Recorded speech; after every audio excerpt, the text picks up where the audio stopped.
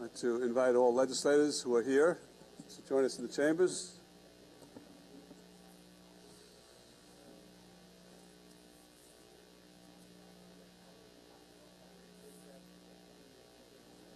Good night.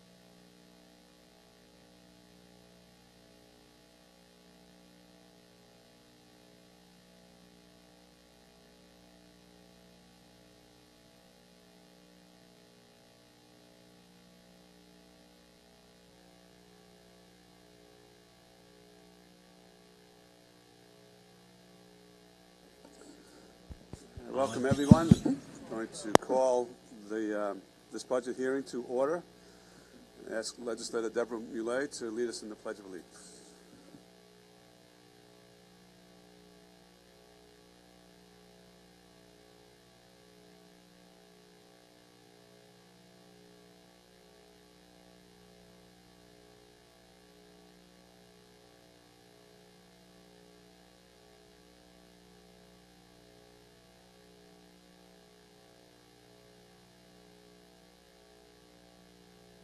Well, thank you for joining us today, and we have a number of departments as well as our OMB and County Controller who will be giving presentations today.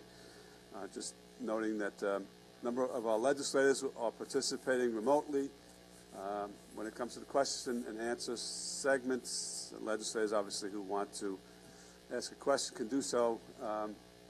When you do so, however, it might be better at the start of your questioning just to mention your name so that the reporter can get that down on the transcript and it's clear to everyone involved. All right, I have no prepared statement. Let's get started. bring up our County Controller, Jack Sneeran, and his staff.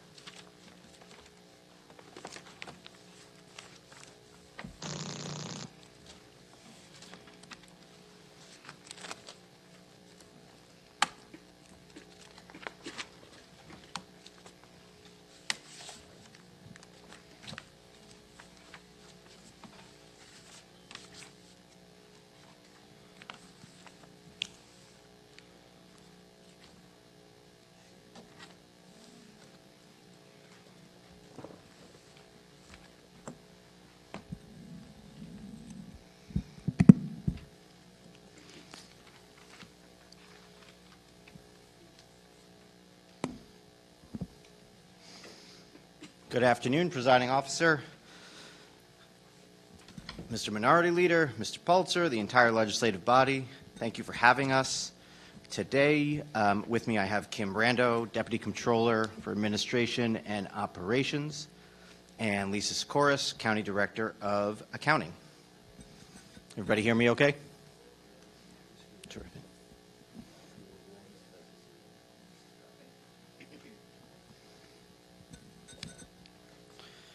All right, those who are remote, can you hear us? Yeah. Yes, I can now. I can now. Yeah, George. Okay. All right. Okay. Yep, thank you. Before we start, I want to say that I hope everyone here in person, those watching and participating online, everybody's families are in good health.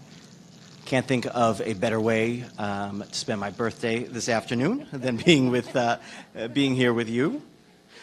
Don't tell my wife. But in all seriousness, before we get into the numbers, I just want to mention on behalf of our team and our office that we are deeply saddened by the passing of Howard Weitzman, dedicated public servant who served with distinction, obviously as Nassau County's Comptroller, as Mayor of the Village of Great Neck Estates, and on the board of the Nassau Interim Finance Authority. Comptroller Weitzman was truly loved and respected in our office for his financial acumen, his insight, and so much more. So many of us had an opportunity over the last day or so to share some fond memories and some wonderful stories about Howard. He is most certainly missed.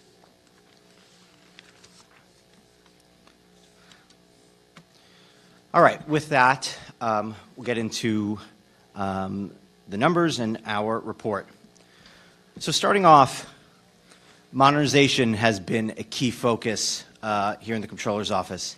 As we discussed in prior years, the county's legacy financial system has not been able to efficiently produce GAAP-compliant financial statements. This inability has been previously classified as a material weakness. Thankfully, with your help, we're doing something about it. So I'll begin with a thank you to the legislature on that. As the Government Accounting Standards Board, GASB, continues to issue new governmental accounting standards to standardize and improve the reporting of government financial statements. I know GASB is a page-turner for everybody. Over the past few years, the complexity and the effort required for the county to continue to comply with GAAP reporting has certainly increased.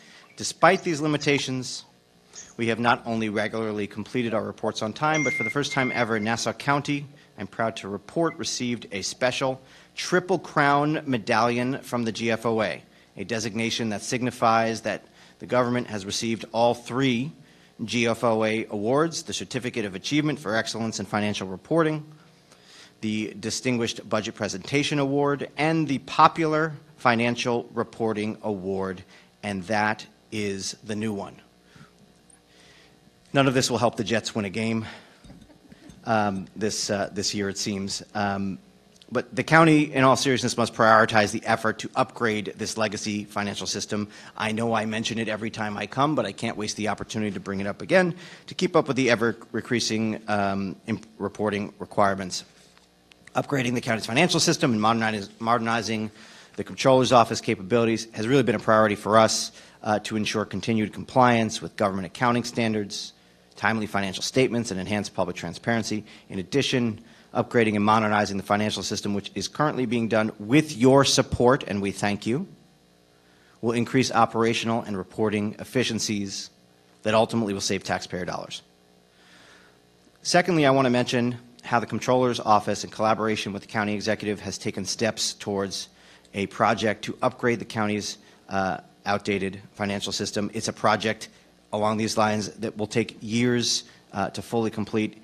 In 2019, the county legislature, as you probably remember, passed a capital plan which included initial funding to solicit proposals from qualified entities to provide for pre-implementation services as well as project management and quality assurance services to ensure that there's proper oversight and ongoing monitoring with financial-based enterprise resource planning, migration, ERP, as the county seeks to replace the legacy financial system NIFS. And if you have looked at NIFS, you remember the old game Pong.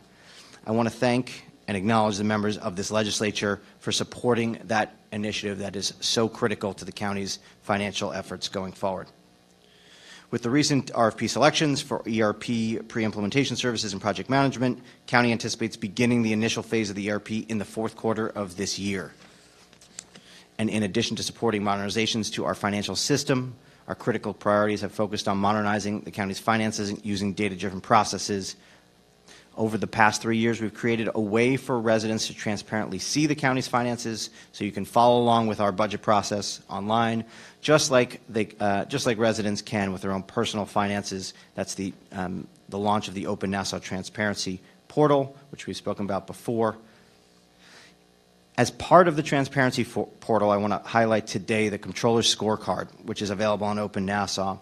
It displays 12 key indicators used to measure the county's fiscal health so that our financial data is accessible to all in an easy to understand way.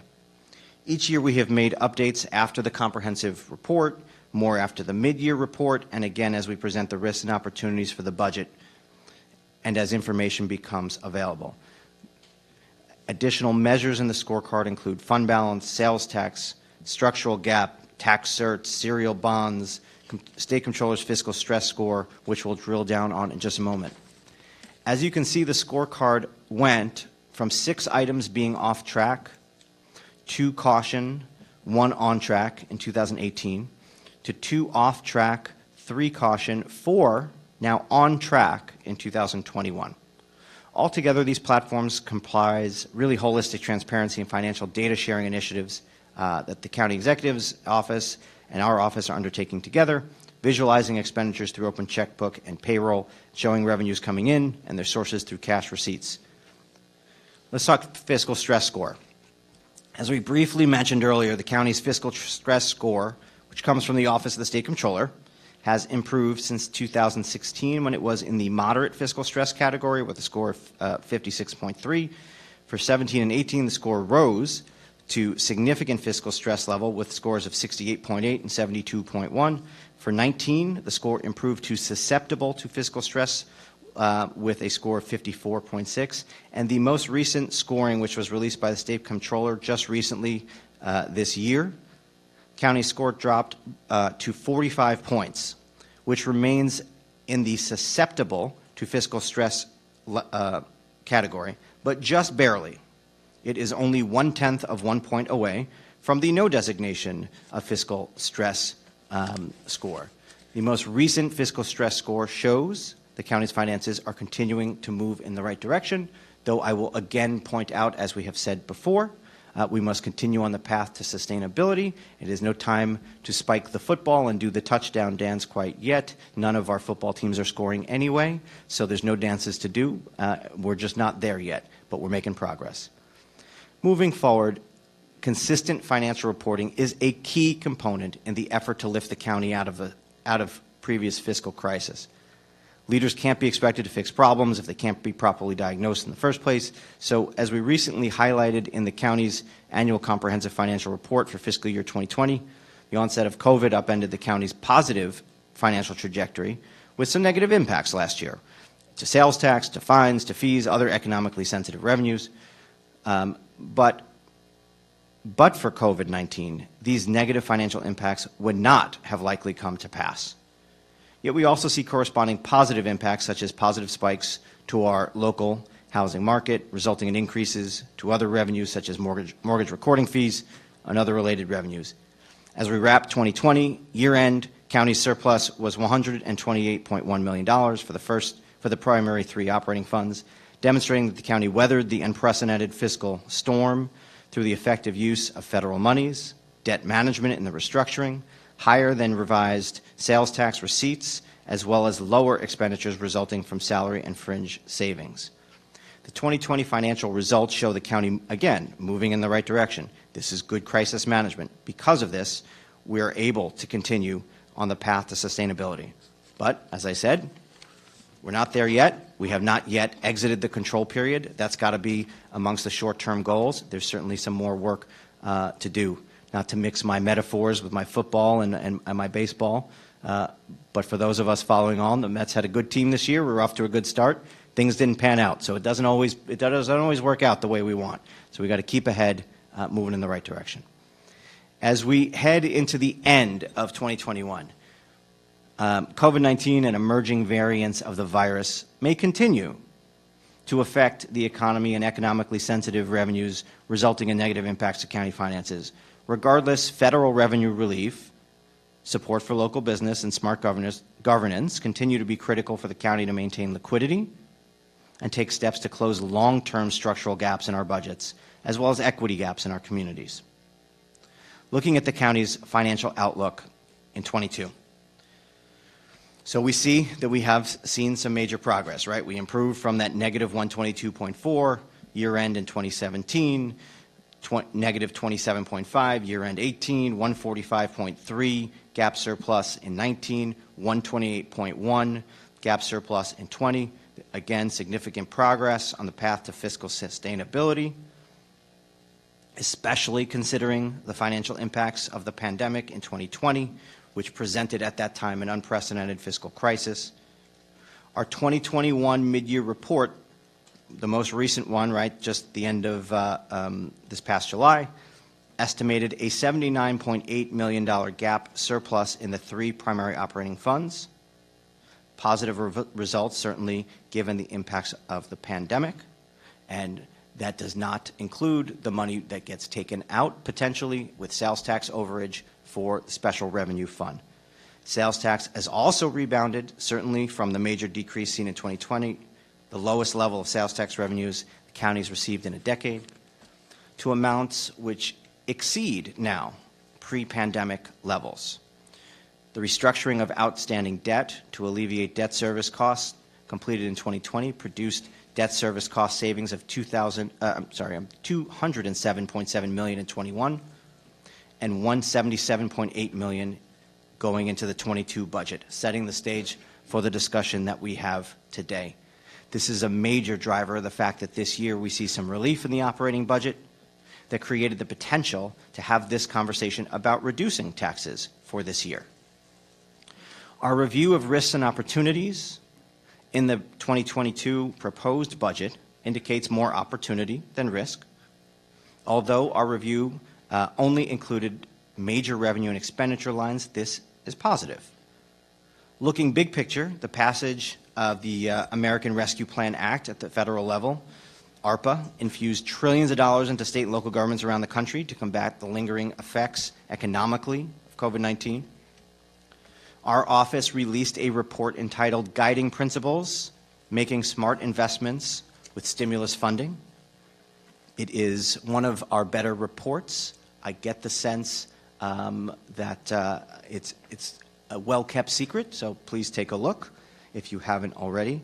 It recommended smart, innovative options for Nassau County to use ARPA funding.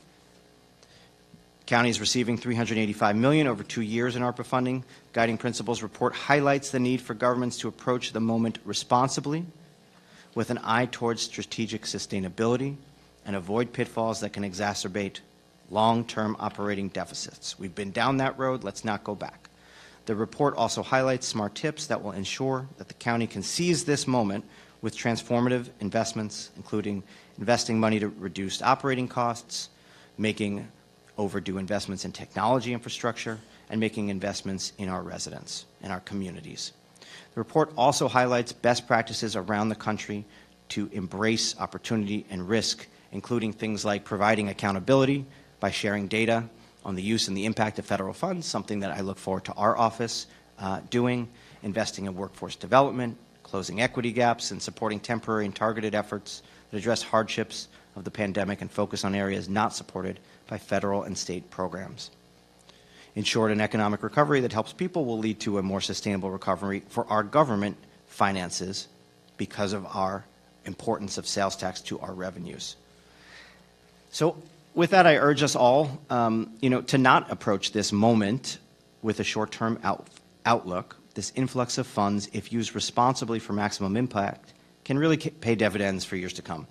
This money can positively shape the future of our county in a way that makes it an attractive place to live for future generations, and we really want to approach this moment thoughtfully if we're to continue to progress towards and ultimately achieve long-term fiscal sustainability. The 2022 proposed budget along those lines includes some prudent fiscal steps. Pays off the majority of the amortized pension liability, which is accumulated over a decade. That's helpful. Earmarks funding for collective bargaining. That's helpful. And it benefits from the recent debt restructuring, as I mentioned earlier. Again, helpful. At the same time, the proposed budget also reduces recurring revenues with a multi-year property tax reduction that reduces general fund property taxes by 95% from the 2021 levels in the general fund in the years 22 to 25. As a result, the proposed budget further shifts the percentage of overall county revenues away from the burden on property tax owners, which is certainly something that is welcome news to property tax owners, and more obviously towards sales tax, which is our biggest revenue source. So, to be fair, as I've pointed out in many years, that can create some financial risk to county finances going forward. While sales tax has certainly been strong, it remains an extraordinarily economically sensitive revenue stream. Business economists have warned that a slower economic growth this year is possible due to COVID-19 variants, among other factors. Just this morning, I read about consumer confidence dropping for the third month in a row. We need people to buy stuff if we're going to have good sales tax. Thus, it would be best if shifting the budget's reliance in this fashion is also coupled with a healthy reserve fund, as we've talked about before, that creates options and flexibility for the county in case there is another downturn, and looking at using that special revenue fund as a fund and with the ability to stabilize taxes going forward to prevent potential future increased fiscal stress resulting from any economic downturns that come our way. The county needs to approach those fiscal choices ahead carefully, right? We don't have a crystal ball to see what will happen with the economy. We don't know if additional dangerous variants of COVID may arise or whatever the next crisis may be. That said, we've got to seek to maintain flexibility, maximize opportunities to achieve sustainability so that should sales tax dip at some point, and ultimately at some point it will, that is the nature of the business cycle as we all know, then we don't have to again contemplate unpleasant and avoidable choices like large tax increases or fees to increase revenue or employee layoffs or painful service reductions. The path to sustainability and to ending the NIFA control period really lies in the choices that get made in the near term. So next, I'll take you through some of the more detailed findings of the report. 2022 proposed budget reduces property taxes in the primary operating funds by almost $70 million, as I mentioned, as compared to the 21 adopted budget. The primary operating fund property tax budget lines for 2021 and 2022 as proposed are shown below. Overall, there's an 8.5 1% reduction in property taxes across all these funds in 2022 as compared to 21. The administration has stated that property taxes in the out years in the financial plan are planned to gradually return to previous levels. Just as we did in our mid-year report, this report gets into the state of our economy quite extensively. I won't go into all those numbers today. During the COVID pandemic, the U.S. economy shrunk by 3.5% overall, number unforeseen in decades. Numerous economic indicators are available to monitor the health and the well-being of our economy: GDP, unemployment rates, CPI, the real estate market, which are highlighted within this report, are several indicators that demonstrate the post-COVID conditions affecting the county economy. The Conference Board, a nonprofit business membership and research organization, reported Tuesday, as I mentioned just a moment ago, that its consumer confidence index fell to a reading of 109.3 in September, down from 115.2 in August. September's reading is its lowest level for the index since it sank to 95.2 in February. So there's a little bit of cause for caution here. All of this and more can be found in our State of the Economy section in our report. I just want to hand it to the team. They really put together some great information along these lines. So sales tax is the major revenue source for the county, accounting for over $1 billion and over 40% and rising of all revenue included in the 2022 proposed budget. Other major sources of revenue: property tax, obviously, 22% of all of the revenue, state and federal aid, departmental revenue. And while these categories have remained relatively constant in recent years, there has been a shift, somewhat, in this proposed budget as compared to the 21 proposed budget. Property tax being reduced by $70 million in 22, sales tax being increased by $351 in 22, shifts those percentages a bit. The increase in the amount of sales tax proposed in 22 is due in part to a lower amount included in the 2021 proposed budget due to the impacts of COVID-19 on the pandemic and the economy. So sales tax revenues had shown an upward trend originally, right, between 2014 and 2019. Remember, I came every year, I said we're making progress, but it's not also yet sustainable. The progress was predicated upon sales tax and a low head count. Right? We're sick of hearing me say that, I'm sure. 2020 put those assumptions really to the test. Actual county sales tax revenues were 8.26% less in 2020, or $105.5 million less than the adopted budget. This was the largest single-year decline in sales tax revenue for at least the last 10 years, I should say, but not as drastic a decline as could have materialized. It's not as bad as was feared at one point. The 2021 adopted operating budget included a very conservative estimate for sales tax, which was based on the trajectory of sales tax seen in the third and the start of the fourth quarter of 2020 when the budget was adopted. 2021 actual sales tax revenues have been coming in higher than in previous years. This is great news. The strength of the sales tax results in the second quarter of 21 may be the result of pent-up consumer demand and purchases related to recent spikes in home sales.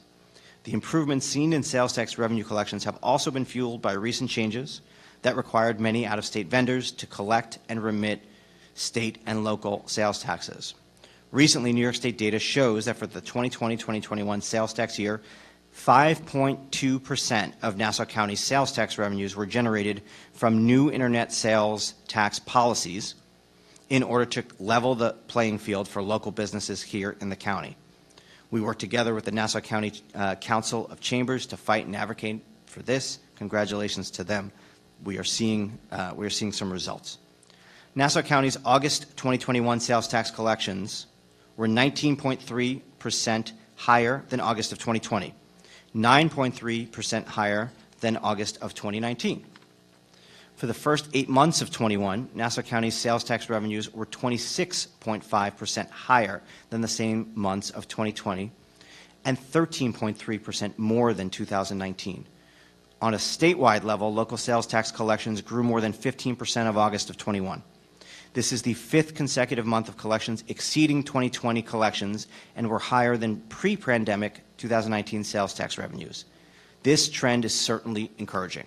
However, our fiscal leaders must approach this increased revenue carefully.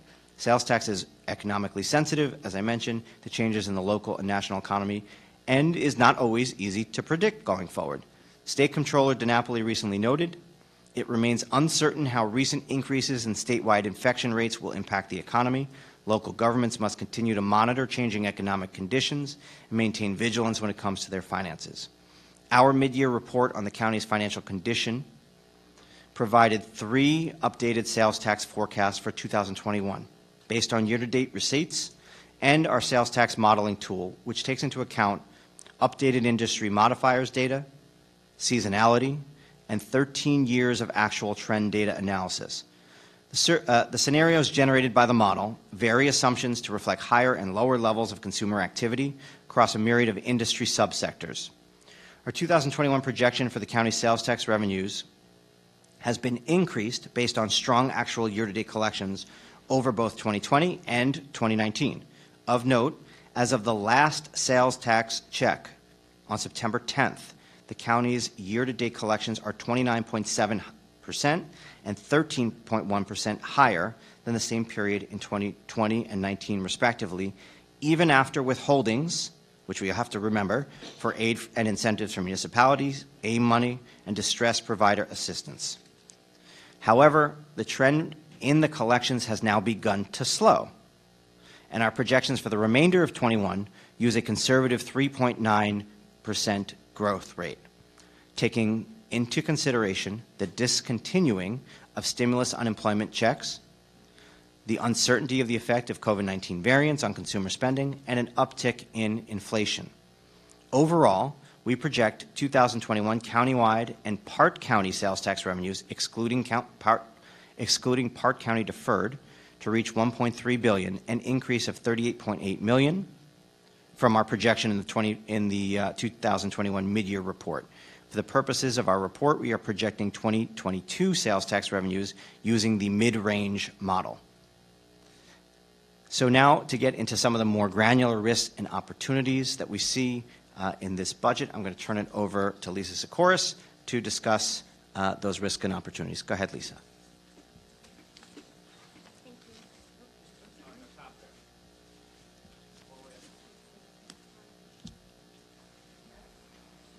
Problems. Yeah, I think so. Hello? Okay. Thank you. Okay. Good afternoon. So some of the positive opportunities that we identified in the 2022 budget are listed in the report under our key drivers. The largest of those is in payroll and fringe benefit savings. When we perform our analysis, we've excluded what the administration had put in for the potential collective bargaining agreements, as we don't have the details, we don't know the timing, that the variables are very, at this point in time, are unknown. So we've taken that out, and net of other small, pluses and minuses within that category, including some small risks within overtime and termination pay for the police department, we're projecting a $65 million savings. Again, that is primarily the result of the exclusion of the proposed budget's assumptions for the collective bargaining agreements. Then we also have an additional $17.5 million positive in sales tax revenues. The difference between this number and the 38 that the comptroller mentioned has to do with the shortage in 2020 related to the Park County. So this number includes the Park County deferred. We're also projecting an opportunity in interest penalty on taxes because there has been a delay in the tax lien sale. So that's the majority of the $8.1 million that we're projecting for interest penalty on taxes. We also see a potential opportunity in debt service of $5.6 million, just based on the what our projections are with the current debt and what we think the amortization of that debt will be going forward. We have a $5.4 million judgment and settlement opportunity that relates to the sewer and stormwater district. It was budgeted in 2021. It's not going to happen in 2021 where we don't have enough information or any settlement information. So we've picked that up as an opportunity. And then approximately $3.1 million in various social services opportunities as well. And as far as the key risk drivers, we see some risk in rents and recoveries, primarily due to capital closeout money that's budgeted that we don't have any further information of which projects those would represent. So we've risked that. Prior year appropriations that represent disencumbrances of contracts are not revenue streams. So those have been risked, as well as potential sale of county property, as we don't have a list of what particular properties or whether they will settle and close out in 2022. We've also risked a use of fund balance in the sewer fund. The sewer fund may not have much fund balance projected at the end of 2020. So we've risked that in 2022. And we've also risked some additional revenues in departmental revenues, particularly the income and expense law, which is still in the courts, and some fines and forfeitures related to TIPFA fees and red light cameras. And we also see a potential risk in early intervention of $3 million, which we anticipate just based on the department requesting a higher amount, which is slightly offset by an increase in state aid. Does anyone have any questions on that? Oh, I'm sorry. Jumped the gun. We're almost done. So look, in conclusion,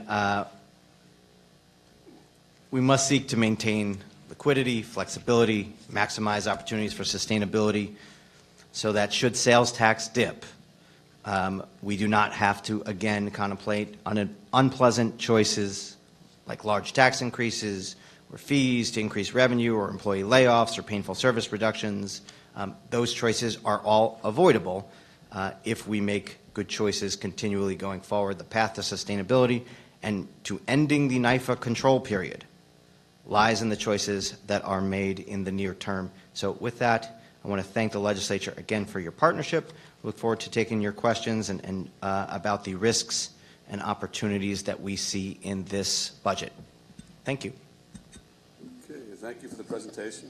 I have some questions, and then I'll turn it over to the other legislators. You spent some time on sales taxes. What's your projection at this point for the end of the year? Lisa, you want to give the specific numbers? Yes, of course. We've increased our projection for 2021, and, sorry, I'm just trying to find the right page for you.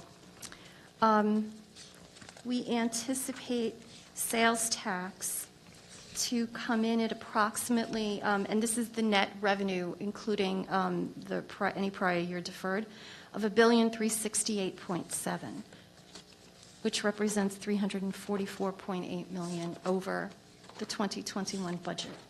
It's also an increase of approximately $49 million over our mid-year report.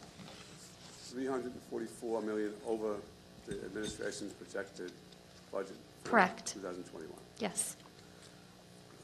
Okay. And the administration had projected a 20% decrease in sales taxes for 2021. Is that correct? I don't have that information handy. What I'm was sorry. what was the controller's office projection for 2021? I know. The sales tax? For this Yes, year. For 2020, that's the number. That was the number I gave you. I You're thought right. that's As of now, but what was your projection going into the initially. in the budget during the budget consideration process? What were you projecting sales taxes in 2021 to be as compared to 2020? What was our budget projection for 21, he's asking? last year. I decrease don't of have that. Do you 16%. have it? 2021's budget? Right, I don't have that information. It was I more can give- conservative. Yes, it was if much that's more what- conservative. If that's what you're asking. Roughly 16% decrease. It was more conservative, yes. Based on the information that we had at that time, it was certainly a conservative projection. Right. So the fact that, let's take the administration's number, the fact that the administration was $344 million is $344 million over budget. What does that tell you about the administration's ability to prognosticate sales taxes? Tells me it was a conservative projection, and I'll just say that in an unprecedented financial crisis, if ultimately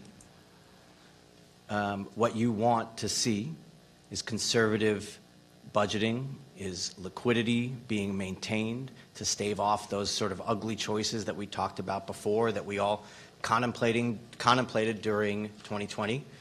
From our perspective, if you combine those conservative projections with the other measures that were taken, that ultimately ended up in effective crisis management. And if the harshest criticism that we can have in the rearview mirror is that those projections were too conservative, I think that is certainly better than the alternative.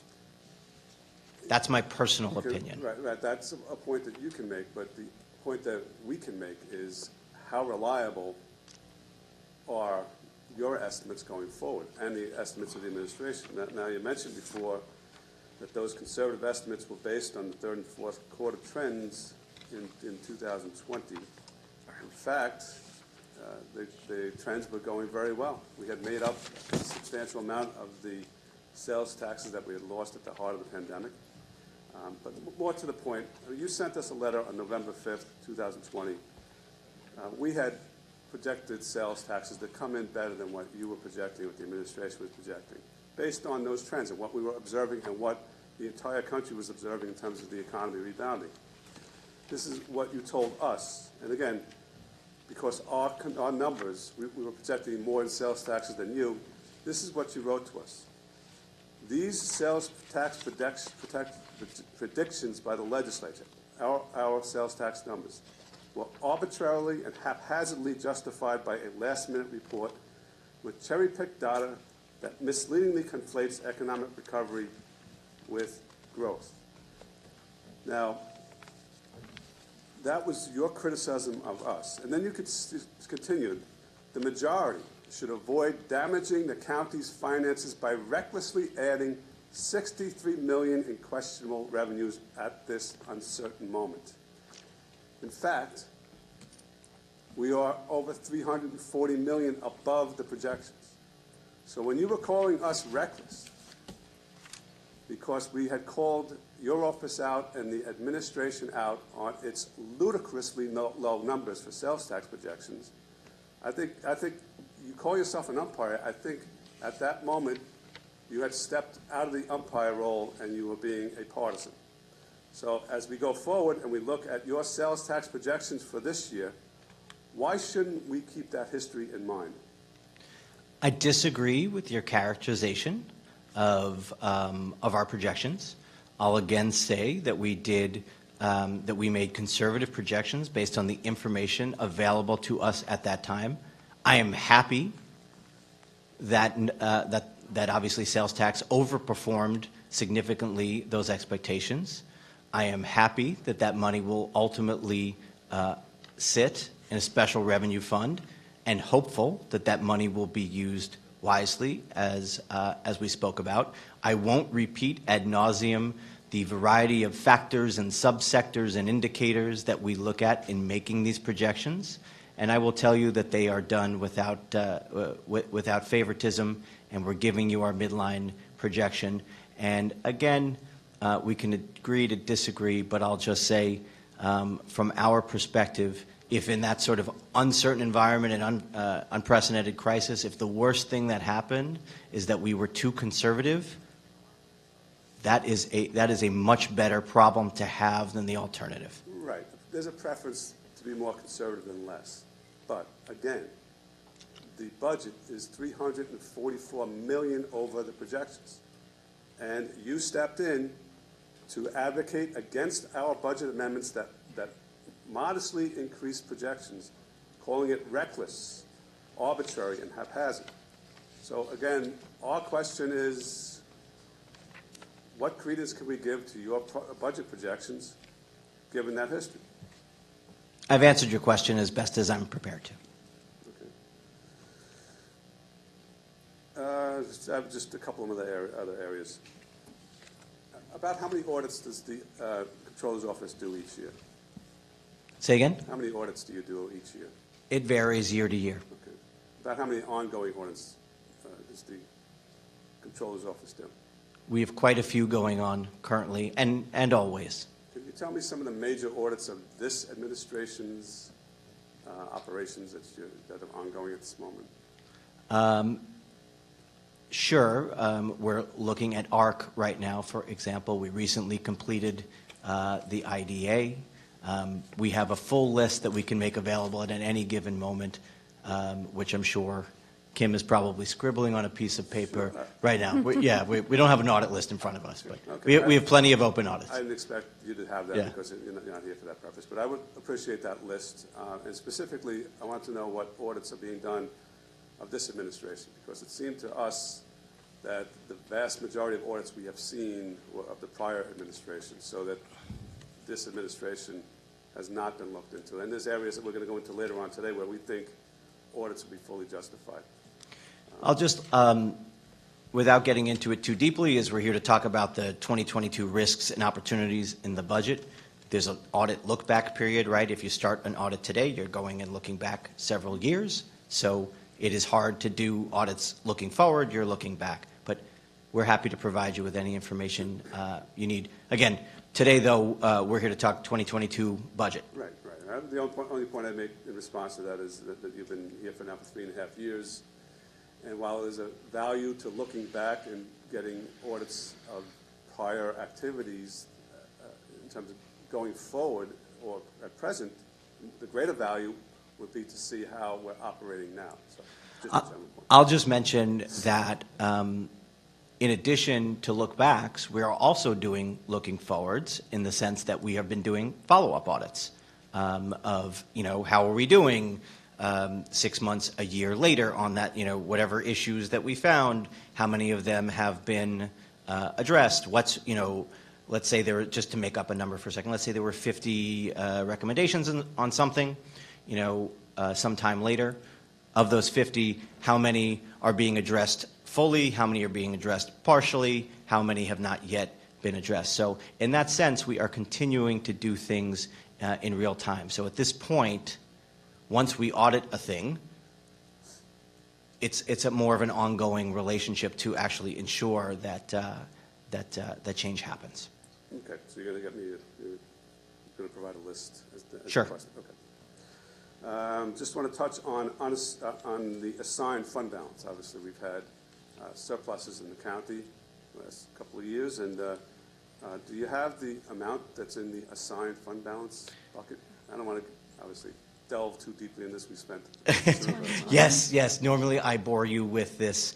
I shouldn't say bore. It is not boring. It is critical. I insert everything I've ever said about the importance of rebuilding a reserve fund that I know you understand and certainly agree with. But as of, I'll grab our fact sheet for you, and our assigned fund balance as of the end of 2020, right, in our comprehensive annual financial report is, that's the proposed budget, sorry. Primary funds?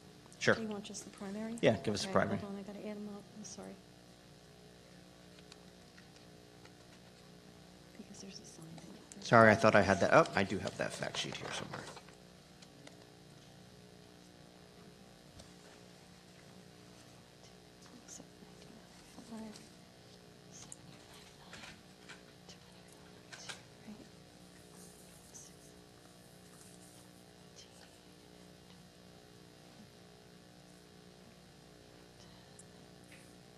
Lisa is carrying the one for you. I know, and I can't do this. I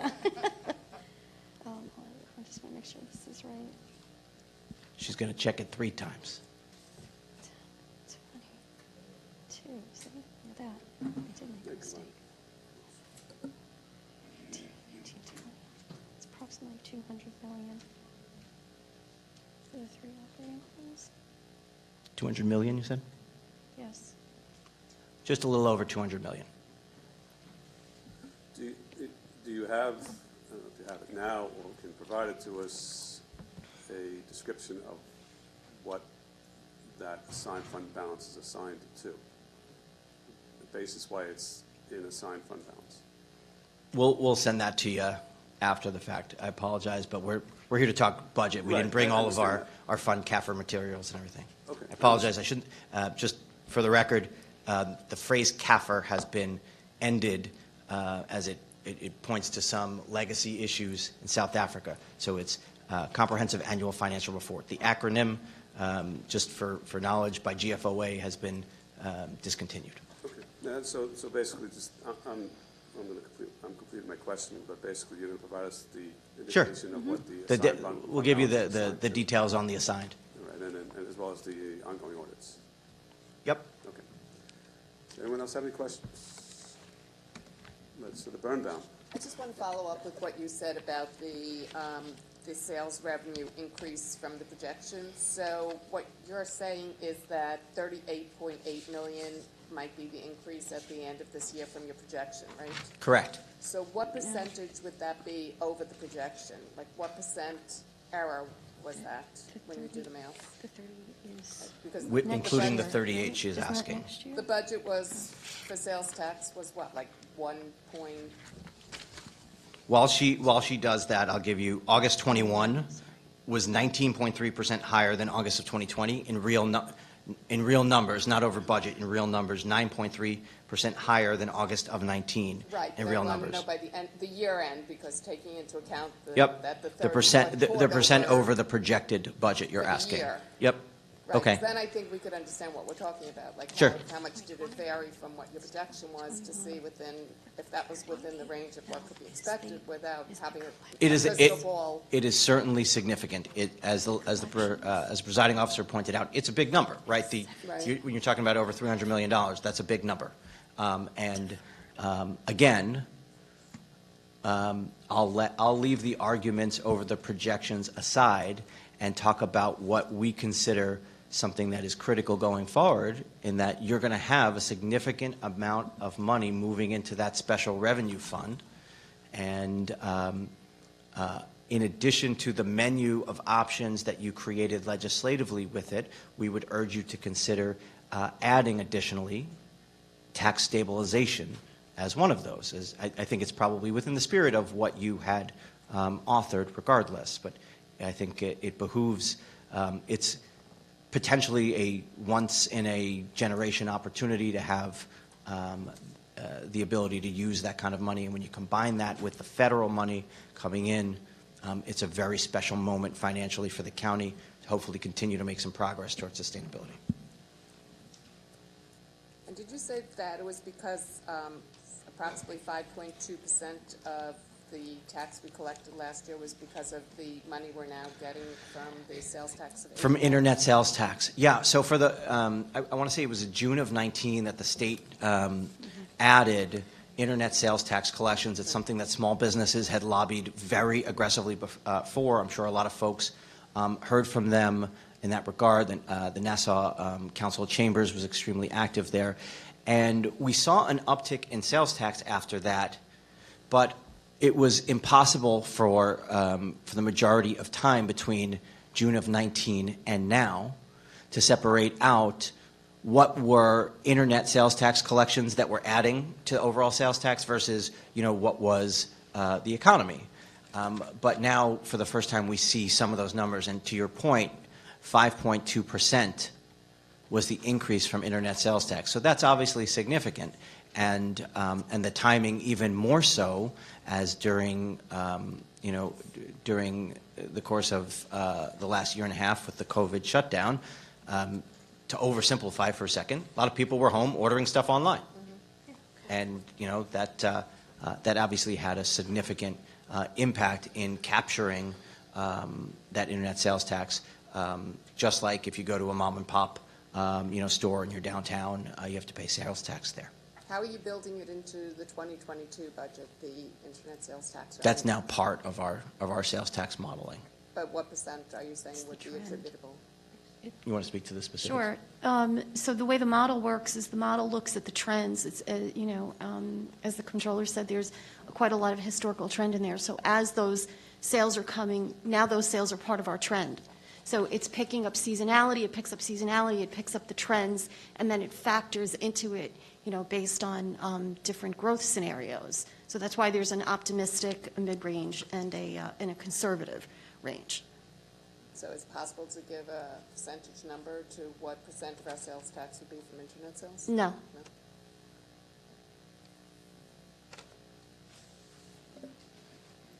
Okay, let's do the roads. Sorry. Thank you, Mr. Presiding Officer. Controller Schneerman, I believe you stated that the forecast that you gave us with respect to 2021's projected sales tax revenue was based upon your view of the third and fourth quarter sales tax revenue change in 2020. Is that correct?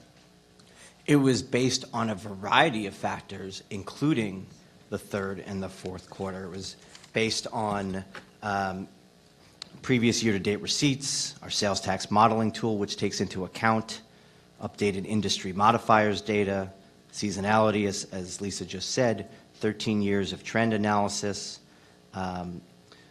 and it generates scenarios by the model, and those vary assumptions to reflect higher and lower levels of consumer activity across all the various industry subsectors. So it looks at the entirety of the economy, all the different things, whether it be gasoline or restaurants, and breaks them down by their industry modifiers and works from there. So at the end of the second quarter, as I recall, of 2020, our sales tax revenue was off by approximately 40%. That was the height of the shutdown Last year, you're saying? last year, 2020. Okay. What was the number you just said? Off by 40%. That we were dropping by 40 We cents. were dropping by 40%. I don't at think the we were end ever of down 2020. quite that much, but It was. I guess whatever the- we will, I'm sorry to interrupt, but when we look at this, we don't just look at where we are today, right? Let's say we're in August, you said, oh my goodness, we're down 40%. Because of the seasonality, we look at, so what does this mean wherever we are today? What does this mean for where we think we may end the year? Because that's obviously the central, question to ask. Understood. Let's look at this globally. The forecast was that we would be down 40. Based on the numbers at the end of the second quarter of 2020, we were off by approximately 40%. It may have been 39 and change, as I recall. For some reason, the number 39.6 sticks in my head. The third and fourth quarter last year, once the economy reopened, there was a dramatic increase in the amount of sales tax revenue in the third and fourth quarter, to the point where we ended the year from a deficit of 40%, being down by 40%, to being down by just over 8%. Right? 8.26, I believe. So based upon that, you're talking about a swing of approximately 32%. Right? We made up ground to the point where, being down 40%, we were down 8.6% at the end of the year. If one of the items of analysis in your forecasting for 2021 was the performance of sales tax revenue in the third and fourth quarter, which showed such a dramatic increase in the amount of revenue being used coming into the county, how is it that your office justified saying that in 2021 there would be a 16.6% decrease over 2020 in sales tax revenue? So before we sort of wrap up the sales tax piece, because I think we've said for the most part what we're going to say, I just want to correct one thing that you just said. When we were having the discussion last fall, right, in October, we certainly didn't know where the fourth quarter of 2020 was going to go, because it hadn't happened yet. Also, my recollection, and I'll let Lisa speak to the specifics, but when we did our worst case to our, I wouldn't say best case, because the best case was still bad, right? Dropping 8.2% in a year was quite a bad scenario. Our worst case to our least worst case, let's call it, I want to say our worst case projection was somewhere in the 20s in terms of a percentage, if memory serves. I don't think that we were ever projecting a 40% drop on that in sales tax last year. We're going to have to go back and check the numbers, and it's really academic for the purposes of our discussion here today.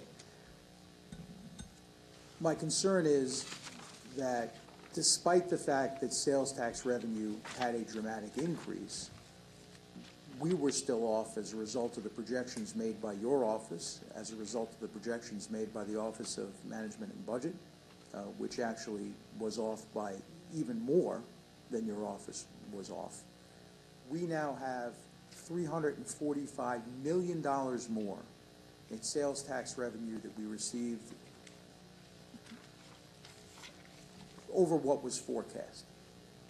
So I know that Legislator Birnbaum, I believe, mentioned the term $34 million. We're actually talking about $345 million that you were off.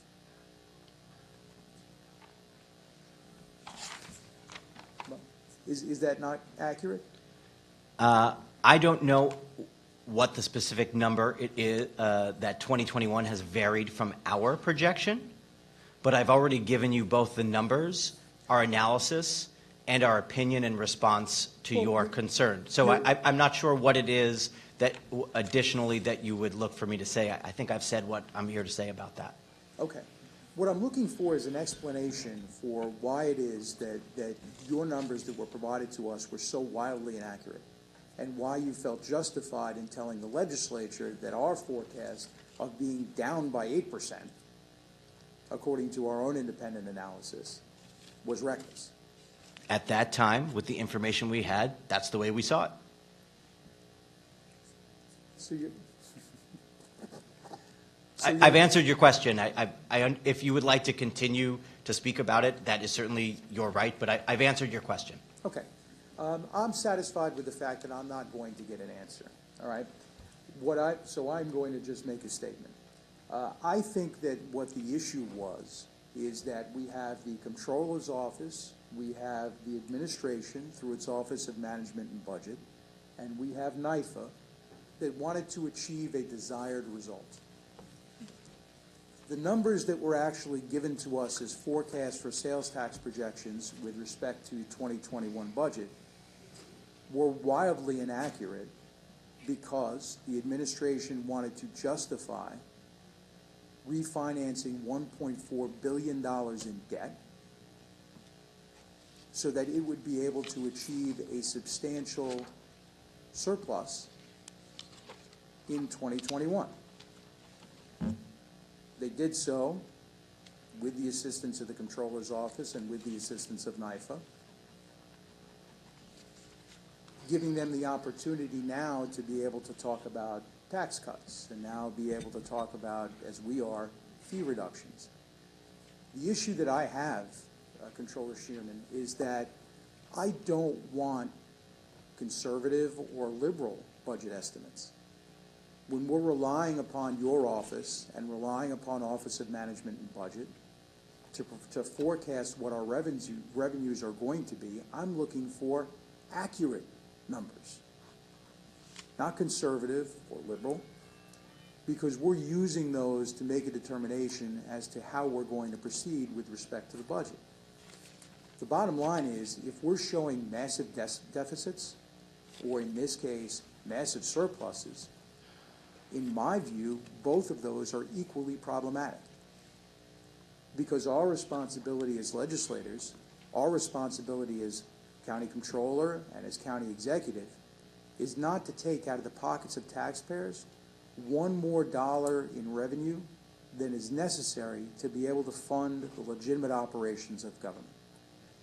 Now, I know from a budgetary standpoint, it's always nice to have a little bit of a cushion. but a $354 million difference in revenue is simply unacceptable. And I don't think it was because the Comptroller's Office or OMB was bad at their job. I think that those forecast numbers were so wildly inaccurate because they were designed to be wildly inaccurate. Based upon where we were in 2020 with a full shutdown, we were down only 8%, 8.6% in sales tax revenue. Looking at 2021, where there was no anticipation of there being any further shutdown, how we could turn around and say that sales tax revenues were going to be 20% below 2020 made no sense then. It made no sense, makes no sense now, and we know that those numbers are simply wrong. That same basis was used as a justification for the administration to argue why they should have been able to use $98 million in CARES Act funds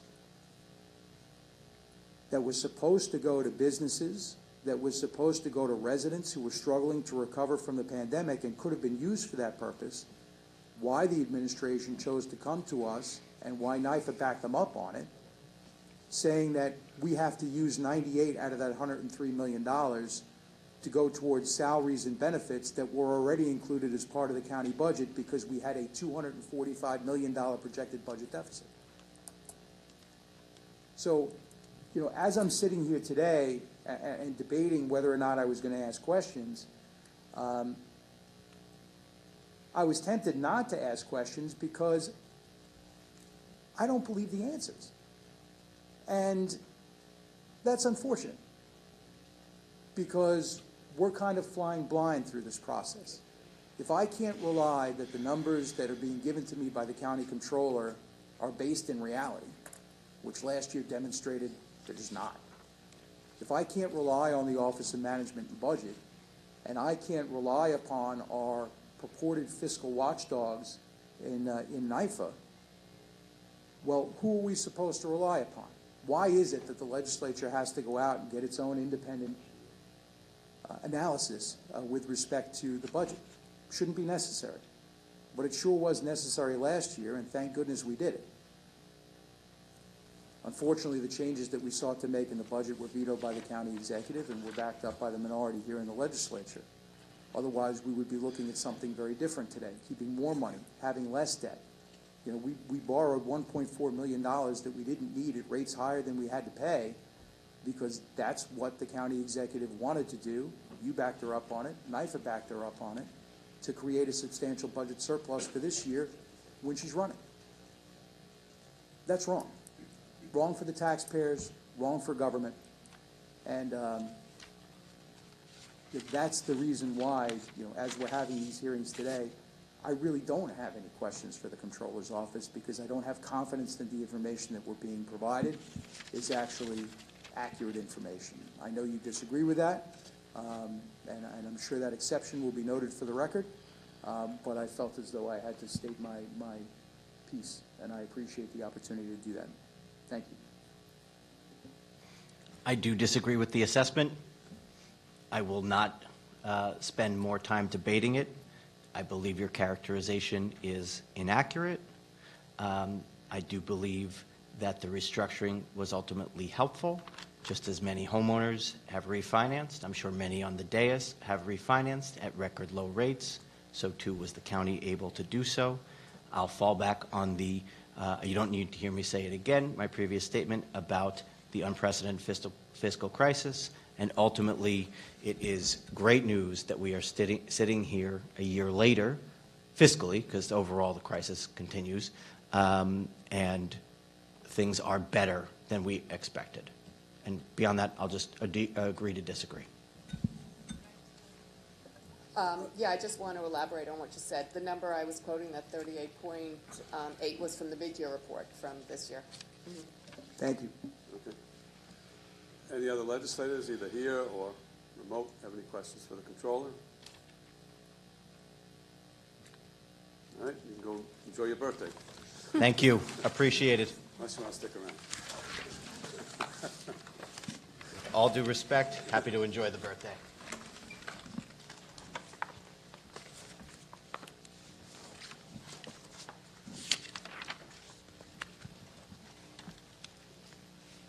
Okay, I think the administration is up next.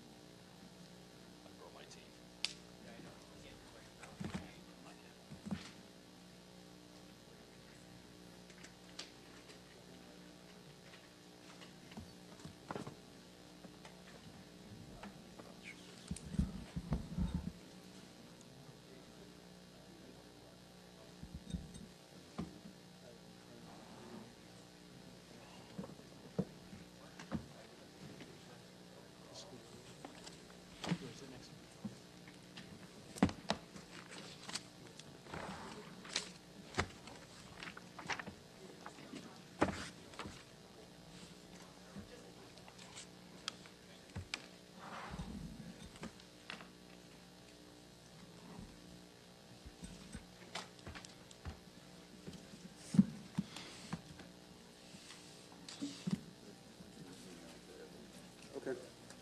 Thank you. Katie told us, thank you. Not having arms. No, that's fine.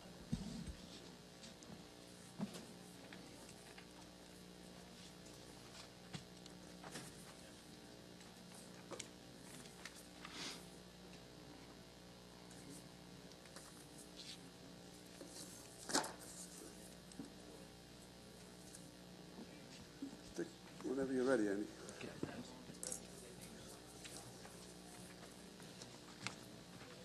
Whenever you're ready. Okay. Good afternoon, everybody. Andy Persick from Office of Management and Budget. I'm joined here by my team, Chris Nolan, Irfan Qureshi, and Irina Siddiqui. On behalf of the County Executive, I'm here to present the 2022 budget. And I do have to owe a debt of gratitude out to the staff who worked for me during these countless times to get this budget prepared, even in past years. There were some challenges this year with the building being shut down during the middle of the budget process that we had to relocate over to 240, which we managed to overcome and keep the process moving. But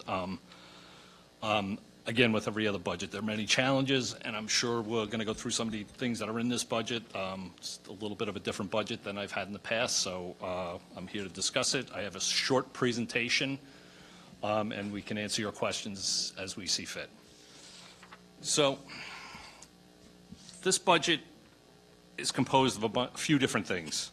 One, the big thing in the room is the $70 million property tax cut that the administration carefully put into the budget to give taxpayer relief to some of the people as needed as a result of the pandemic.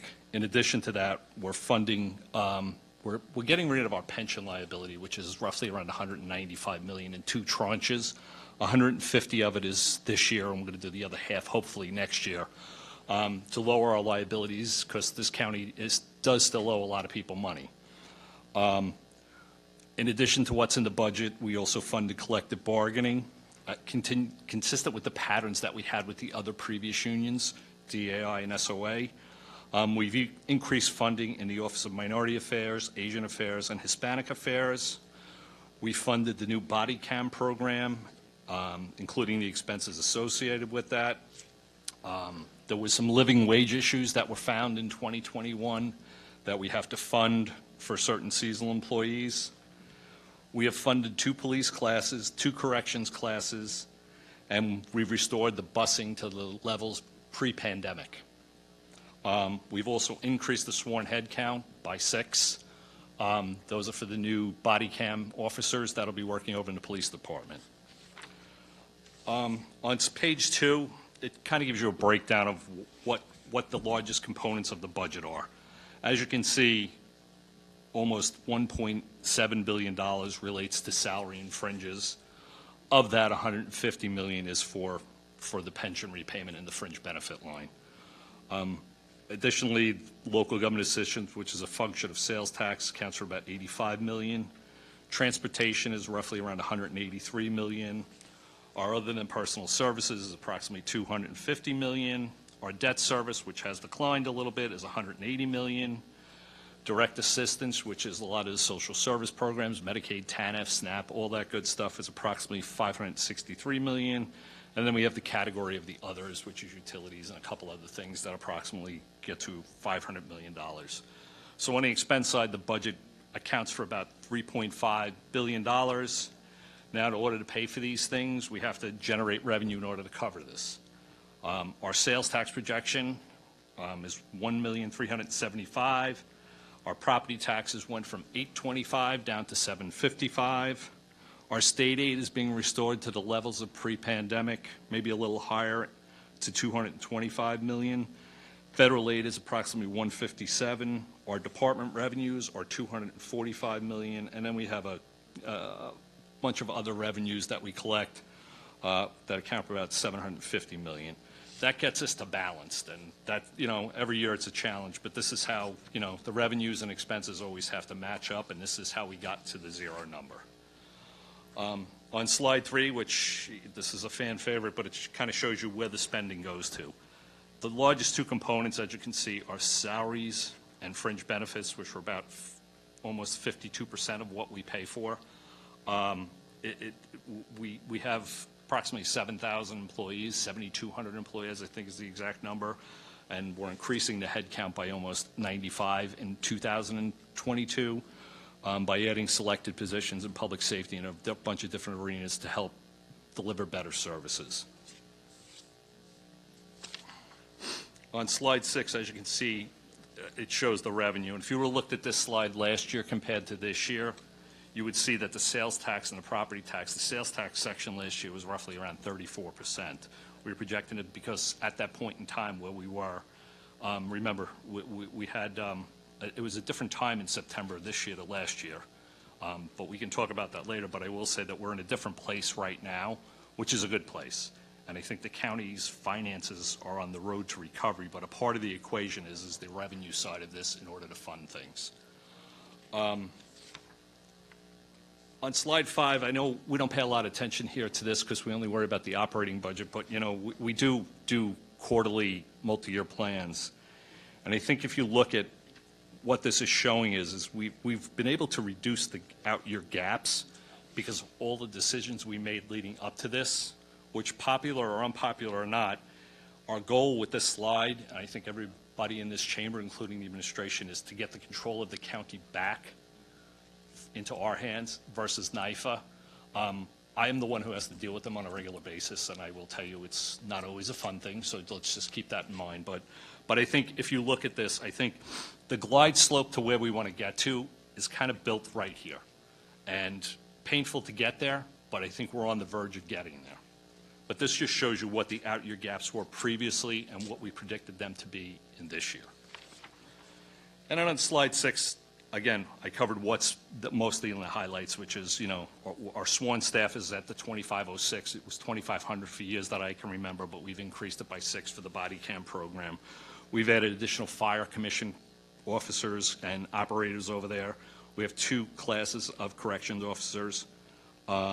We've added some staffing in the probation and JDC for electronic monitoring. Again, we'll discuss the minority departments. We increased the head counts and the budgets there. Human Services, we've added new efforts for the new police reform, which includes some of the mental health things. And the Department of Social Services, we've added caseworkers and social examiners to help fund the needs that are over there. We don't know what the outcome of this is going to be, and we haven't seen that yet, the uptick in caseloads, but it's still probably a looming thing based on what's out there. That's about all I have to say about that. I don't have a lot. I'm sure there's going to be a lot of questions, so I left my presentation brief and to the point for you guys so that we could have a kind of a discussion about things. So, well, we appreciate that. Just walk me through how you got to your sales tax projection for 2022 in terms of, did you base it off initially the 2019 budget and move forward, and just walk me through that. What we figured, because the past 2 years have been, I would say 20 and 21 have been anomalies, we kind of go back to 2019 when we thought the economy was at its norm, before pre-COVID. I'll drift back just a little bit. In September, from September of last year to like October, December of last year, there was a lot of things going on, whether it be, in Washington, here, we didn't have a vaccine, we were opening and closing, we were shutting things down. So when we do the budget, we weren't at a good point in September last year. So that, that's what I can tell you. But how we got to our sales tax number was, we took the 19 number and we took what the average growth rate was, and then we took out the 20 and 21 numbers and just made believe that if they grew at the annual rate of 3%, that this is where the 2022 number would be. So we grew it at 3% in 20, 3% in 21, and then 3% in 22. So it's theoretically almost a 9% increase from 2019 to now. And if you look at the actuals for 20 and 21, would it come up to, would it be the equivalent, in terms of the actuals, would it be equivalent of the 6% that you're attributing the growth would be? I don't know if I phrased that correctly, but I understand you were assigning numbers to each year as if the pandemic didn't happen, 3% in 20, 3% in 21. If you look at the actuals, is that 6% an accurate assessment?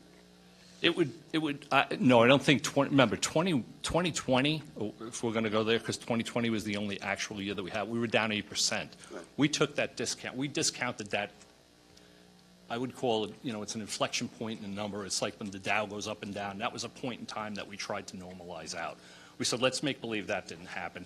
And in 21, although we're seeing collections moving all around, we're still only, remember, we still get collections through February of next year. There's still some, I would say, a lot of game left to be played with that number. And I don't know where it's going to land. And I'm not being the Grim Reaper. I think we're on the road to economic recovery right now, but there are some hurdles ahead of us. So, but in order to get to that number, we took out 20 and 21 to get us to what the 22 number was. Yeah, I understood that. I understand how you described it.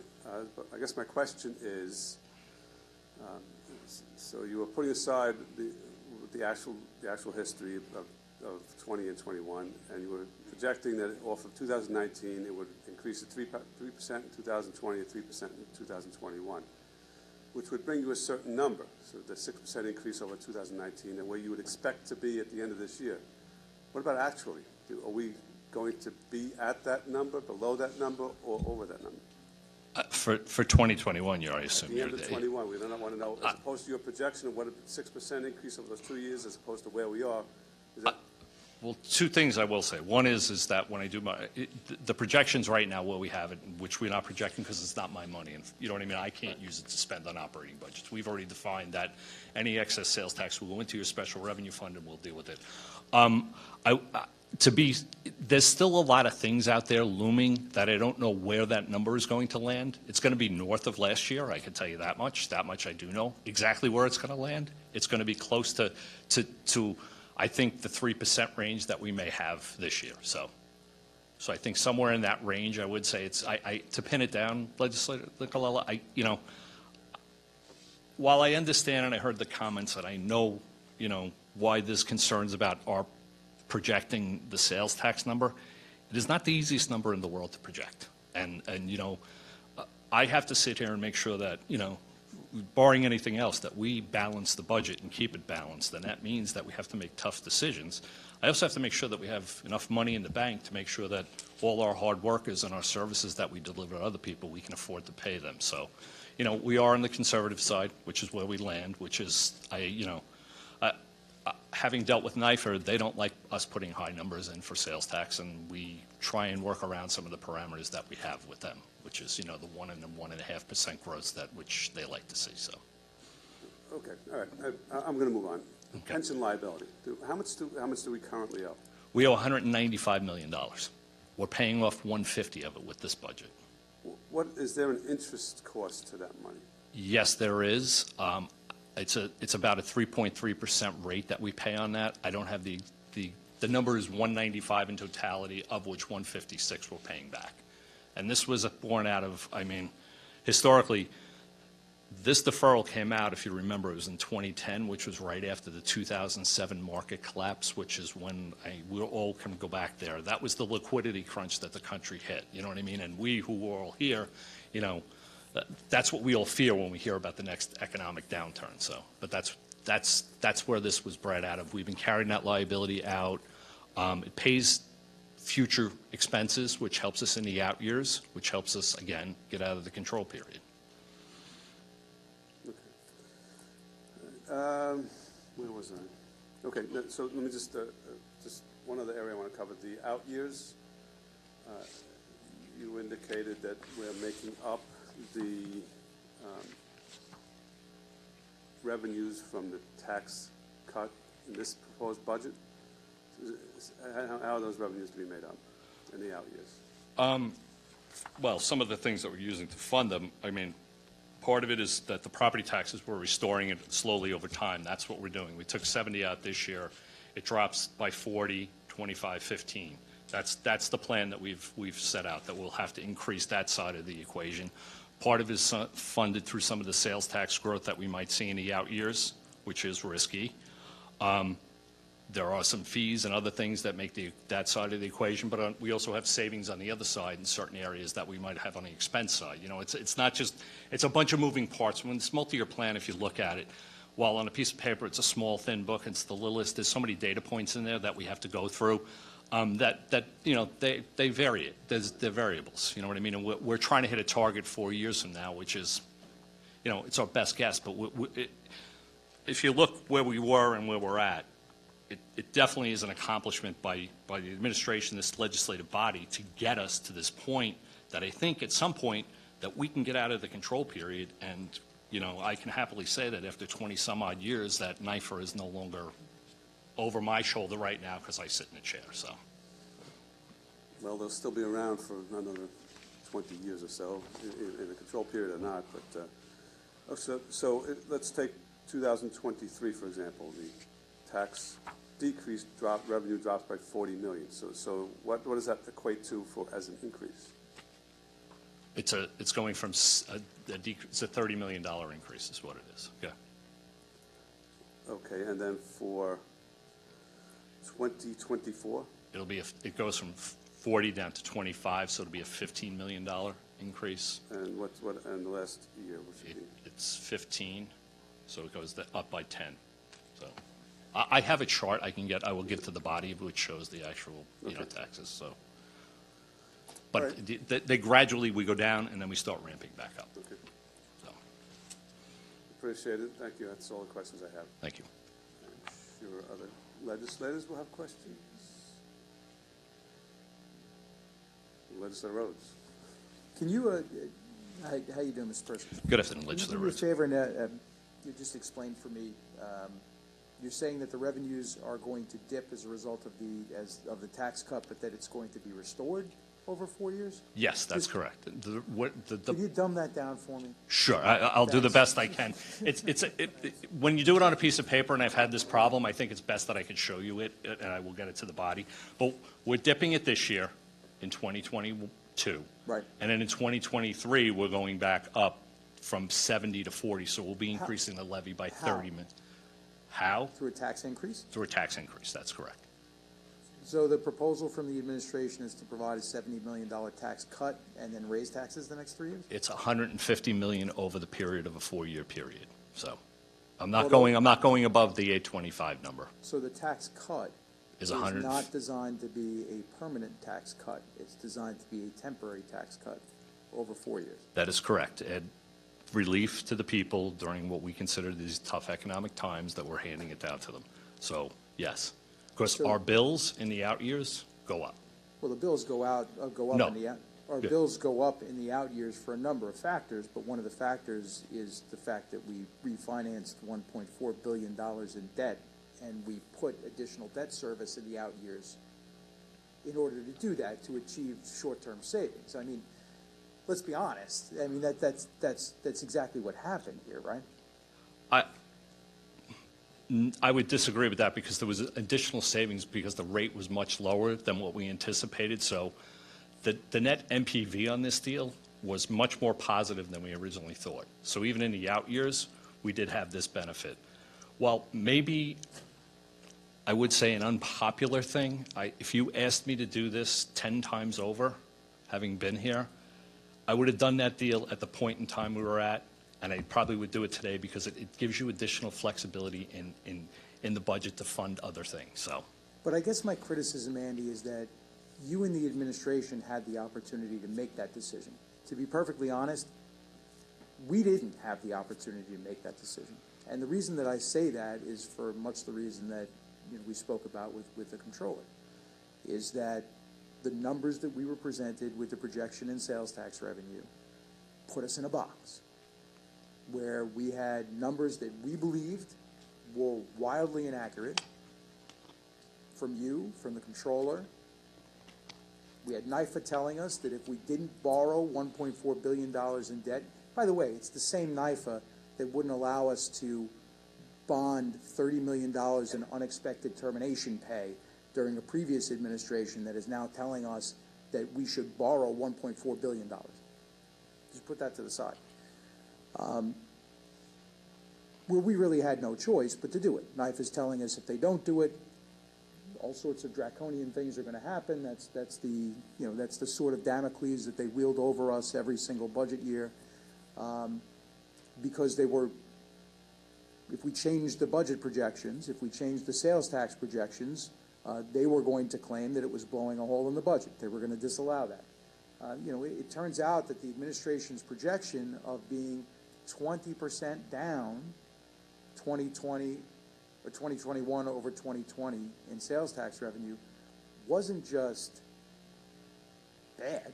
I mean, we're 30, controller testified that we're actually 29.7% over 2020. Not 20 down, 29%, almost 30% over what our numbers in 2020 were. That's historically bad. So, we're 13% over 2019, pre-pandemic.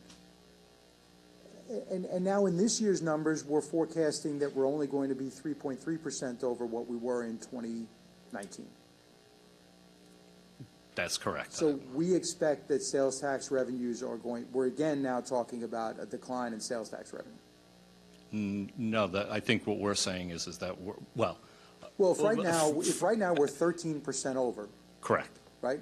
We're now saying that we're only going to be 3% over 2019 in 2022. So in effect, we're going to be doing worse in sales tax revenue in 2022 than we are in 2021. Let me just elaborate a little further. What I think what you have to realize is that we still have a lot more checks to collect, and 13 may not hold. And that's what I can tell you. I don't think the trend will continue. I don't know what the fourth quarter will bring because there's a lot of checks that are still coming. And I'm not saying, look, what I'm not saying is that the number, it went up from the 2021 budget. It went up from the 2019 budget. The sales tax number in this budget went up. But if you look back in time where we were, and I mean, I hate to go back on a historical perspective, but Andy, you're talking about the budget now. When we were talking about the $98 million in CARES Act money, that was in December. And we got the same forecast that we were going to be $245 million in the hole, which is how it was justified that we were using $98 million. And then 30 days later, the administration is announcing a $140 million surplus. It's just, I find it hard to believe that being that far off wasn't by design. To box us into making certain decisions that we wouldn't have made otherwise. And the end result is the amount of money that you see in the Special Revenue Fund. And thank God we created the Special Revenue Fund. Because if we didn't create the Special Revenue Fund, that money would just be pouring into the general fund to be used for whatever. At least now we have some control. And the amount in the Special Revenue Fund, just so you know, scorecard-wise, is the difference between what we said the projections were going to be for the budget and what you said the projections were going to be in the budget. That's how much different we were. That's how much you were wrong. I mean, there's no other way to say it. So we can actually quantify the amount.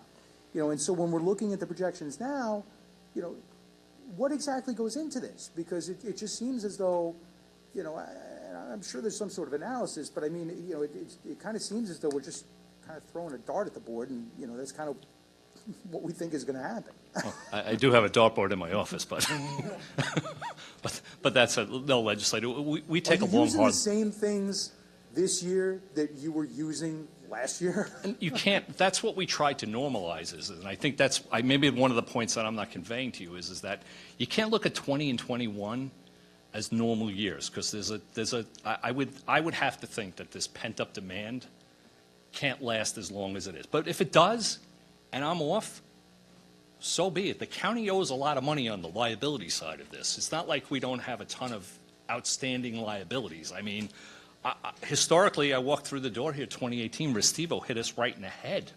If I take you, and we didn't have the money to pay for it.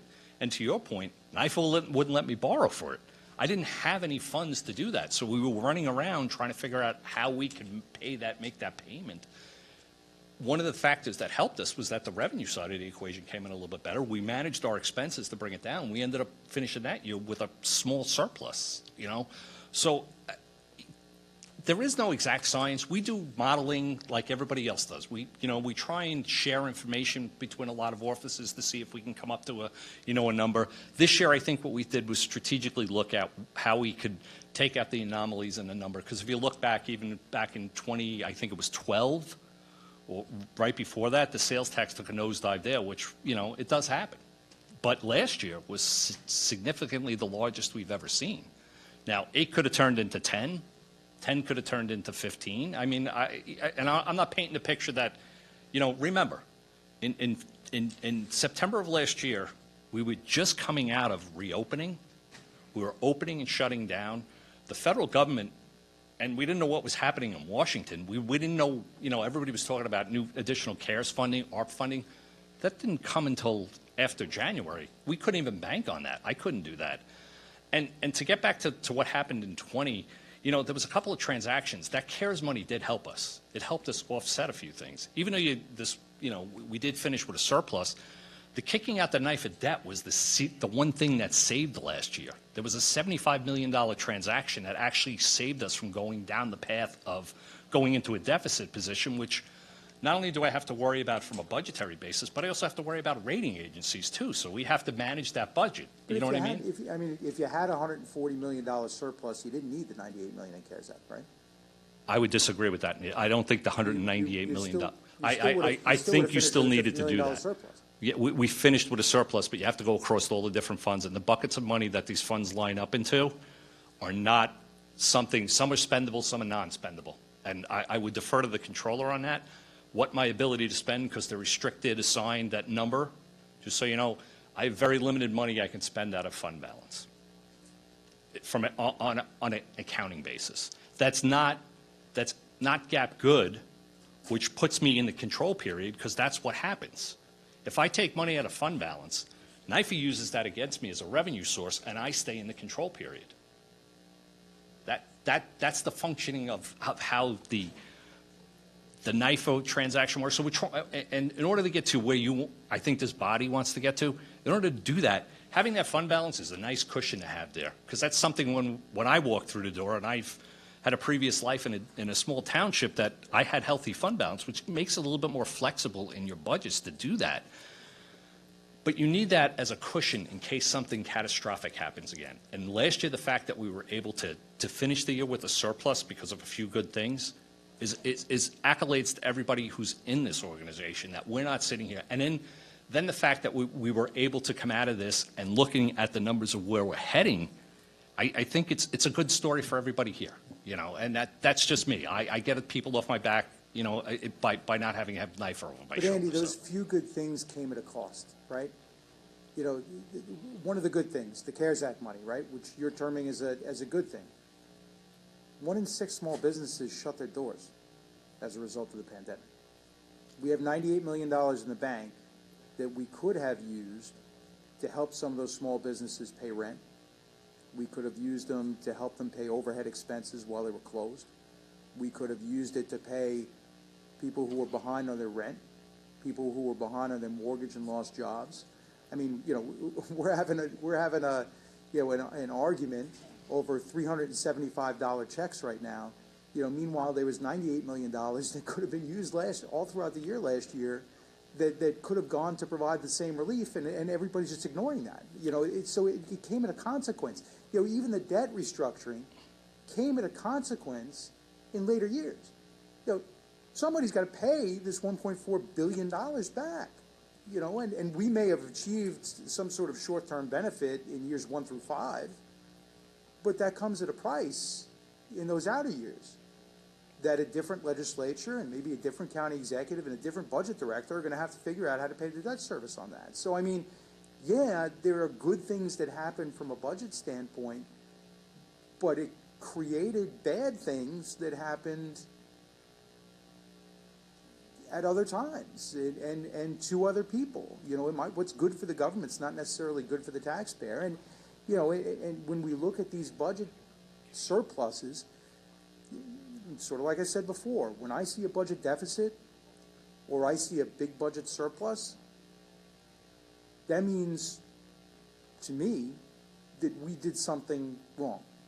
You know, from a financial standpoint, I understand the benefit of having a cushion, but when you're looking at a difference in revenue of $350 million, when you're looking at a, you know, $140 million budget surplus, that to me says I took $140 million out of the pockets of taxpayers that I didn't need to take.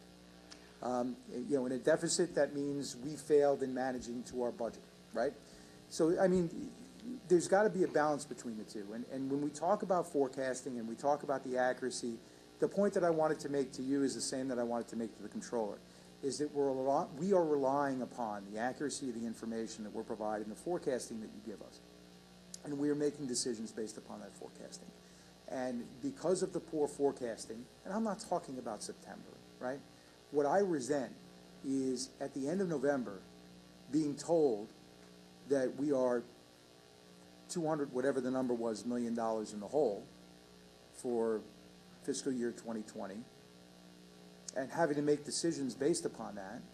We're told that sales tax revenue in late November, you know, a month before the end of the quarter, in late November, we're being told that sales tax revenue for the year is expected to be down 20%, when we all saw the numbers that were coming in, and that it was trending towards being down by only 8%, and having to base numbers off of that because you and the administration and NYFA and the controller agreed on a set of numbers that common sense simply told us didn't make sense, but we had no choice.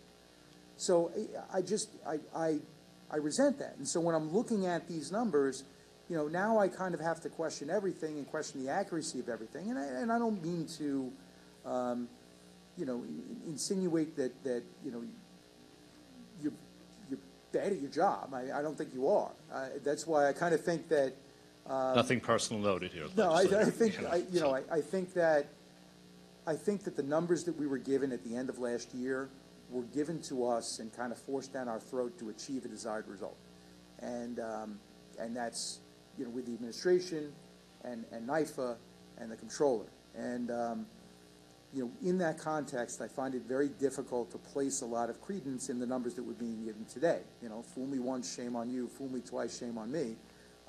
You know, that's kind of what I'm dealing with. I did just have one other question, and that's with respect to suits and damages.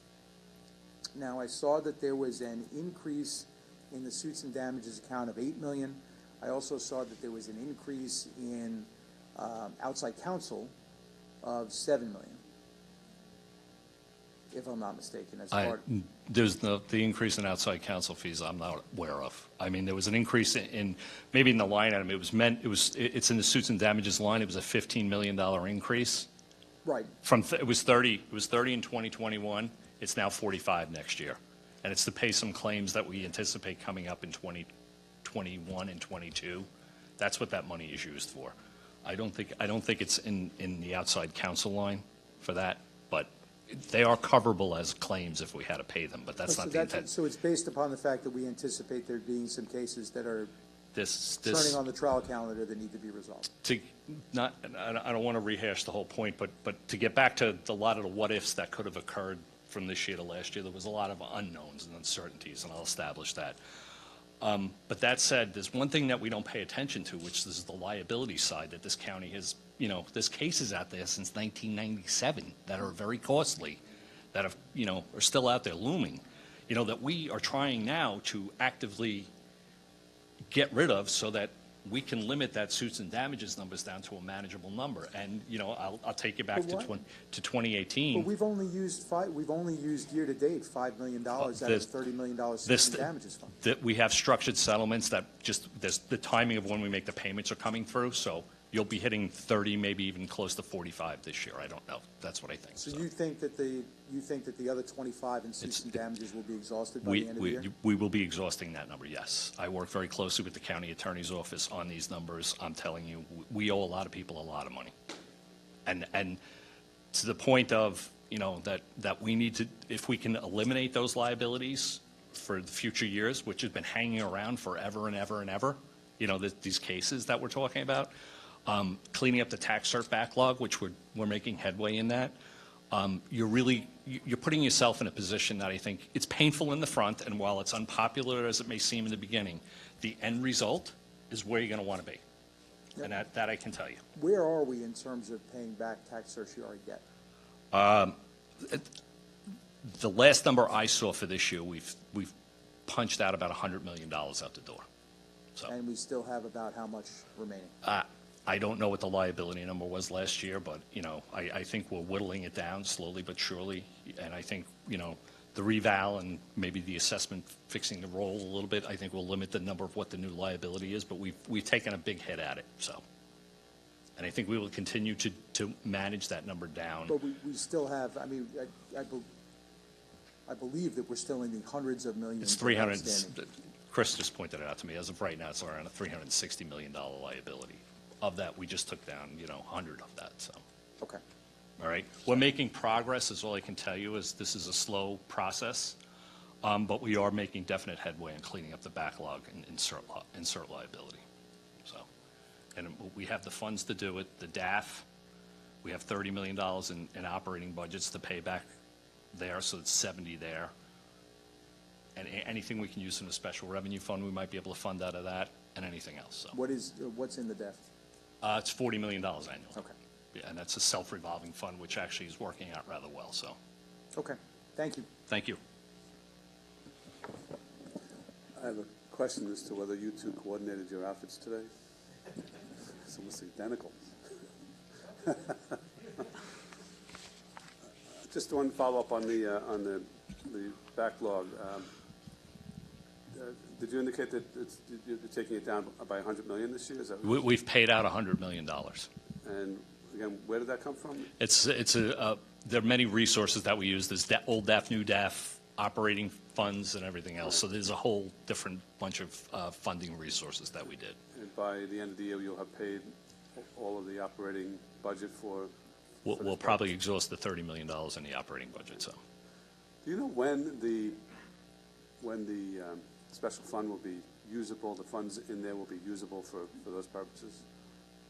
I would think that we'll be revisiting this in the November bogey. I think it's the November 30th. You know what I mean? I think that's when we'll be probably having different dialogue about that. So. But when those funds become fully usable, if projections hold, you're going to have a substantial number. I mean, there are other purposes in there, but I think primarily it's for paying down our refund liability. So we will be able to make substantial progress on that. I would think that would be a good use of these funds, so. Yeah. Any other legislators have questions? I have a question. Legislator Walker, then Legislator Birnbaum. Just a quick question. Did we contemplate increasing that 30 million to anything higher in the budget? For tax certs? Yes. No, we did not. I think based on some of the resources we have out there, Legislator Walker, I think we have enough resources to take care of it. Because you hope that, because the sooner we can get rid of them, because the interest rate on them is outrageous also. It's the 3% and 9% rule with those, so, and I am aware, that's one of the things when you look at some of these And everyone claims. who's owed this money Yep. should have it. And we're actively working on getting the money out the door. $100 million is almost record pace for Nassau County, I'm just saying. And in this time frame that we did do it, and it's pretty good, so, Okay, thank you. thank you. My other questions were already answered. Legislator Birnbaum and then Legislator Ferretti. Okay, so the $70 million property tax cut for 2022 is just really the first of 4 years. Altogether, Correct. it'll be 150 Over the four, if you over add, 4 years. Yep, exactly. And this will have an effect on every homeowner in Nassau County, or any property owner. Every class of property will be receiving, over the classes of property, $70 million will be disseminated to those different 4 classes of properties. So everybody gets the benefit. To answer your question, yes. Okay, thank you. That's what I want to know. Legislator Ferretti? Hi, Andy. Can you hear me okay? Yes. Yes, I can. Okay, how you doing? Good afternoon. How are you? All right, so the 4-year property tax cut, after the 4 years, what happens? Does it go back up, or does it stay where it is after the $150 million reduction? It goes up back to the 825 level in 2025, I think it is. 2026, I'm sorry. 2026, it goes back up. Well, when you say it goes back up to what? To 820, where we're at this year in 2021. So this is really only a recurring tax cut for 4 years. After that, it's kind of wiped off the table and the taxes get increased, correct? Under this plan? Currently, yes. Okay, thank you. Anyone else? Either here or remote? No, I think we're all set. Thank you, Andy. Appreciate it. Legislators, thank you very much.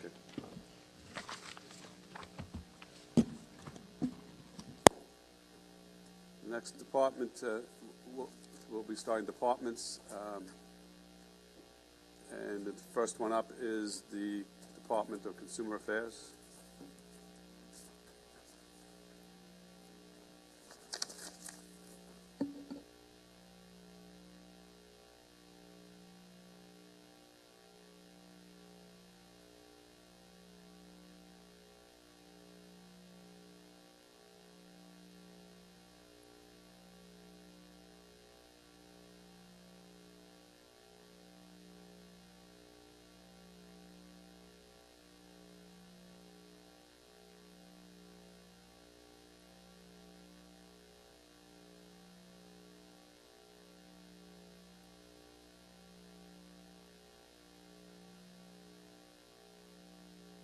I think we're ready to go.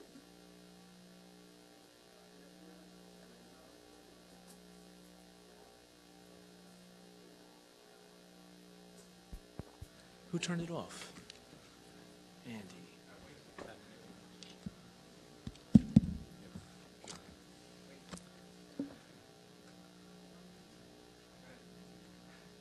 Good afternoon, legislators. Greg May, Nassau County Consumer Affairs Commissioner. Here to speak on the budget. If there's any questions, we'll just start with questions. In terms of staffing, Yes, see, you recommended 27 staffers, and the proposed budget gives you 26. Is that right? that is correct. How many do you have on board now? 22. So there's, what, 4 vacancies currently? I believe it's 4 or 5 vacancies, yes. And where are those vacancies? What activities of your department? Primarily in licensing, and there's an open vacancy in weights and measures. We, the legislators, have been receiving complaints about new applications and renewal applications that have been submitted, and there's been no action for months, with the result that these contractors are not able to do work. They're expending resources by getting insurance. Homeowners are not getting projects done. Tell me about the backlog in your office. Give us both categories, renewals and new applications. There is a significant backlog in both renewals and new applications. We are working with the administration to address both backlogs. For registrations, it's a little bit easier. We have the authority under the admin code to issue temporary licenses. So what we're doing now is for any renewal application where we have satisfactory documentation, we're turning over their license from renewal in progress to a temporary license that has the same authorities and benefits of the full license while we complete review. And as far as the new licenses go, we are working to get more staff on board to get through the backlog. My understanding is that some of the municipalities don't recognize the temporary licenses. That is not my understanding. If you would like to put me in touch with those municipalities, I'd be happy to speak with them. Particularly with the temporary license, that is authorized under the administrative code, so that should not be an issue. I'd be happy to speak to anyone. How did you get so far behind? There have been staffing challenges in the department, and again, we're working with the administration to build staff back up and address the backlog in both renewal and new license applications. You're working with the administration, but do you have any applicants before civil servants for these positions, or not? We do. We are canvassing a list for an administrative assistant bilingual now. The plan is to have 2 added. We're looking for a senior staffer and somebody to replace a retirement in weights and measures. I mean, the frustration is, I understand there's a difficulty, but how did we get to the level where people, contractors, are waiting months to get their renewals? It just doesn't, I mean, I understand you had difficulties with staffing, as you're saying, but how did we get to this point? Unfortunately, there was unexpected staff shortages in the licensing department that fortunately were not COVID related, but did take some people out who were critical to the operation for a greater than expected time. When can we expect when can we expect you to become current in terms of, or relatively current in terms of issuing these renewals and new applications and new approvals? I would certainly love to by the end of the year. I mean, there's a ton of questions that we have over this, but I'm going to turn it over. Any of the legislators have questions on consumer affairs? Sure. You gave an estimate, Mr. May, Commissioner May, being current by the end of the year. How exactly do you plan on achieving that? Again, we're working with the administration to increase staff at the department, both on a permanent basis and on a temporary basis, to get through the backlog. I think the issuance of the temporary license is going to greatly speed getting contractors back to work and homeowners to get projects done at their home. And it is one of my top priorities. I know all of you are getting complaints from both residents and contractors. I'm not happy about it. I want to get this resolved. This is one of the top priorities for me. Yeah, but the issue that I have is that these are not complaints that we just started receiving. I mean, these are complaints that we've been receiving for months, and I'm not talking about an occasional complaint. I'm talking about every day getting phone calls from contractors and from residents that are left twisting in the wind. I mean, where was the... I know you're talking with the administration now about staffing up to be able to address this problem short-term and long-term. Mm-hmm. Where were these conversations 6 months ago? These aren't problems that just happened, right?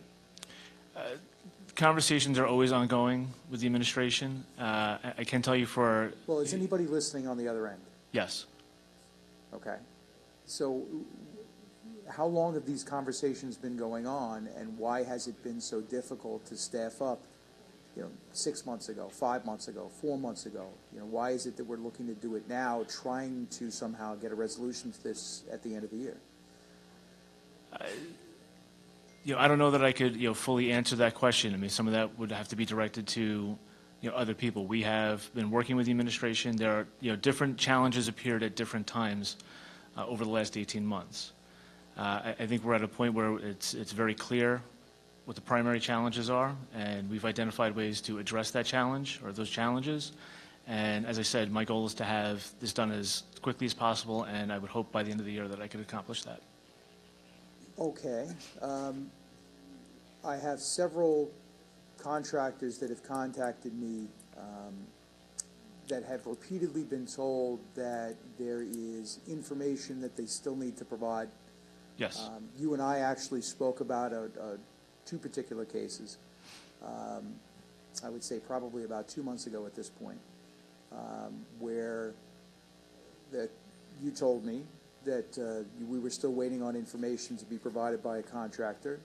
I went back to the contractor. I got copies of emails that were sent to Consumer Affairs long before our conversation, where the information actually was provided.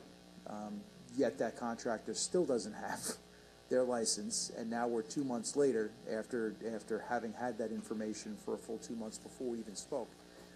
Why is there such a, I can understand if there's not enough people to be able to process applications, but the applications that we have and information that comes in, why is there a complete breakdown of communication within the office? Because it seems as though one hand doesn't even know what the other hand is doing, what information you have, what information you don't have.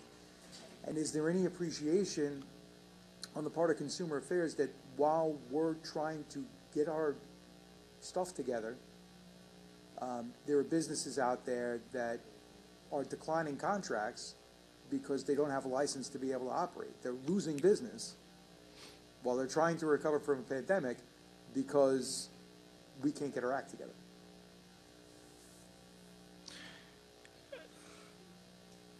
So I would say that nothing is lost on me in terms of how this is impacting both residents and contractors. I speak to residents fairly frequently who are having issues. I speak to the contractors who are having issues. I don't remember off the top of my head the two particular contractors that you're referencing. I know that we did speak, of course.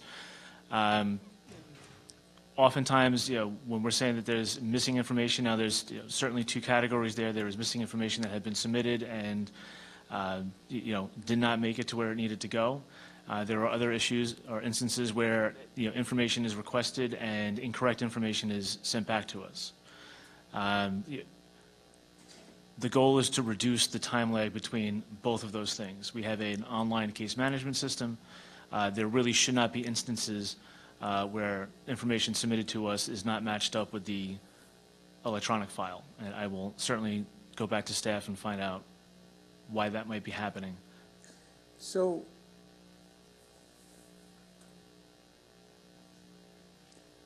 last year we actually tried to add 5 people to your department as part of our budget amendments. Right, 2020. In last year's budget, we tried to add 5 people to your department. That budget amendment, like all of our budget amendments, I believe most of our budget amendments, was actually vetoed by the administration. Do you have any idea why it was vetoed? Was there any discussion with you as to the needs of your department? I could not speculate as to why the veto occurred. Would those 5 additional people have assisted you in resolving some of these backlogs that you have, since now we're scrambling to add additional people after the fact? Yeah, as I mentioned before, the staffing needs are different at different times. If you're asking me, could I use additional staff? The answer is always. You've had these problems for 18 months, right? You had these problems before October of 2020, right?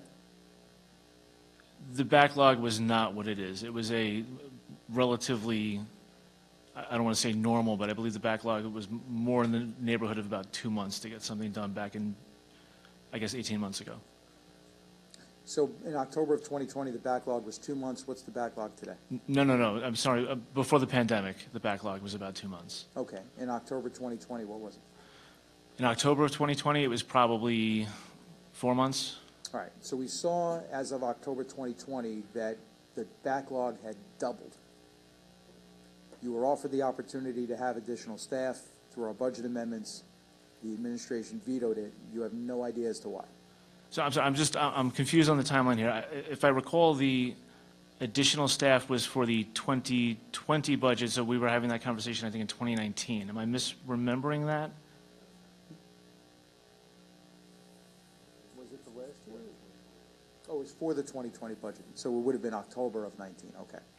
Correct. So in October of 19, I believe the backlog was about 2 months, which is not great, but was more manageable. But certainly, additional staff would have helped you reduce that backlog from 2 months and allow businesses to be able to operate more quickly, allow residents to get the permits that they need more quickly, right? If you're asking me, would more staff be helpful, the answer is, I think, always going to be yes. Okay. And it certainly would have helped in the circumstances that you're in today to have an additional 5 bodies. It would. Okay. These conversations that are taking place, who are these conversations taking place with? I'm speaking to my counterparts in the administration. I don't know, Who would they be? there'd be individuals in my vertical, I think is the terminology we use. Who ultimately makes the decision as to whether or not you can hire additional people, how many you can hire? I believe that goes to budget. Okay. It goes to budget, but somebody ultimately has to authorize it, right? Has to authorize the, Somebody has to authorize the hiring of personnel.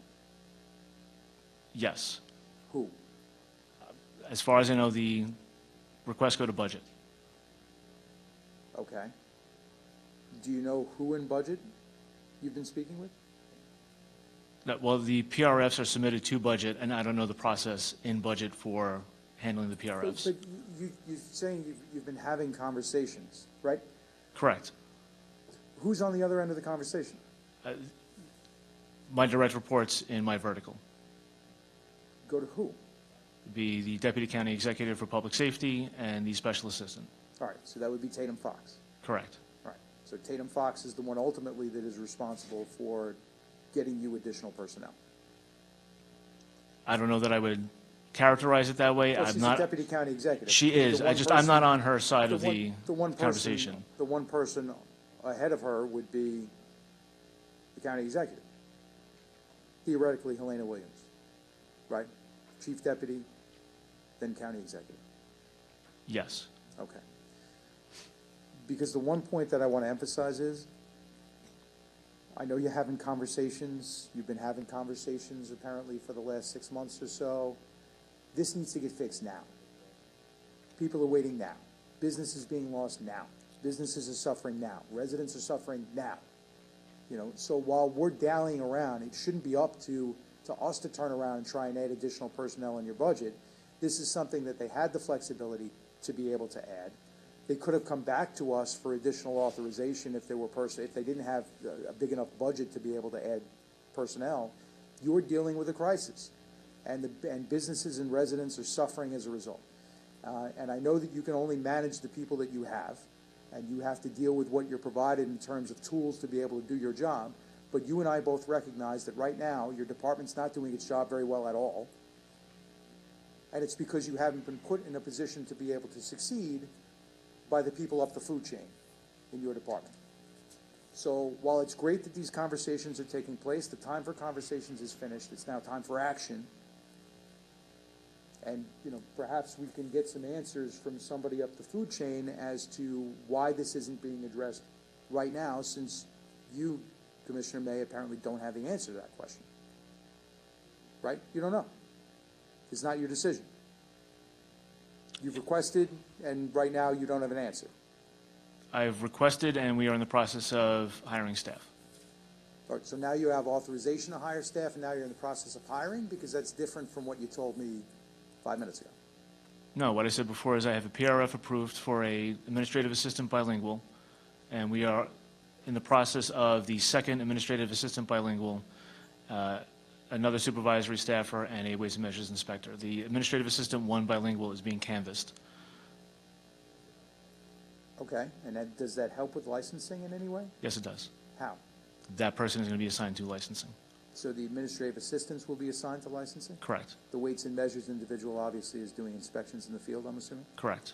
Okay. And the third staffer, I mentioned there, the supervisory staffer, would be for licensing as well. So how many people do you have on staff right now that are assigned to licensing? 4. Okay. And so this will effectively increase your staffing by just under double? Correct. Okay.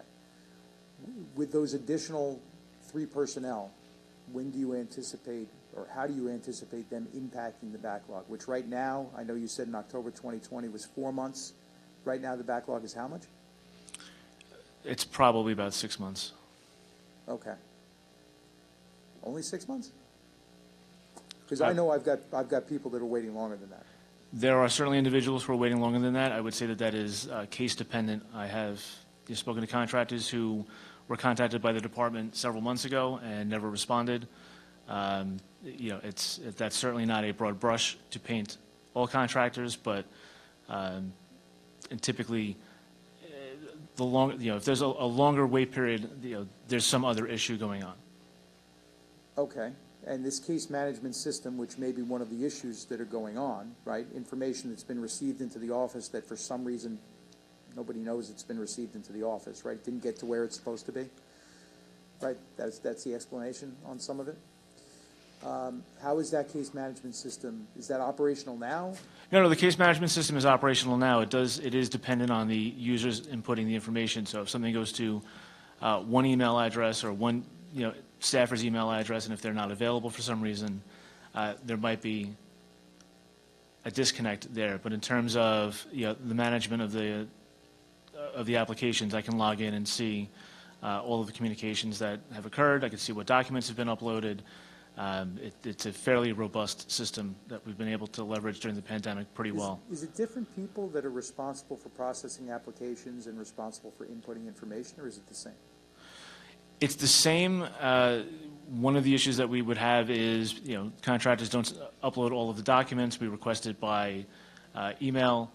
They email an individual. We had an individual leave in October. They were hired back. We've had an individual who was communicating with contractors. They retired in June.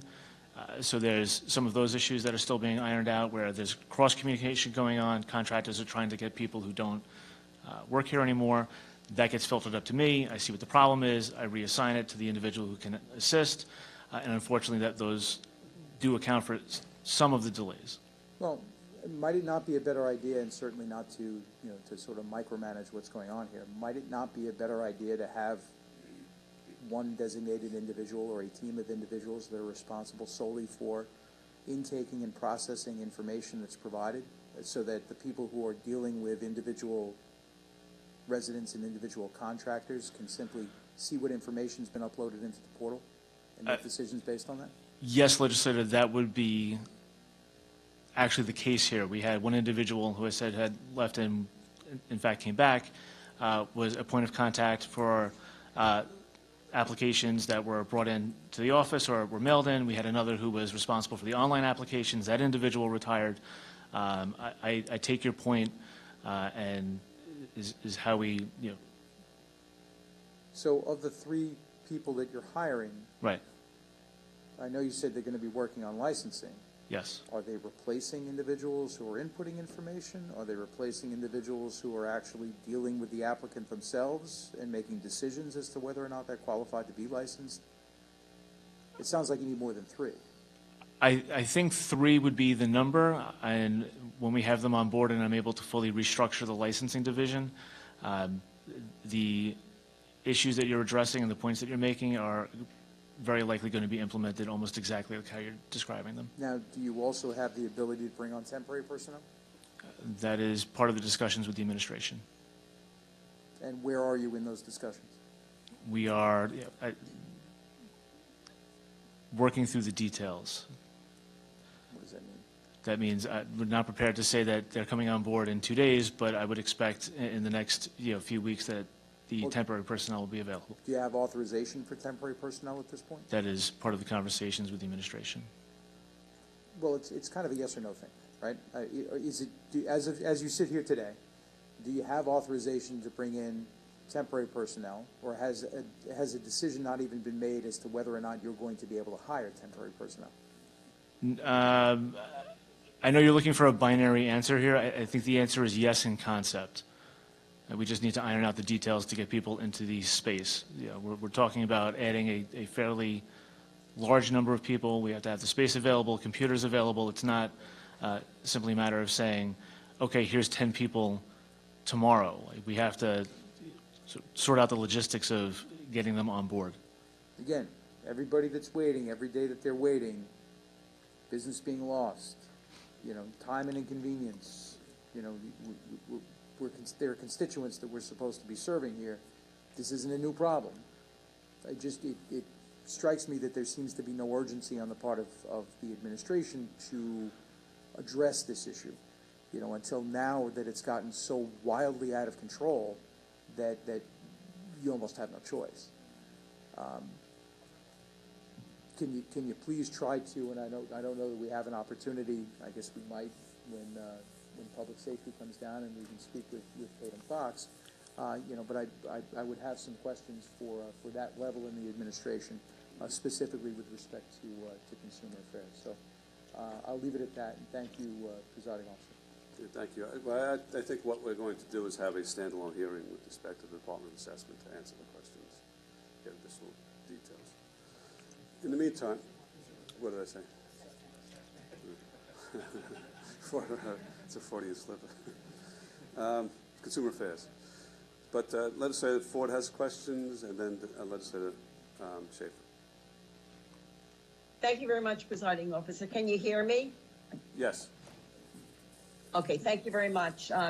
Thank you, Commissioner May, on your presentation. And I do have some follow-up questions, I guess, following up what Legislator Rhodes was touching upon. With the employees that you're anticipating hiring, how long is the process in order? Do they get hired off of the civil service list, or are these people that are just appointed? No, these would be civil service appointees, which I think I just mixed the and how many answer people there. are currently, do you know, I mean, when the test was given, are they currently people on the list that you're able to select from? Yes, as long as the answer is yes. We are canvassing from the administrative assistant bilingual list. I understand there are several individuals on that list, and I don't anticipate too much of a time lag in getting them on board. So, but how long normally, I mean, how long does it take to hire somebody? I mean, if somebody takes a test, I mean, I'm sure you have to do certain investigations. So, it's, if if we knew that we were getting these backlogs for these licenses, that it was going from last year from 2 months to 4 months to 6 months. I mean, and I agree with Steve. I have somebody who's 15 months waiting. So, what is that, like how long, I mean, how long does it take to bring somebody on? It's, I don't know the full timing of the onboarding process. That's more of a question for human resources. It's a few weeks. Canvas letters have to go out to the list to see who's interested. You have to get returns on the Canvas list. So there's a little bit of a time lag there, but the larger time sink, I think, is developing the list and having the test go out, and that's all done already. But the list was already, so you gave the test. We already have a list that has been established. So we know, like, say you have 20 people that may be eligible to take these jobs. So once Human Resources gives the okay, who then gives the next permission to be able to hire somebody? Is it Office of Management and Budget? Is it somebody in the administration that works for, under Laura Curran? Is it Tatum Fox? I don't know the full PRF process. I can tell you that for the administrative assistant bilingual that we are in the process of canvassing, all of that is done.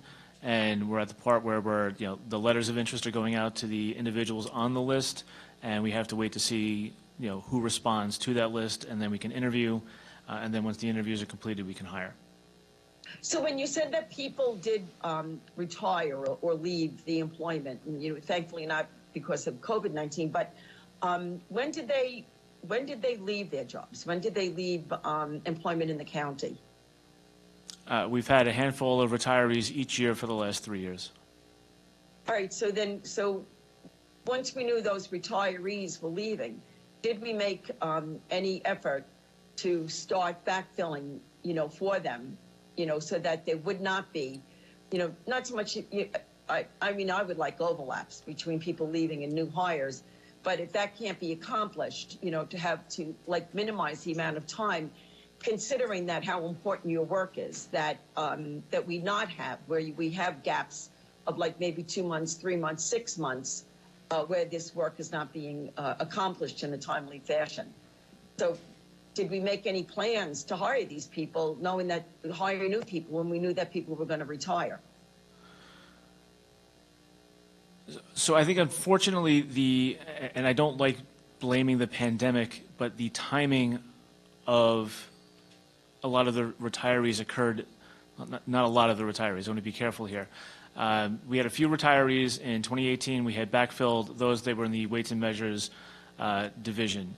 We had, I believe, 2 or 3 retirees, in the middle into late 2019, and then we slide into the pandemic, and that sort of upends everyone's planning.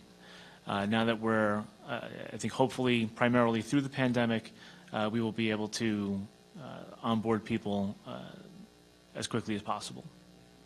But the county, I'm sure, like for you, you would like to have people, and I just have, because everywhere, no matter which department it seems that we're talking about, and right now we're discussing this with you, is that there is a shortage of employees.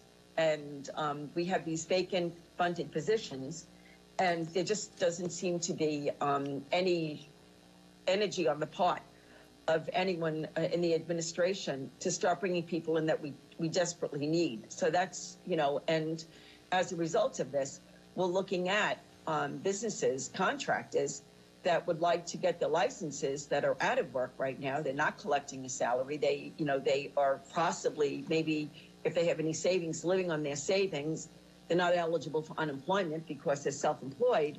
And, so it's taking them months, if not in some cases almost a year, and we're hurting them, all right, which I think is counter then to the whole message of when we're looking at, we're putting all these energies and we're getting all this federal aid, for Boost Nassau, so that we could, help these businesses stay in business, how we can help energize our downtowns. But if downtown businesses can't have a contractor to come in and get them up and ready to open, so it just seems to me that we're sort of defeating a lot of the purposes. And I'm not blaming this at you. I think I'm just following Steve, sometimes making, some sort of a statement. But when we look at, aside from the licensing, providing licensing, and I'm interested in the fact that you said there are 4 people who are licensing, who can sign licenses. When I spoke to a contractor who said that the person who signs for the licenses is off for 4 days and will not be back till tomorrow. So if there's 3 other people that can sign for a license, I mean, that to me is, what I'm saying, it's not your fault, but this is what's being told to our people, okay? And which is obviously contrary to what you're testifying today, correct? I would certainly like to, I don't mean to interrupt you, Legislator Ford, I would certainly like to find out who told you or who told the contractor that somebody was out today. When I left the office, I saw, I believe, all 4 individuals in the licensing division in the office. So the idea that somebody's out 4 days this week. That's what I'm saying. When you testified, I was like, wait a minute, I wrote that down. I'm saying that is not what this contractor was told, and it just really is very disingenuous then in that sense. But when we talk about other than the licensing, I know that Consumer Affairs is tasked with a lot of with the fines and forfeitures and everything. You're supposed to go around and certify all the ATMs, whether or not there's a new ATM machine that is put into Nassau, that I think you have to do an investigate, or whatever you do, inspection. And then every ATM, from what I remember, that is in any premises in Nassau County must have a Nassau County sticker on it, correct? It's any premises other than a bank, and it is a registration sticker, yes. Okay, so I go around and sometimes I don't see any of the Nassau County stickers on ATMs. Are we up to date with all those inspections? We don't inspect the ATMs. They have to be registered with us. If you see an ATM that does not have a sticker on it, if you let us know, we'll be happy to go out and investigate and see what the story is. Okay, all right. And then just have a few more things, and I'm sorry, just bear with me because I have if you could see what everything is. Are we up to date? I know that we're tasked with issuing violations and collecting fines, correct? That is correct. Are we up to date in all our collections of fines, or is there a backlog as well? There is a backlog in adjudicating violations. Okay, and how big of a backlog is that for that? The backlog on that is about a year. Do you know offhand how much in fines we expect to collect?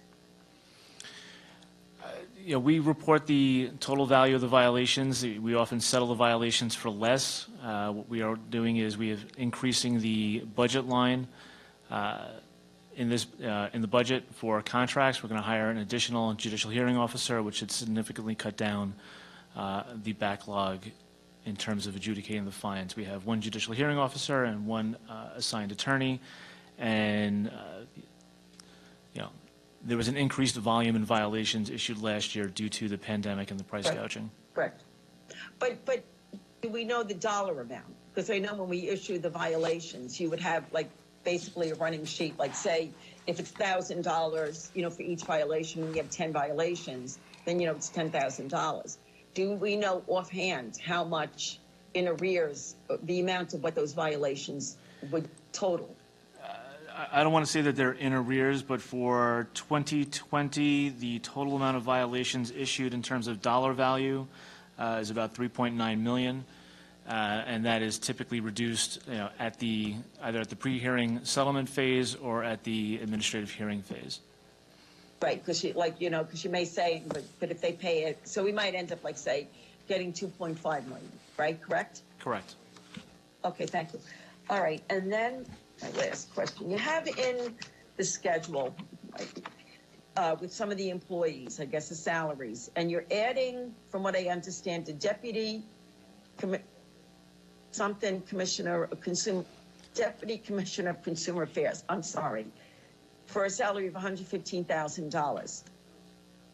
Who is this? Is this somebody that we have on board this year, or are you planning on hiring this person?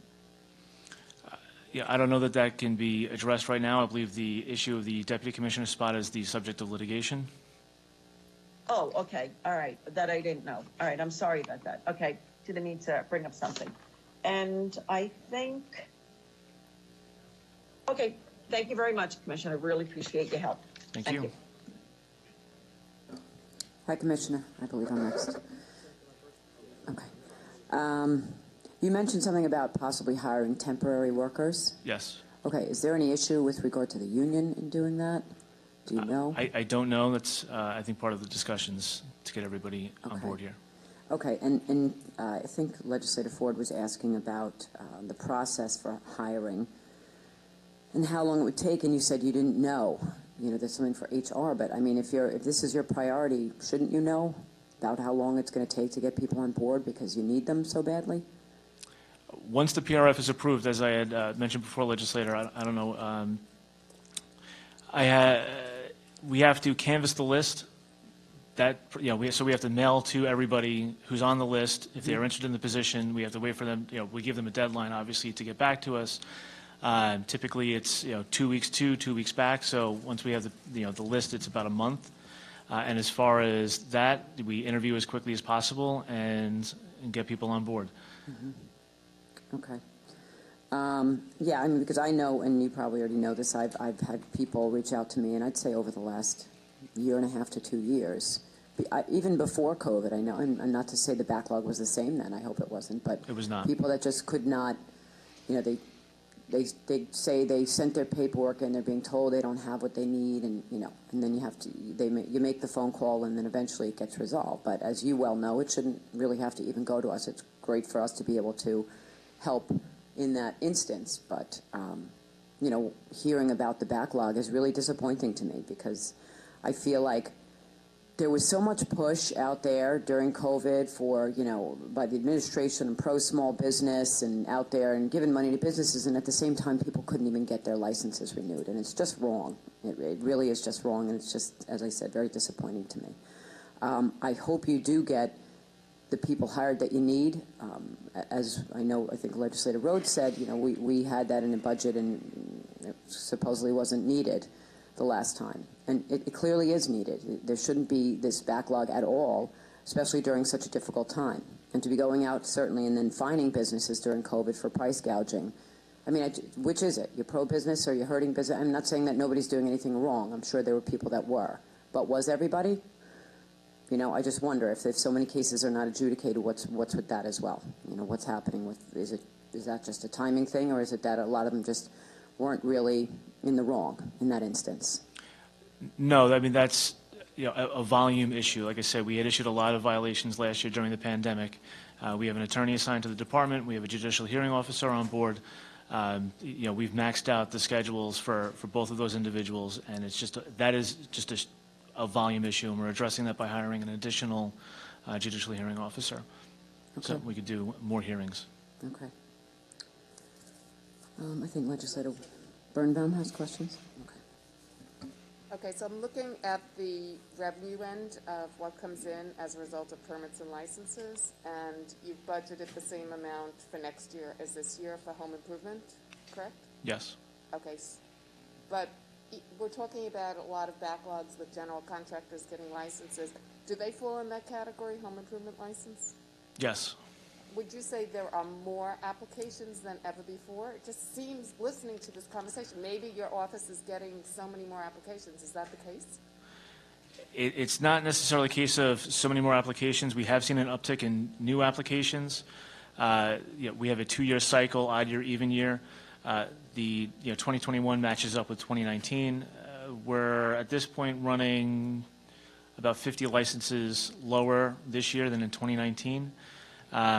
But again, I don't want to blame the pandemic, but the realities of operating during the pandemic with reduced staffing, just during the pandemic obviously contributed to the backlog. And then, as I had said, there were unanticipated staffing issues that are resolving themselves, but that was a significant contributing factor. Yeah, I understand what you're saying about the employee end and having less people to process the applications, but just from my informal conversations with people who are applying for licenses, it seems like they're switching careers, like they may have been doing something different. They could have been doing commercial real estate in New York, and that's dried up, so now they're living in Nassau and they want to do local general contracting residential. So I was just wondering if you're seeing more of that. I've looked at the numbers. It's remarkably steady. I was surprised. I think when we spoke last year at this time, I was concerned that we weren't going to see a whole lot of people getting licenses. This was before the vaccines came out. This is like the height of the pandemic, and no one's really sure what's happening. Mm-hmm. Looking at the numbers this year, there was maybe a dip in March 2020, April 2020, and everything just kind of has been rolling since. So you believe the numbers are generally constant? The numbers seem remarkably constant across the 2-year renewal cycle. I'm surprised. Like I said, I was very concerned last year that we were going to have a much more significant issue than we're having. It certainly appears that most of, if not all of the businesses that we've licensed have successfully weathered the pandemic. And we're seeing new applications come in every month. So it would be to our benefit to have more people working on these so we could process them faster and help these people get employed and to bring in the revenue to Nassau. Okay, thank you. Legislator Bino. Good afternoon, Commissioner May. Good afternoon. Good evening. Quick question. Yes. We're talking about hiring so that we can, push these applications through the process. Have we been able to utilize overtime at all? Yes. How much overtime are we granting to these individuals weekly? I would have to, go back and get you the numbers. There's only so much that overtime can do. 2 hours here, 2 hours there, with the same, relatively small group of people. Overtime has been offered. We're looking at overtime again. Again, it's being addressed. We're looking at hiring temporary staffers, hiring permanent staffers, overtime. Everything is in the mix to get this fixed. But even hiring those folks, there's a delay in having them, really be able to do the work. They're not going to hit the ground running. There's going to be a training period, right? There is going to be a training period. We're working on all of the training materials. I plan on hitting the ground running. This is not. How much training do you think an individual will need to be able to get up to speed to be effective?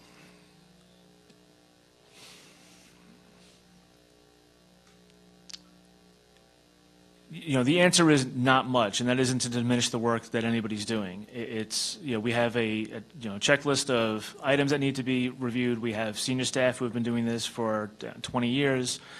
I anticipate the process being relatively quick to get everybody up to speed and getting everything cranked out. Okay, and then the overtime that we're offering, is it only, after work? Or are we offering, folks to come in full days on Saturdays and Sundays? Typically, it is after work and Saturdays. After work and Saturdays? Yes. Okay. And we've been offering overtime consistently? The overtime's been offered usually between 4 and 8 weeks at a clip. And then, we evaluate and go back. Like I said, that the unanticipated staffing issues that we had have to be, are unfortunately or fortunately resolving themselves at this point. And it'll be, a lot smoother moving forward. Okay. What is the title of the individuals that do this work? We have clerk typist, consumer affairs investigator. And when we have the administrative assistants on board, the administrative assistants, and then we're looking to onboard an accountant to assist. And an accountant? Yes. And the consumer affairs investigators, are those the ones that are really scrutinizing the application, or? We have one consumer affairs investigator assigned to the new applications, and they do a rather thorough review of the documents that we received. Do we have consumer affairs investigators that work on other aspects of the operation within? The majority of the other consumer affairs investigators are working on consumer complaint caseload. The consumer complaints have not actually slowed down during the pandemic. I have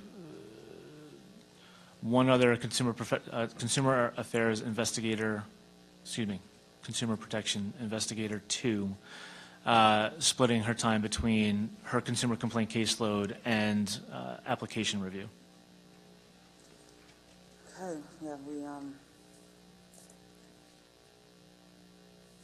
yeah, it sounds like you're really stretched over there with your resources. And so this year's budget, you're looking to increase your staffing, but I think that only takes care of some of the issues that you're currently facing, correct? This doesn't really put you in a space where... No, I think with the implementation of the temporary license, I think that's going to relieve a lot of, the pressure.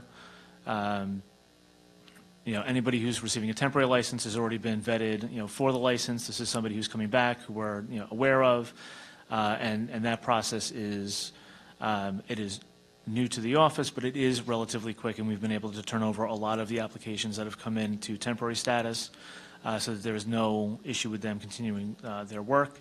And that with the temporary license and the additional staff, I think we'll be able to focus more on the new licenses, get those caught up, and I think with both of those things in place, there really should not be much of a backlog going forward. And what is the effective period for the temporary license? The temporary license is effective essentially as soon as the applicant pays for the renewal fee, submits the paper application or the online application, proof of general liability insurance, and proof of workers' comp. And that runs until we complete review of the application. Once the application is approved, presumably, that just turns over to the full license at that point. And if the application is denied, then they have to have a fitness hearing, and we go into that whole process. So it's not like a 30-day window? No. Get this temporary license, and it's open-ended until they get the... It is open-ended. The goal is to never have to need the temporary license, is to get ahead of the renewal applications as they come in, and only issue a temporary license on essentially an as-needed basis. Unfortunately, it's as needed right now. But no, it's not like the temporary license is going to expire in 30 days and the contractor is in the same spot. Thank you. I don't know if there are other legislators, but... All right, I will get to them in a moment, but we do have an individual who is here for public comment, so I'll bring him up now. Mr. Wei Lun Chan.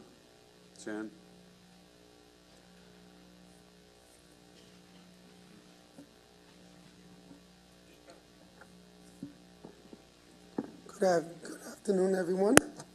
Thank you for having me. I would like to state a statement to Mr. Commissioner May. Well, you was told that there was 4 licensing departments currently. Is that correct?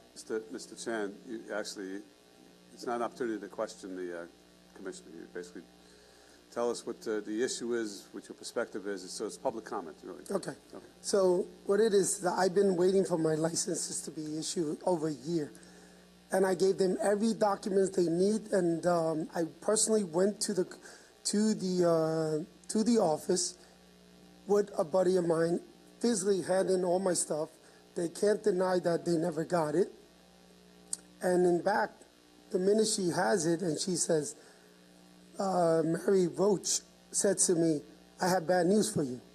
And I said, what is it now?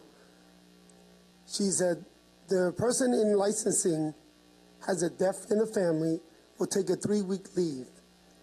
And I said, oh, my bad luck. 7 weeks passed. I called after 3 weeks. Every week I called in. No response. 7 weeks passed, and I have asked more people to help me out with this, because I have friends and people need their work done. I have employees to employ, and I can't get nothing moving. Truthfully, all these statements that you're saying that you have 4 people, they literally told me in their plain sight words, they says, there's a death in the family that it takes 3-week leave. 7 weeks, I have no response. Okay? Now, I physically went in again. They said the person in licensing injured her arms. How much more excuse can I keep taking? This is ridiculous. In pandemic, I have my Southampton license issued in 3 months. I don't know what kind of excuses this department keep giving me. I'm getting fed up. I'm getting very sick at this. It needs to be answered. It's ridiculous. I'm wasting my time today to come here to let everybody understand that this is what I've been going through in my life. It's not fair. You took the money, then why is the license issue? I have 10 years record in Suffolk County, and you've been given, and it's still not good enough?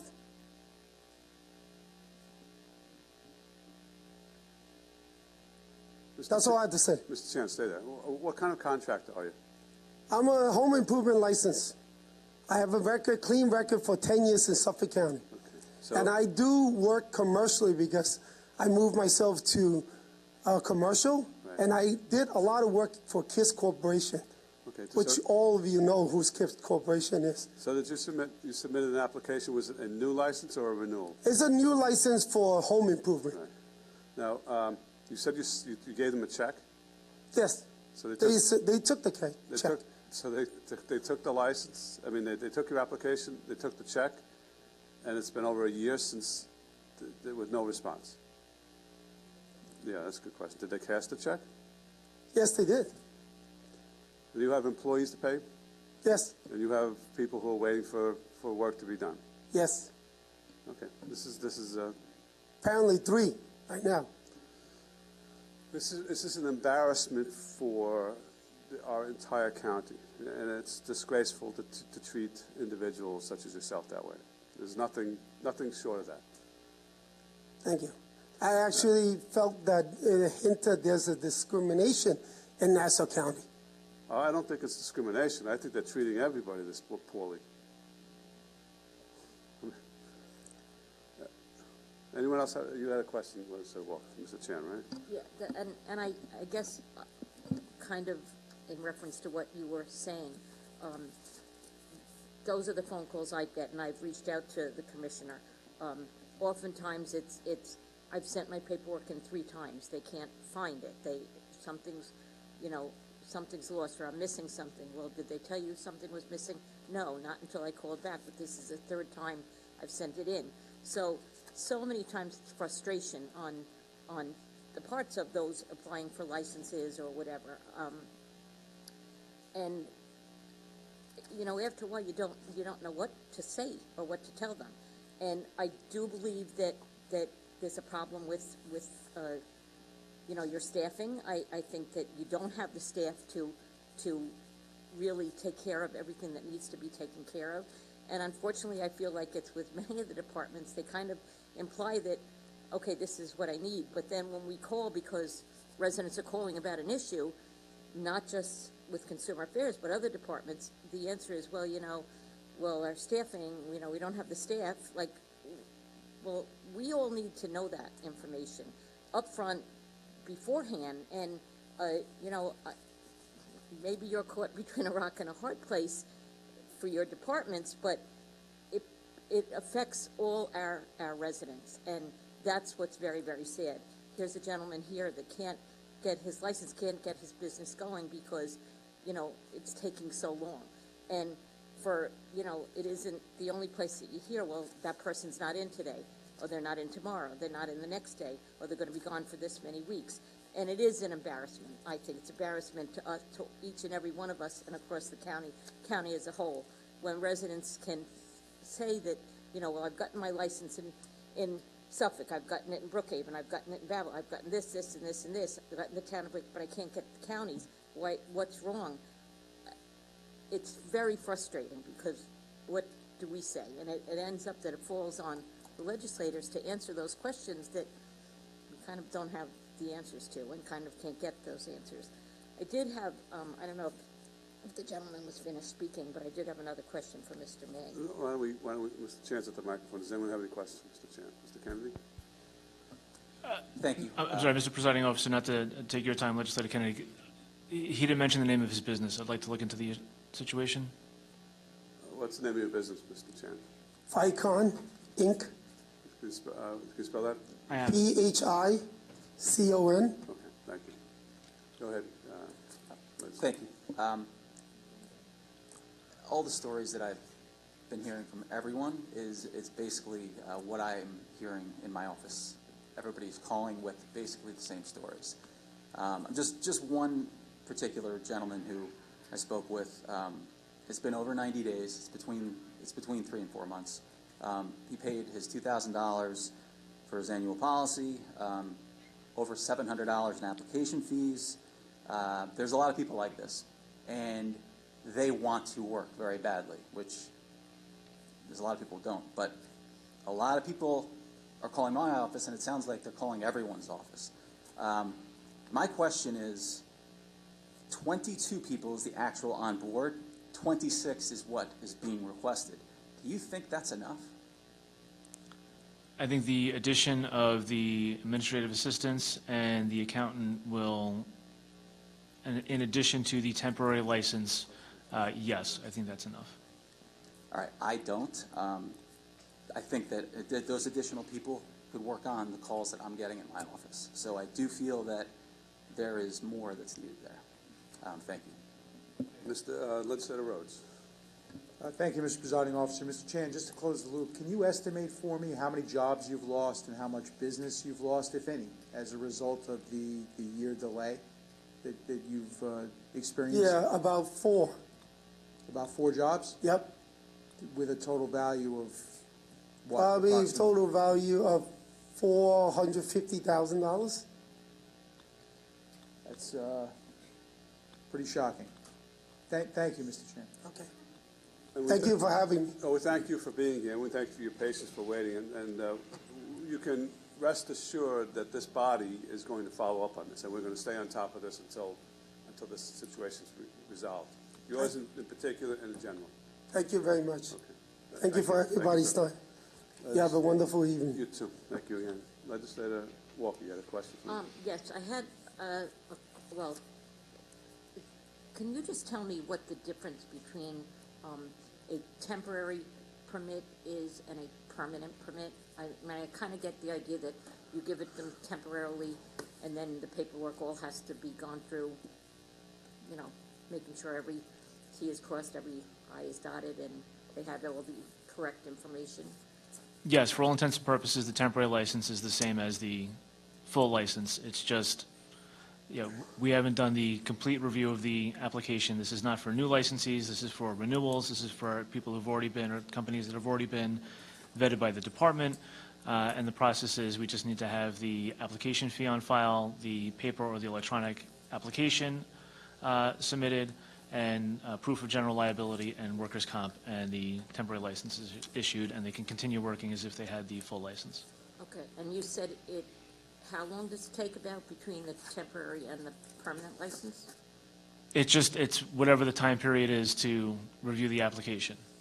Like, kind of a ballpark figure as how long? No, it's not like it's 30 days, 60 days, 90 days. I mean, the ideal is to never have to have the temporary license, right? Is to get ahead of the renewal applications. Someone maybe lapsed and they didn't get it in time, they didn't. Correct.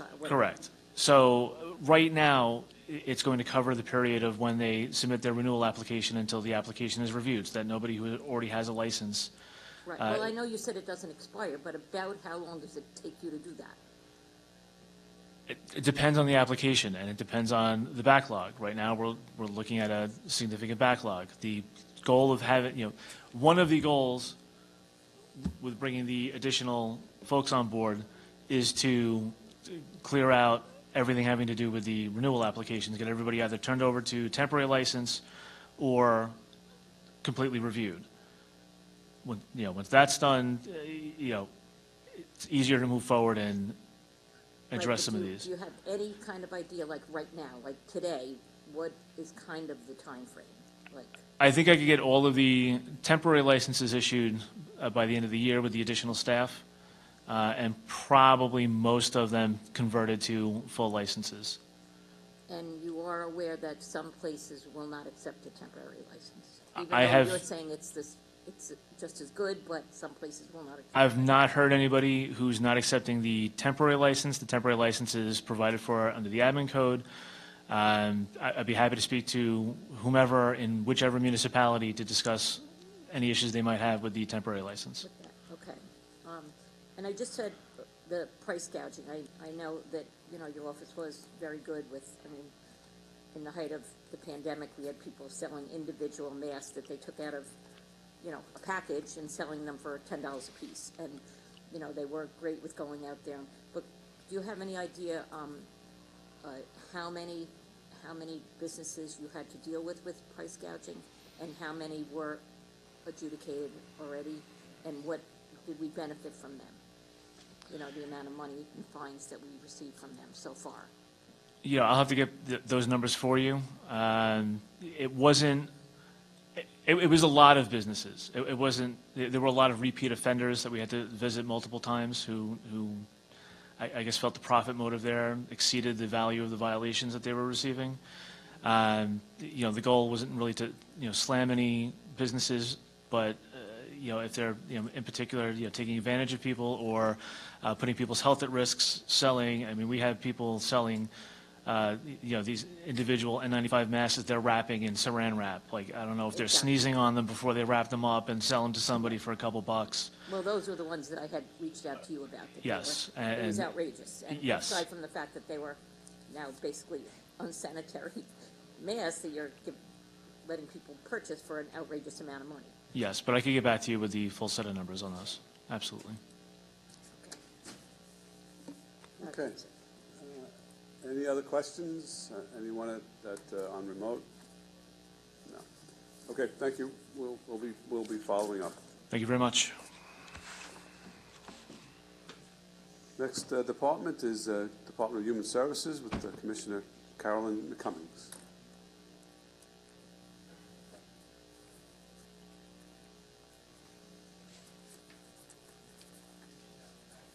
Okay.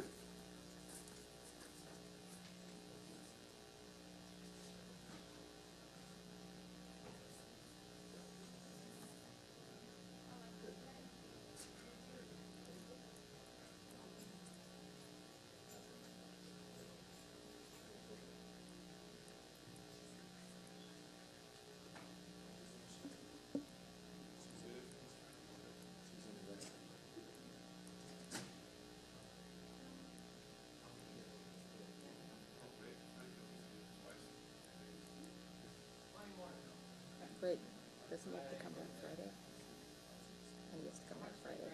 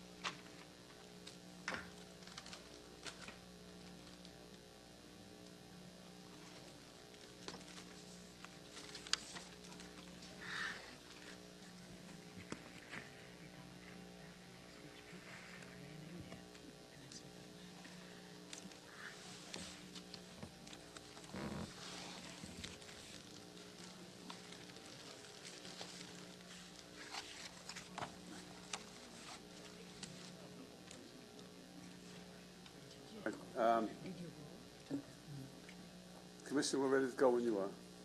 Oh, okay. Hi. So I'm pretty happy with my budget. So I'm just here for questions if you have any.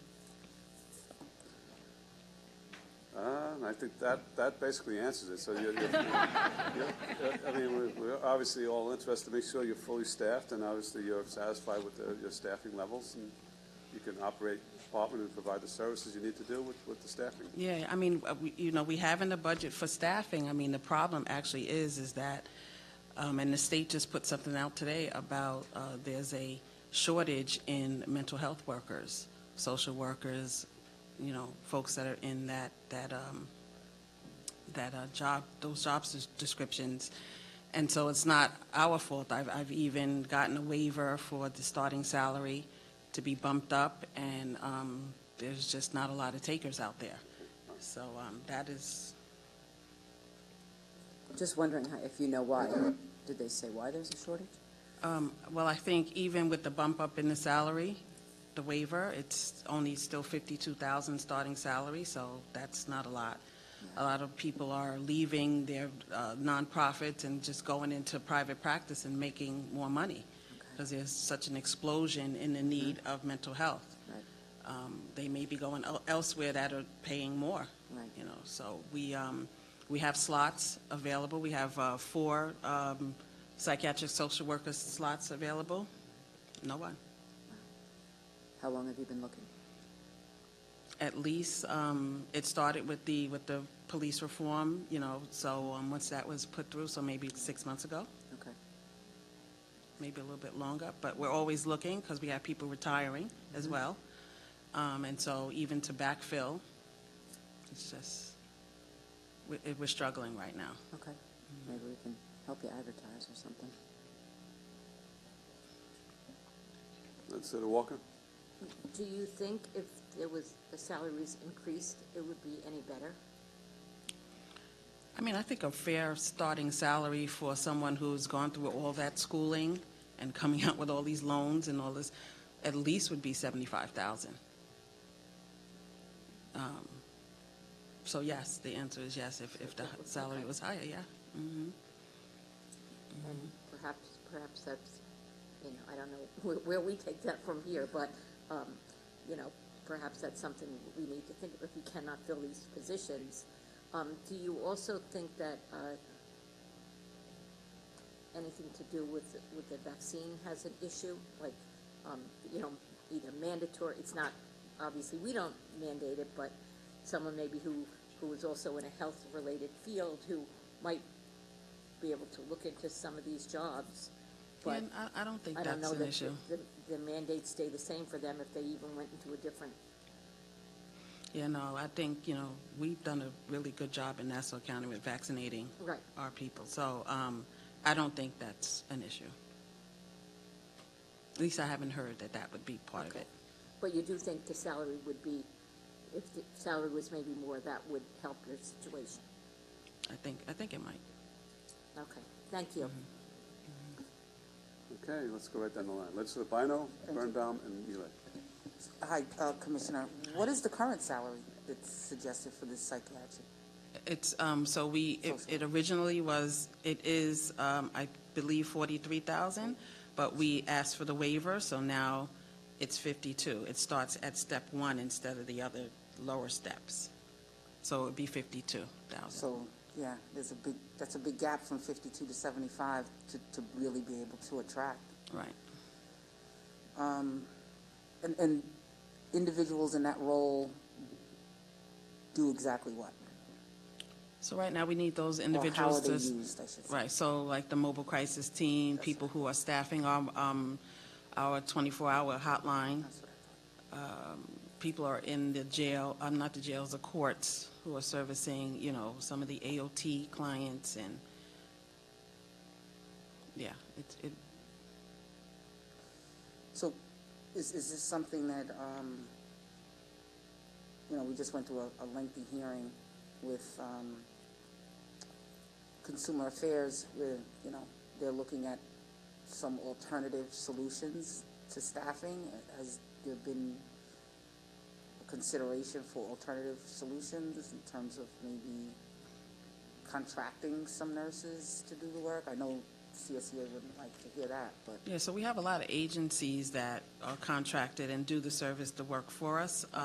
But even they're having Hard time issues staffing. because, we contract them and we give them X amount of dollars for the contract. And so they have to build in whatever it is for the salary. So they have to, in order to keep the contract, they have to hire at a certain salary, which is not that much higher than us. It might be 55.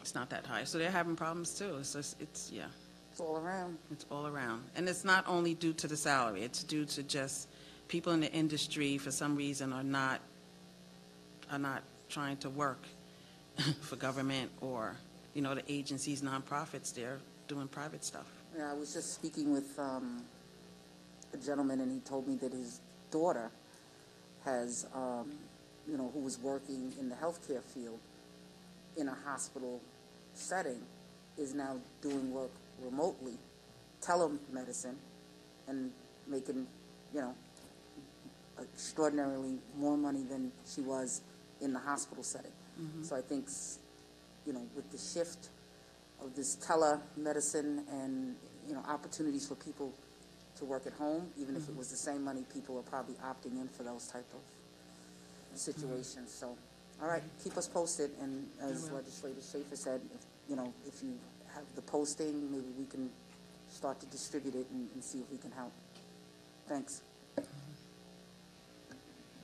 I completely understand this problem because it seems that people are shifting careers and going towards jobs that pay more money and allow them more flexibility or time at home. But I was wondering if you run any kind of internship programs with local colleges. We do. I just sent over an agreement for an internship relationship with Malloy, also with Adelphi. We have a relationship with Hofstra all the time. So yes, we do. So do you find that helps filter in good candidates? It does. I mean, they learn from us, of course, and it's good if we have them as an intern, if they come on board, would be really helpful, but that doesn't always happen. But yes, we do the internships. And how is Nassau's salaries competitive with Suffolk County, for instance, or do you know about the neighboring areas? I am not sure. It's probably similar. I mean, I've always heard that Nassau pays more. So, but it's probably similar for that industry. Okay, thank you. Hello, Commissioner. Hi. So for the positions that you were talking about, the psychiatric social workers, that requires an MSW, correct? Correct. And does it require state licensing as well? For some job, yes, for some jobs. Okay. And my second question was going to be similar to Legislator Birnbaum. I was wondering how the salary compares to other localities, and Suffolk, Queens, Manhattan, for instance. I'm wondering if it would be helpful to do a comparison like that and see how other localities are doing with the same issues. Yeah, well, the state is always also looking into ways to have retention, trainings and talking to the community, talking to the counties about raising the salary. So, yeah, but I think it's similar. But again, someone that the way things are now have shifted, you could still come out and do private practice, especially if you have a license, and you're just going to exceed that amount. I mean, even if you have to pay for your insurance and all of that, you're just going to make more money. Yeah, things have changed since I got my degree. Wow. Yeah. All right. Thank you. Any other questions? Anyone on remote? No, thank you very much, Dr. McCullum. See, I promised my colleagues I would be quick. You were. Kept my promise. Thank you. Next up is Social Services, Commissioner Nunziata.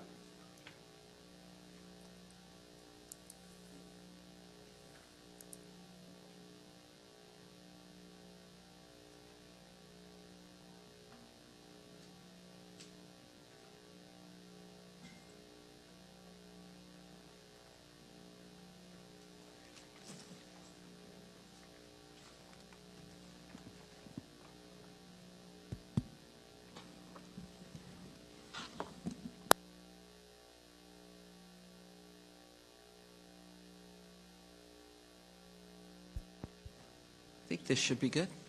Hi, good afternoon, everyone. How are you?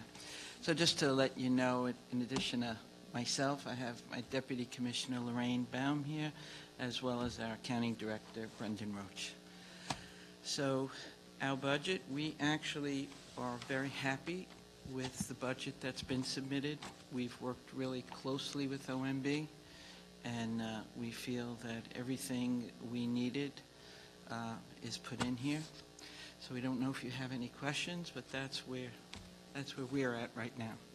Just one question from me. Sure. At the hearing in February, you had indicated that you were going to bring on, I think, 11 more full-time caseworkers. Yes. Did you actually accomplish that? Yeah, we did. We did, and we have more coming on board. Oh, great. Mm-hmm. Good job. Any questions? Legislator McKevitt. Yeah, Commissioner, regarding Child Protective Services, I'm just wondering what the average caseload is for each of the caseworkers. I know you've worked working very hard to bring those numbers down, so I'm just curious where you're at right now. I knew somebody was going to ask that, so That's I'm why ready. No one else was, so I figured I'd get my chance. No, it's absolutely fine. Actually, what we've done over the past year is really keep very close tabs, and we have a way now monthly where we're keeping tabs on those numbers. So right as of today, the average caseload is 12 for our investigative units, which is a far cry from where it was, over a year ago or so when it was 30, or 25. So we're running an average caseload for the CPS investigative units at 12, which is within the state regulations. What is the state regulation again regarding the caseload? They want you to have somewhere between 10 and 15, no more than that per caseworker. Okay, thank you. Sure. Legislator Walker. Just a quick question, and I know your caseload has gone down, which is for each caseworker, which has been wonderful. But since now we're back to somewhat more normal situation, and our children are back in school, that was a big worry to me, and you and I shared this during the real difficult pandemic times. Yep. That I worried about those children who were in situations where they were home and perhaps in a bad situation, but they're not in school, so no one is seeing them, because often it's our school, our teachers, those in our schools that are referring cases to you. Have you seen an uptake, and will that affect certainly our caseload? Yeah, it's since school has been back, we're beginning to see a slow uptick in the numbers because, of course, it's the schools that serve as a major source of reporting. It hasn't affected our numbers yet, but the good thing is that we're also going to be bringing on, 17 caseworkers and services within the next couple of months. So 17 additional? Yeah, 17. So we've been working feverishly on a staffing plan that helps us keep up with caseloads as they increase. So, That's great. Yeah. I mean, I wish we didn't have to have so many. yeah, right? And I wish yeah. the situation was different, but, Yep. but thank you. Sure. Legislator Schaefer. Hi, Commissioner. How are you? Hi, how are you? Good. I just had a question. Have you seen any increase in the homeless population? Well, I'm actually, I can't say that we've seen an increase, but I'm gonna pass this over to Lorraine because she oversees all of our homeless housing programs. Okay. Hi, legislator. We had a dip, definitely during COVID, especially in our families. We had a little rise in our single adults. Now we've had some families come back, but we're still lower than in 2019, 2020. What we're concerned about is the moratorium. So it's been extended in New York, right, till January 15th. And we're going to see, we're really looking at next year to know the fallout and how many people after ERAP is gone, after all the federal rental assistance is gone, who is going to keep their housing and who is not. So that's what we're looking at. Do you think the dip was attributable to the getting some assistance or from the federal government or no? The dip was fear of, I think families opened their doors and were probably overcrowded and people might have left. A lot of people have family connections outside of the state, Right. and that's what we think happened. Okay, interesting. Okay. And are you still receiving the reimbursement that you expect from the federal government? Has everything been as it was, or in any respect, in any of the services that you provide? Yeah. Yeah. You want to talk? Brandon will address that here. Yeah. He's on the top. Right there. Yeah. I'm sorry. I don't know how to Is do that it? Yeah. The reimbursement for a TANF client or family, we receive 100% federal money back. The safety net, the singles, is only 29% state reimbursement. Okay. Okay. That's all I have. Thank you. Any other questions? Thank you very much. Thank you. Thank you. Thank you. Next up, Department of Public Works, Commissioner Ken Arnold.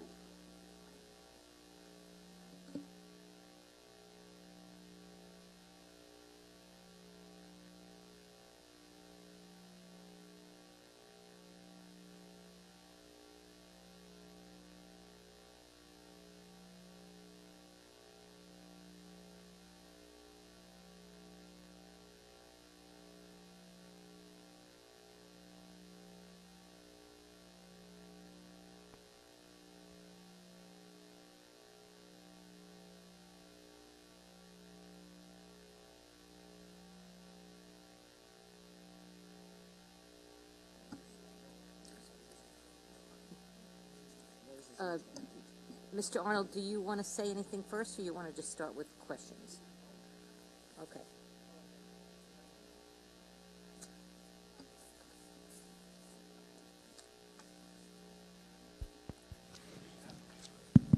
Yep, we can start with questions. Any of the legislators have any particular questions for Mr. Arnold? You know what? Maybe I'll just start quick. First, I just want to thank you. Anytime that we've reached out with a problem that, I can certainly say, and I hope that goes for everybody, that you've been more than responsive and tried to help with any of the problems that we might have had. But I do know that there are times that, again, it's staffing, that we need more staff, that you need more employees, that you need more people out there on the roads, be it for road repair, snow plowing. Obviously a big issue in my district is the sumps. Constantly we hear about that, and oftentimes not necessarily a departmental issue because, if the wind blows and garbage flows in front of the street, they think that you or I should go make sure we go clean it up right away. But the overall cleaning up of the sumps, it seems most of the time that they're not addressed. I know you said there's a schedule, or that's what we're told there's a schedule, but, oftentimes it's, especially certain times of year, they're so overgrown, they're hanging over the fence, and it really becomes an issue. So is there any way we are trying to address that staffing issue? Yeah, this budget, under the stormwater and wastewater budget, there's an increase of 10 EOs for that purpose. Okay, that's great. Yeah. Thank you. So that was my big question that I had. Legislator I have Schaefer? a question. Okay. May I ask the commissioner a question? Sure, Legislator Drucker, go ahead. Thank you. Commissioner Arnold, thank you. How are you? I'm very fine, thank you. So I notice in your budget, you have a line item for the repair of sidewalks.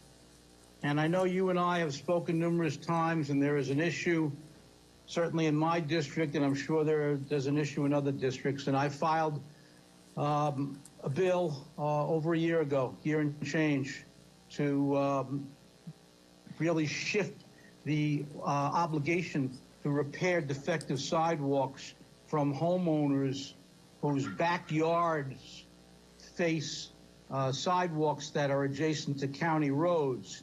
And you have met with us and met with other legislators on both sides of the aisle and have indicated that your office is prepared and poised to deal with that, but you need legislation passed to legally shift that obligation. Is that correct, Commissioner?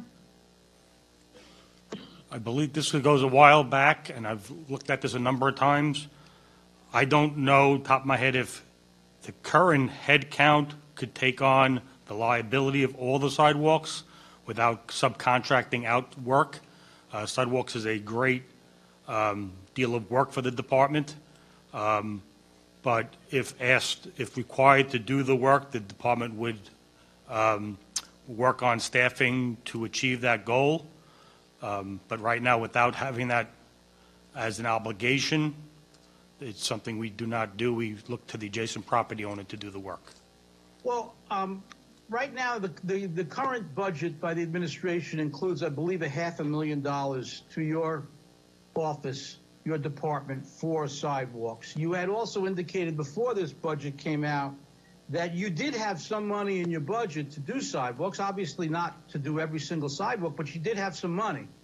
And correct me if I'm wrong, but your office, because of this pending legislation, you're not sending out notice of defects to homeowners because you're hoping and anticipating that perhaps the county can undertake this task, which is unfair to have homeowners who have nothing to do with these sidewalks to have to repair them when the county goes through the millions of dollars in subcontracting and contracting work to repave county roads, and yet they don't touch the sidewalks sometimes.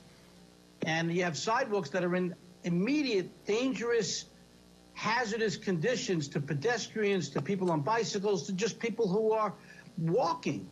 And it's something we've talked about, and I know you've indicated that, you don't disagree with me, but there, of course, has to be money for it. And that's where this legislation was created and birthed and filed.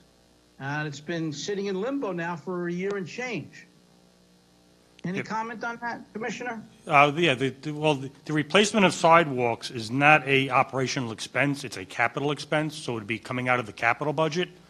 Right. The maintenance part of our sidewalk is probably just for minor work and not replacements. But again, I can't go ahead and do work that I'm not obligated to do under the county admin code or charter, whatever dictates this replacement of sidewalk. Because right now, my office doing that work would be a public funds for a private benefit. Right, but this legislation would certainly clear up that confusion, wouldn't it? Yes. Thank you, Commissioner. I have nothing further. Thank you, Legislator Drucker. Legislator Schaefer? Sure. Just two quick things. First, I just wanted to thank you because I know you are very responsive as well.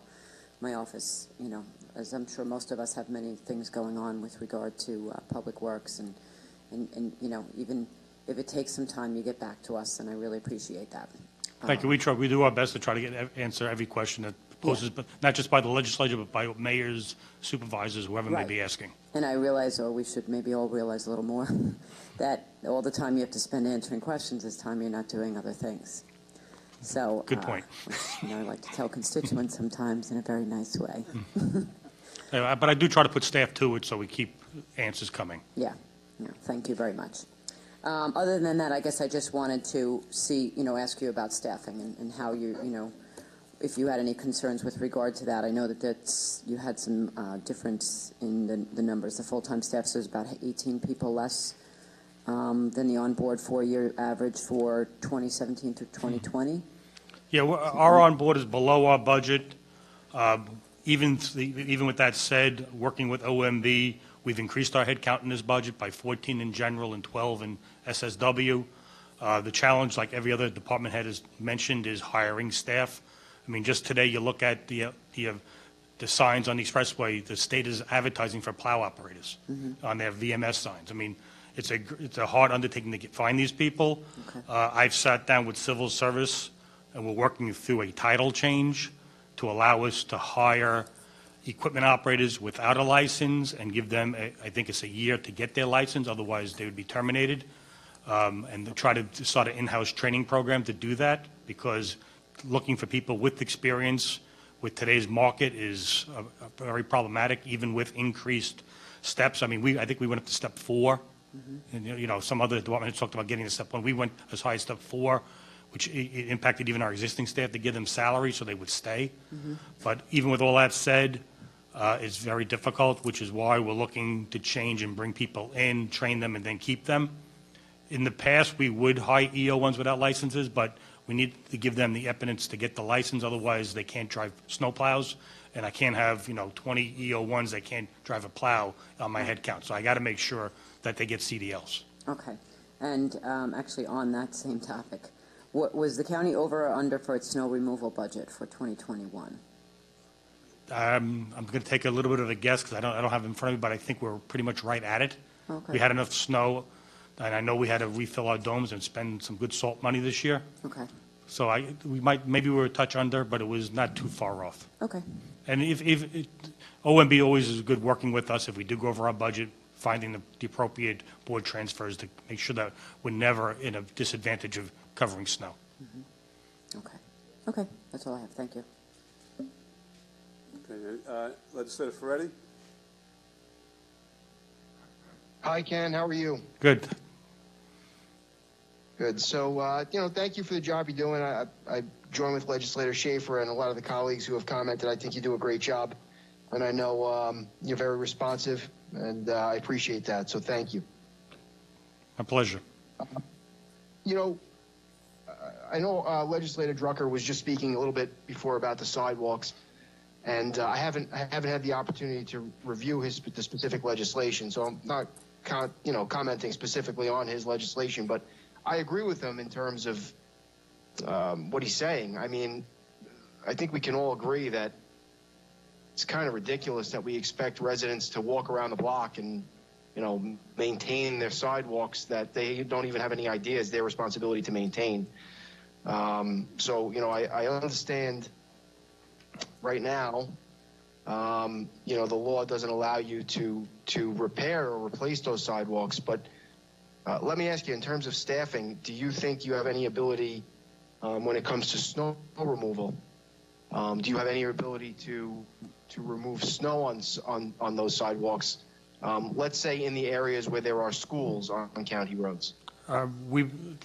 Based on the proposed ordinance, we've been looking at that, and the answer would be no, now without bringing significant staff on. We've done some sampling, and we're talking probably 2 miles of sidewalk within 1,000 foot of a school, and the amount of effort to do that work, and I owe this report to Legislative Budget Review, we're finalizing it now. We're talking of a seasonal staff of about 200 people to address sidewalks within a 12-hour period of a storm, assuming about a 6 to 8 inch snowfall event. So the quick answer is no, and we're still working through the details on this, but we do have an answer. Did your analysis? How many schools are there on county roadways?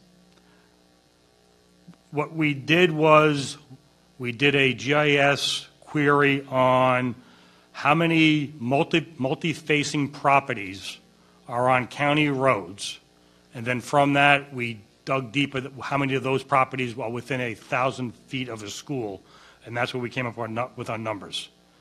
It was quite a bit more than I anticipated, and it was still drilling down, but even if I take a percentage of what we found, we're talking a significant number of seasonal employees to do that type of operation, and I'm trying to get my hands around how do you manage that effort in such a short period of time for an event that's really not scheduled that much in advance to prepare for.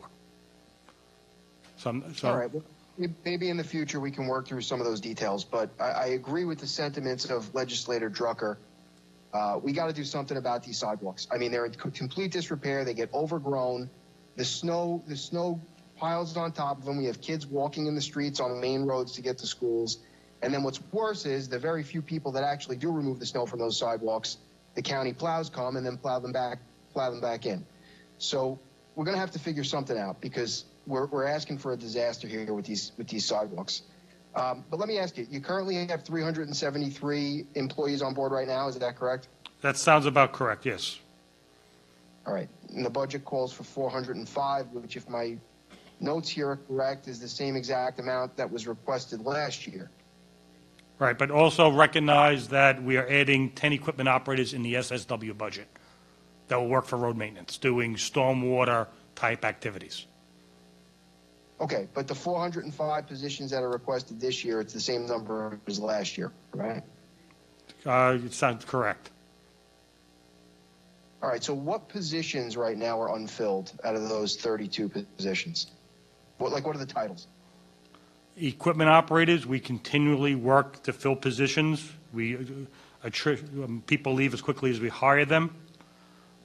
We are currently working on our traffic safety. Chris Mistron's retirement, we're still looking for the proper candidate for that. We need people in our admin areas. We've lost a number of clerks that we're working towards replacing. We've done interviews. We're in the process of getting that work completed. We're always looking for project managers and engineers and inspectors. Those are more complicated to get because of the qualifications of these people. It's a mixed bag, you know. My department, unlike a lot of departments, I have probably 40 distinct types of work activities, so it's very difficult to manage the hiring of people that are so different, but we put a lot of effort into keeping communications open with schools and other such entities that look for possible employment opportunities. Okay, but you have 32 positions that are currently vacant, correct? Yes. So are those specific titles, or I know you just went through a bunch of titles that you would like to have filled, but are those everything you just described part of the 32 that are currently open? Yes, we're in this past month and a half where we've hired, and I'm not sure if, one of these I think is still showed as vacant. We hired 2 licensed engineers just recently. We are in the process of bringing on 3 facility maintenance mechanic type staff members. So, fleet, every area has a handful of needs, and it adds up to the larger number of the 30-something. Okay.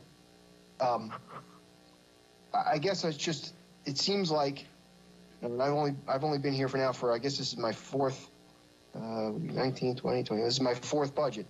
And it seems like this is a recurring problem where essentially the same amount of positions are requested from not just the DPW, but a bunch of different departments. And then every year we're asking the same questions about why 30-something positions are still remaining open. Meanwhile, you do a great job when we call you and ask you to, if you could take care of Loring Road, it's overgrown. You get people there right away. But meanwhile, we're dealing with a lot of roadways that we need to call in to get addressed. So it's a recurring problem that every year we're having the same conversation, and it doesn't seem like we're able to fill these positions for whatever reason. So what is the reason that we are not able to get, for example, equipment? You said equipment machine operators was the title? Yeah. Well, this year. What do they do? What do equipment machine operators do? Equipment operators, I want to hire only staff that has the commercial driver's license, because I need them ultimately to drive a plow. An equipment operator that can only push a lawnmower is not something I'm looking to do, because I tie myself down and then I don't have plow operators.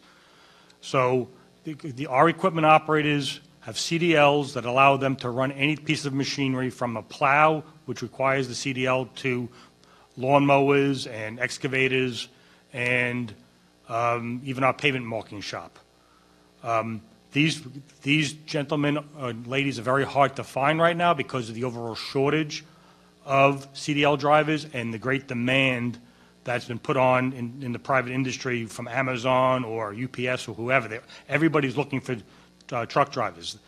That's why we've shifted, and we've had conversations just as early as last week. We just wrapped up conversations with civil service to modify this series to add a trainee position where I can get somebody out of high school, as long as they have a driver's license and they're 18, bring them into my program and work with them to get their CDL, and then become a permanent member of the department. COVID has not helped also.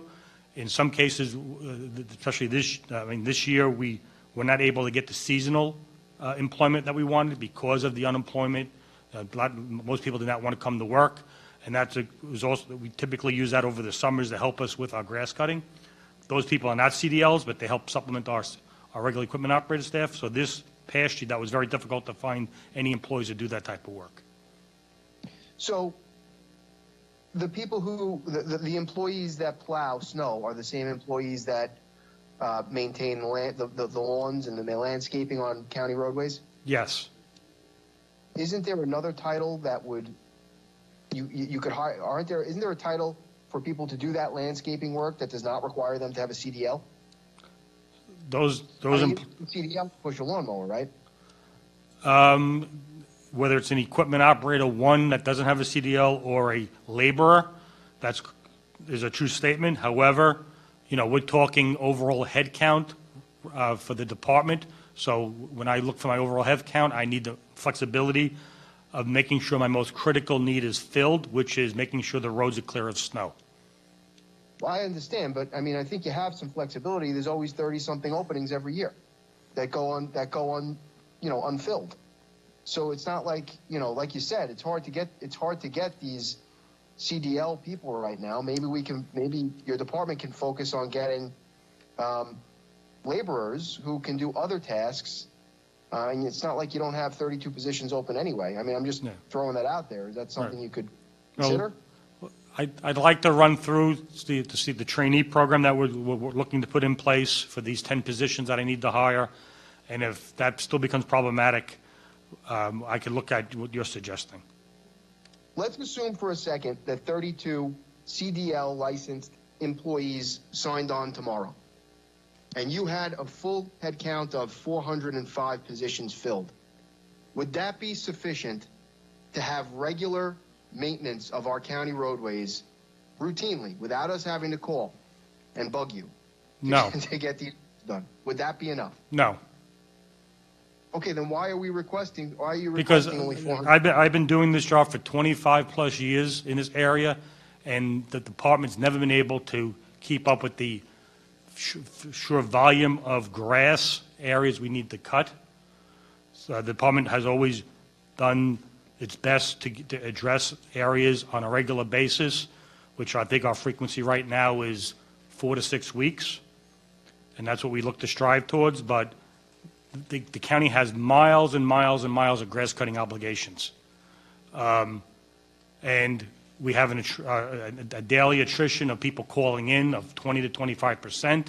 There's all kinds of challenges to say that we can stay on a regular schedule with all the limitations of staffing coming in, weather, and other issues that come up. A good example is just recently with the Tropical Storm Ida, I moved people to many other different issues to address during the last 3-week period to deal with washouts and other issues, and grass cutting has taken the hit because of that. Well, I understand that there are natural disasters and hurricanes and other things that could throw off a regular schedule. But I just disagree with the idea that we shouldn't strive to have adequate staffing where the county maintains its own property properly. I think that that's an obligation we should have. We have sumps that are overgrown. And by the way, again, I want to stress that when my office calls you, you get it done. And I appreciate that. And you do a great job with the resources you have. But it really isn't or shouldn't be the responsibility of county lawmakers to monitor sumps, quite frankly. I'll happily do it, because if we don't, we've got constituents with rats running in their yards. But we should do better. I mean, we should seek to have or try to have the staffing required to maintain our property. I think that's something that residents expect and deserve. So, maybe we can talk about this, offline in the future. But I think that going forward, we should seek to have the staff that we need, not staff that we can plug holes, but staff that we can actually maintain our property.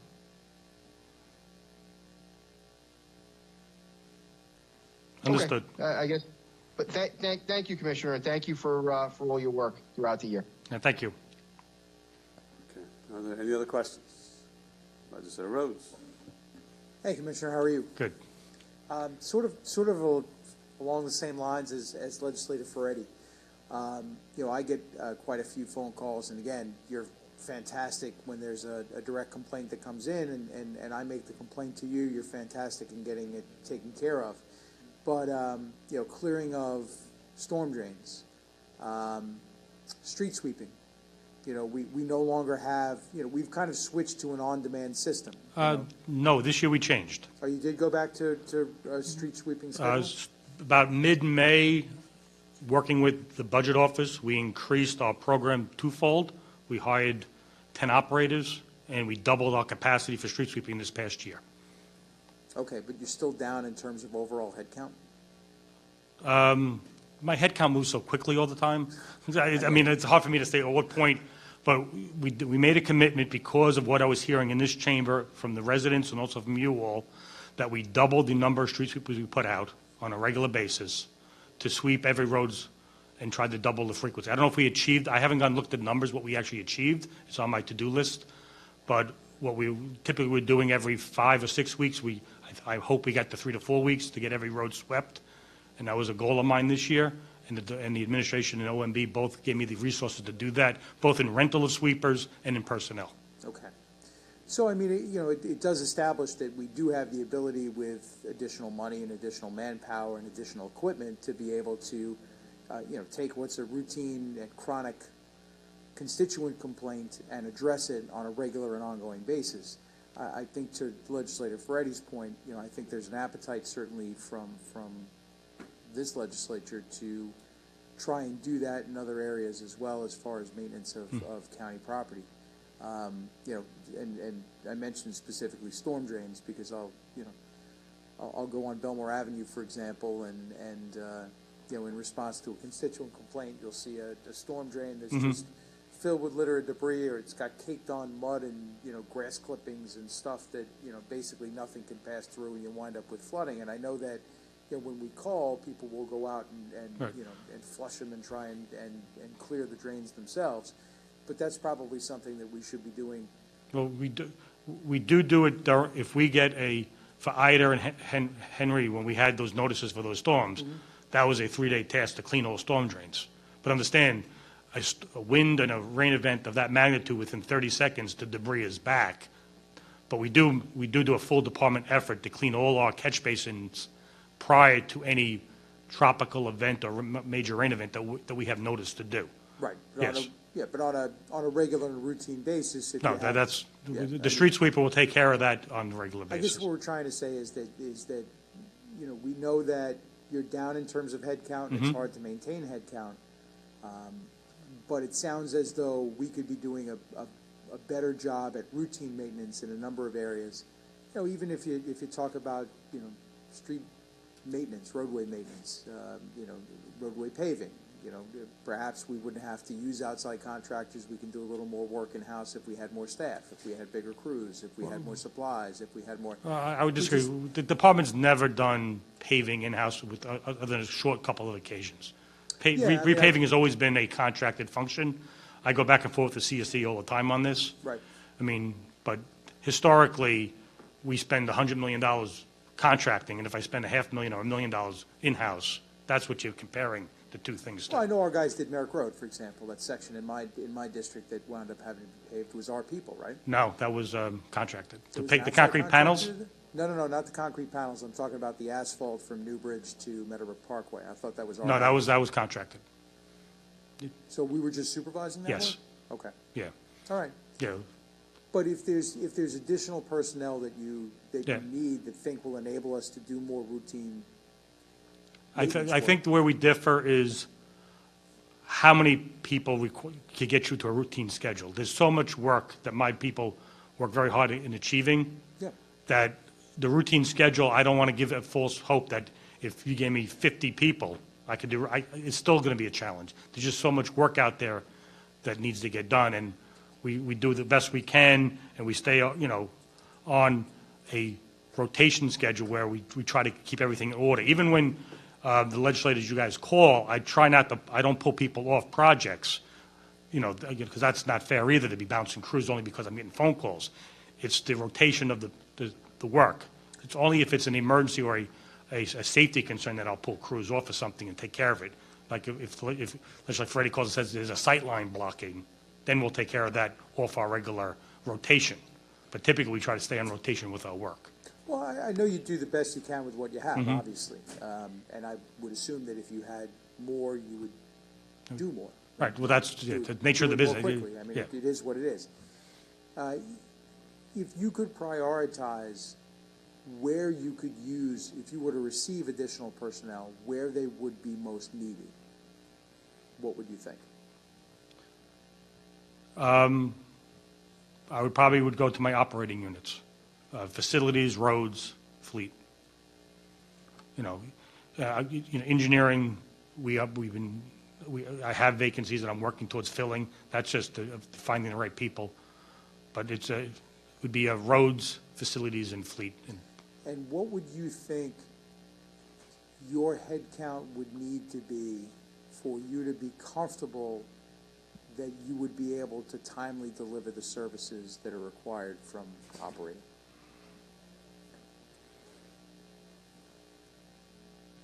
It's hard to put a number on. I mean, if the problem is I have not had the chance to get to the headcount I want to, because as I hire, I lose continuously. I am under the impression, for road maintenance, I think we're at like 101 CDL drivers total. I think I'm trying to get to 110, and I'd like to see what I end up doing at that level. But with attrition and the delay in finding qualified candidates, it's hard for me I haven't gotten to that number. Because remember, we have to hire a candidate that can get through probation. I can't just, because the way civil service works, not civil service, the union works is it's very hard to get rid of an employee once he gets past his 6-month probation. Right. So we spend a great deal of time to get the right candidate. So even if we have resumes and interviews, we're not going to pick somebody that we know we can't keep. And that makes it even that much more difficult. Because to bring people on and not have the, be able to achieve what we need to achieve, and then they get stuck with somebody for life, that's not what I want either. Oh, sure. No, Yeah. I understand that there are areas that have specific requirements that make it more difficult to fill, and you're just trying to catch up at this point as opposed to trying to add additional headcount. And that's why working with civil service, I'm hoping that I can get a direct connection to work with people at a lot younger age, get them in the system, let them appreciate the system, get their CDL and stay. And that's something that we have not been able to do because when we changed the spec under the last administration, we required the CDL for the equipment operator. And getting people to get that test. I mean, drug testing is a big problem here, too. A lot of people will not get a CDL because of drug testing, because you have to pass a drug test. Okay. Yeah. Okay. So we've kind of narrowed it down with the issues with respect to equipment operator. Would you be able to, and I don't want you to do it here because you may not actually have the answer here. Would you be able to get back to us with an analysis of your department's, I know what it says here on paper, but it really does sound as though there are opportunities there for us to be able to provide a better service to taxpayers if you had additional personnel. Would you be able to get us that answer of where you could use additional people and where there's an opportunity for you to hire additional people? Yeah, we can look at that. I Yeah, so I can do what I did with the street sweeping. We can look at the program we have and what could change to modify the level of service. Because you do, I mean, like you said, you do the best you can with what you have, Mhm. but I think that we all want to try and do better, and I know you Okay. do too. So, Yeah. we want to put you in a position to succeed. Okay, we can do that. Thanks. I may be missing something, but don't you have 32 new positions coming in? We have 32 vacant positions, 14 are new on top of last year's budget. Okay. Yep. All right, so you have 32.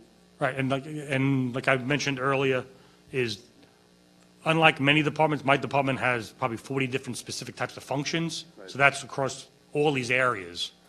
Of the 32 vacancies, 10 or 11 are slated for EOs, CDL drivers. Okay. With what's budgeted, can you operate the Department of Public Works? Yes. Okay. We have questions from legislators Ferretti. I'm sorry, he went already. We have questions from legislators Ford and Salage. Okay. So jump in, Denise, and then Carrie, you're next. Thank you very much. I just really have just one question. Commissioner Arnold, I too commend you for the fine job that you are doing, and very happy to hear about your request to civil service in regard to perhaps hiring younger people to come into DPW and then be able to work while they take a class to get their CDL license, because I know those licenses tend to be rather expensive. So I think it would give better opportunities for the younger people to find work. But what normally, when you make changes, like when you go to civil service and you request to have something changed, job title changed or whatever, or amended, or maybe a new job title, about how long, is there like a normal turnaround time that you get from them, or is it dependent upon the position that you're seeking? Well, it depends how complicated what I'm asking to do. They themselves have a very large workload. I have we talked about a number of things I wanted to do, knowing that the equipment operators is essential to the department. They have committed to me that they're going to deal with that right away. So I'm hopeful within a month to have an answer on it. I think they need a Civil Service Commission meeting. I just don't know that schedule to finalize what we're asking. But we've gone back and forth a couple of times since last week on what we want to modify. So I'm hopeful within a month's time to have an answer that I can act on utilizing that title change. Perfect. And then once they're hired, they would then, I'm following up on legislators Drucker and Ferretti in regard to the sidewalks, that perhaps we may be able to have an additional workforce that may be able to at least help us with sidewalks that like are on county roads, but that are close to schools. You know, the sidewalks where I'm thinking of like Lido Boulevard by me. Unfortunately, that can happen. Remember, and here's the rub on the sidewalk snow plowing. We have a snow event. My guys will work continuously during that whole snow event, and then they have to stay. The snow event will keep them on the road for 12 to 15 hours, depending on how big the storm is. I need a separate group of people to deal with the sidewalks because the equipment operators at that point have to go home. Now, a day or two later, they might be ready to help with the sidewalks, and that's what we typically do with overpasses and certain other areas that we have to clear. But the way the law is written, that I have within 12 hours, within that 12 hours of that storm ending, or the emergency ending, if that's what the storm becomes, I don't believe it's achievable using the same group of people that are plowing the streets. Okay. All right, thank you very much, sir. Appreciate it. Thank you, Presiding Officer. Thank you. Legislator Solage. Thank you. I want to also thank the commissioner and the department for their hard work and their dedication to our county and services for our residents. You've done a fine job on each and every assignment that needed for the 3rd District. Just real briefly, just any update on the improvements to the jail? I know that the Mr. Sullivan from the Sheriff's Association reached out to us before, and he would come here and talk about the conditions of these buildings and how it puts at jeopardy the safety of his officers who work very hard. Is there any update on that, please? I plan on meeting with my staff this week and next. Right now, I know we've done the temporary repairs to the roof of the 832 building. My understanding is that the leakage has subsided from that area. I know the master plan, we have carved out 832 as a special entity, like I've been saying, that we are not waiting to deal with a master plan before we fix that building. We have Lero that is designing those improvements. I just don't have timing in front of me today. And then also B building is also a carve-out that my staff is putting together that contract package. So I have my chief deputy solely focused as one of our projects to watch this on a daily basis. So we're doing all the effort we can to keep this on track and not have it languish any further than it already has, because we know the importance to the correction facility staff and sheriff to get this thing addressed. Thank you. Okay, are there any other questions? We're all set. Thank you, Ken. Thank you. Next is Minority Affairs with Executive Director Lionel Chitty.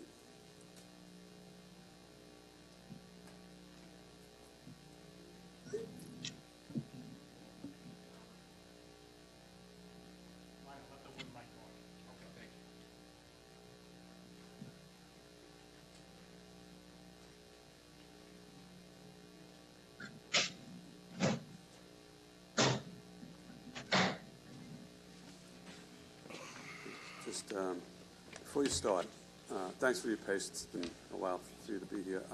Every year I say to myself, I'm going to flip this script and have Minority Affairs go first, Department of Health, Department of Social Services, and every year I forget.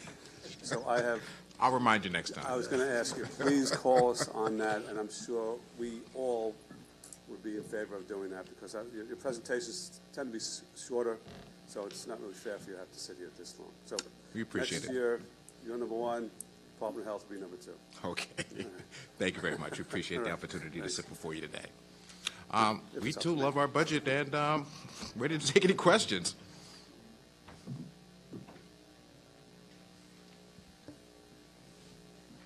How are you? I'm good. How are you today? Doing well. Good to see you, Lionel. Hey, quick question. I know last year we spoke about, and we've spoken about a couple of times, there being a pretty significant backlog in terms of MWB analysis and certification. Mm-hmm. I know we added a couple of individuals. Yes, we did. And I know that the budget, I believe, here calls for 3 additional. Yes, sir. Where are we in terms of the backlog, and how will the additional staff be helping? We are definitely moving through the ones that are constantly out there. We do have Michelle Crosley, our certification analyst / program coordinator. We're averaging about 150 certifications per year, and that's why we're looking for that additional staff to increase that. We are expecting that to continue to be a steady stream, so we're going to be diligently working to continue that and do some additional cross-training. Will the 3 be enough? We taking a look at what we have in front of us for the 2022 budget, we feel very comfortable that we'll have enough resources to meet the needs of our constituents. Now, I know that your department has taken on some additional responsibilities, and some personnel have been taken away from you to help with the Boost Nassau program. Yes, Dr. Regina Williams is managing the Boost Nassau Resource Center. She was our deputy director, but it has actually worked out pretty good. She's dealing, and we now have one central location where all the questions regarding any additional grants that are out there, whether they're county funded, state funded, or federally funded, we have one central depository where she has a dedicated team of individuals that can answer all those questions and point people in the right direction. So instead of us plowing through different programs and trying to understand them and wrap our hands around them, we forward those individuals right now over to the Boost Nassau Center. That includes Asian Affairs, Hispanic Affairs in our department. So it's working out pretty good for us. And what are we doing specifically with respect to MWBEs in terms of outreach to let them know about the Boost Nassau program, the Recovery Grant Program, the loan program, and other opportunities that may be available to them? Well, fortunately, before that, we've been doing a lot of emails. We've been utilizing social media a lot, and it's a great thing that things started opening up again. We've been out and about every weekend for like the past 6 to 8 weeks, talking to people, dropping off flyers, having tables, whether it's street fairs, community events. We've been running around a lot. We've been giving them out to a lot of the meetings with clergy and other organizations, going to our Chamber of Commerce meetings, and trying our best to push that information out so that people are aware of it. Okay. I know we just had the Belmore Street Fair over the weekend. We had probably they're estimating somewhere between 130 and 150,000 I don't have that many flyers. Yeah, I know you don't have that many flyers.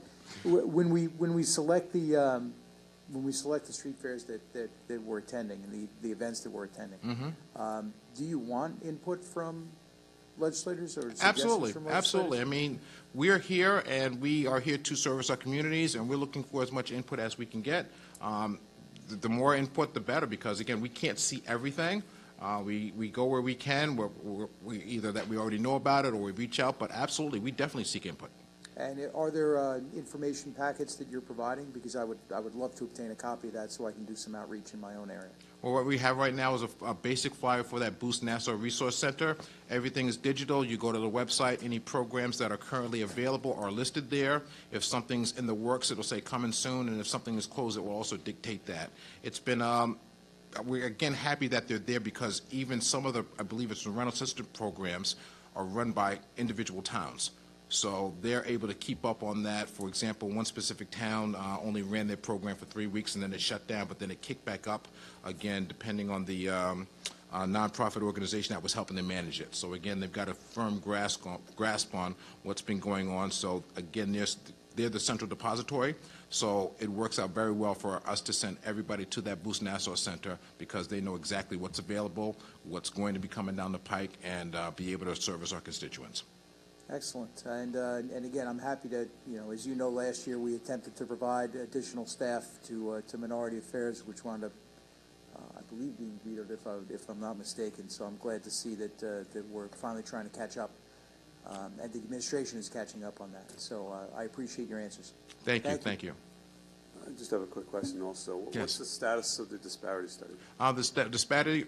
The disparity study, our Director of Special Projects, Rhonda Mako, is currently managing that.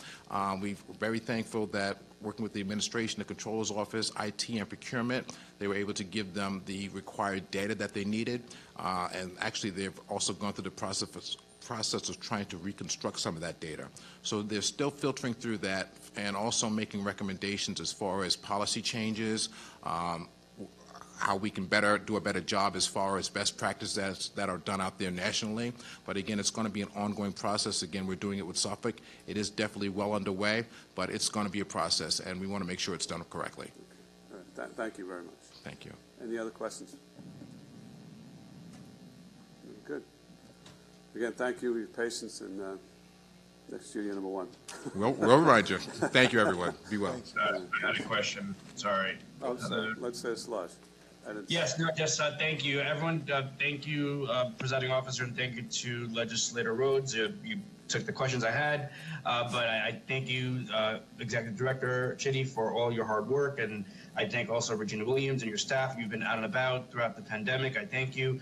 Again, your mandate is vast, many obligations. Any update on the affirmative action responsibilities of your office, please? We've been working collaboratively with the Civil Service Department to try our best to promote opportunities within Nassau County for the minority community to be able to participate and actually seek and take advantage of opportunities with county positions. We've had numerous events with them also doing it in different languages. We've done it in Spanish and also with the Office of Asian American Affairs to help promote those positions that are out there.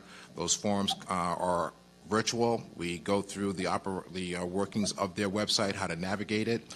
They talk about the positions that are available, how to prepare yourself for the test, and also all the qualifications that are needed. Okay. And just any outside date for the disparity study? Any outside date? I'm sorry, did you say an outside date for the disparity study? Yes. Contract date is January 15th, 2023.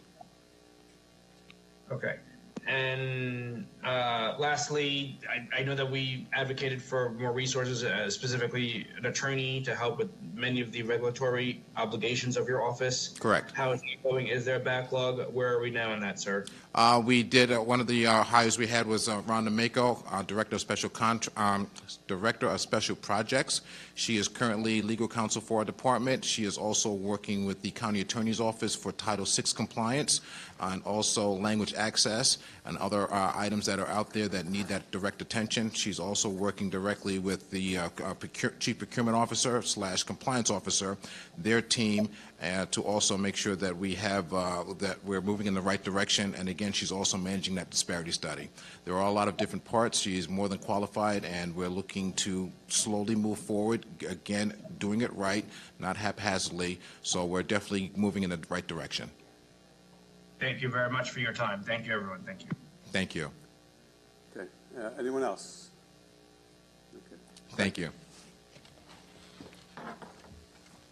And last but not least, the Department of Health.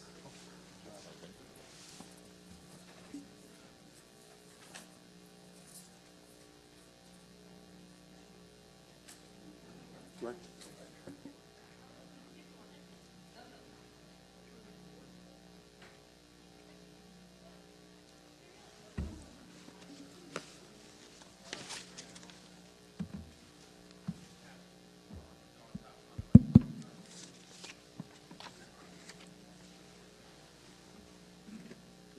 Before you start, I want to thank you and your staff again for your outstanding leadership during the pandemic. Your level-headed, information-based, reasonable, rational response information, as well as the incredibly successful efforts of getting the county vaccinated. You really deserve tremendous praise, and we are very thankful for all you've done, and your staff. Thank you so much. I hope my wife was watching that. But presiding officer, members of the legislature, you know, this is, I believe, I've been the commissioner for 10 years. I believe this is the 11th year I've presented the budget to you. But there has, and I've known many of you over the years, but there hasn't been a year where I've spent so much time speaking with everybody over so many different issues. I feel very comfortable and at home, and I'm glad that something good came out of the COVID, which is we have a great line of communication between the legislature and the health department. It was always good, but I think it's never been better than it is now. And I think everybody's comfortable speaking with me, and I feel the same. And there's a great respect that our department receives from the legislature. So I want to say thank you, and we feel it's mutual. And I've been very lucky. I have an incredible staff. I came with a large group today because I get to come up and hear all the great praise, but it's a lot of work being done by a lot of people as to why our department's been so successful. And I have Debbie Canigliaro, who's our Deputy Commissioner of Administration and takes care of all the HR matters, and that is not an easy job, and so she's wonderful. And next to her is Dr. Andrew Connect, our Deputy Commissioner, who's been a vital hire during this time, and he came to us as a Navy veteran, having served as a medical officer on a ship full of Marines, so he could tell lots of fun stories. And Deneen Jenkins is our fiscal director, and you all know Mary Ellen, who is a great representative here, and every time I see members of the legislature, always tell me how wonderful Mary Ellen is. So where is Mary Ellen? Thank you. So getting to the budget, we were given what we asked for, so I'm happy. And we asked for a head count. We got that head count. I absolutely, and I haven't always come in and said this to you, but I absolutely am comfortable that I could operate the department with the budget that we've been granted. And so I'll just take whatever questions that you have at that point. I know that Legislator Walker has questions. Legislator Bino, Birnbaum, and Millet. I too want to thank you all so much for everything you did during the height of the pandemic and continue to do, because we're not through things yet. And then for doing everything else that you had to keep up with during that time, which isn't easy, and especially, during the summer months when you had to deal with beach closings and this year camps that were opening up and all the things you had to do, aside from restaurants and, everything, every aspect of your job, and for always answering our questions, because oftentimes residents would reach out to us, and when we really didn't know, we'd send a quick text to you, and you were always as quick with the response as you could possibly be. I just did get a message that the governor hired a new head of the health department in New York State. I'm certainly glad that you're staying here with us, but obviously she missed the boat, because I really do think you are the best. Thank you. And I think things would have been a lot different in the state if you were the one making a lot of decisions. So Thank you, but I love it here. thank you. I have no And need we to love leave. having you here. Thank So you. Thank you very, very much. I know that you certainly made do with all the staff you had, but I do feel that your staff was put under tremendous stress. I mean, they gave of themselves 24/7, and certainly if you had some additional staff, that would have maybe, lessened the burden on the staff that you have. You do feel, content with the number of staff that is there, or, could you use additional staff that possibly isn't in your budget? No, I'm very comfortable with what we have, and I really feel that we're in a position where every staff member is productive, and that's what we want. We want people who are contributing to their max, and with that, we're able to achieve the job. And I think that's where we are. Last year, we asked for more bodies, and the administration granted more bodies, and we spoke to you, and we got all of them, including Dr. Connect.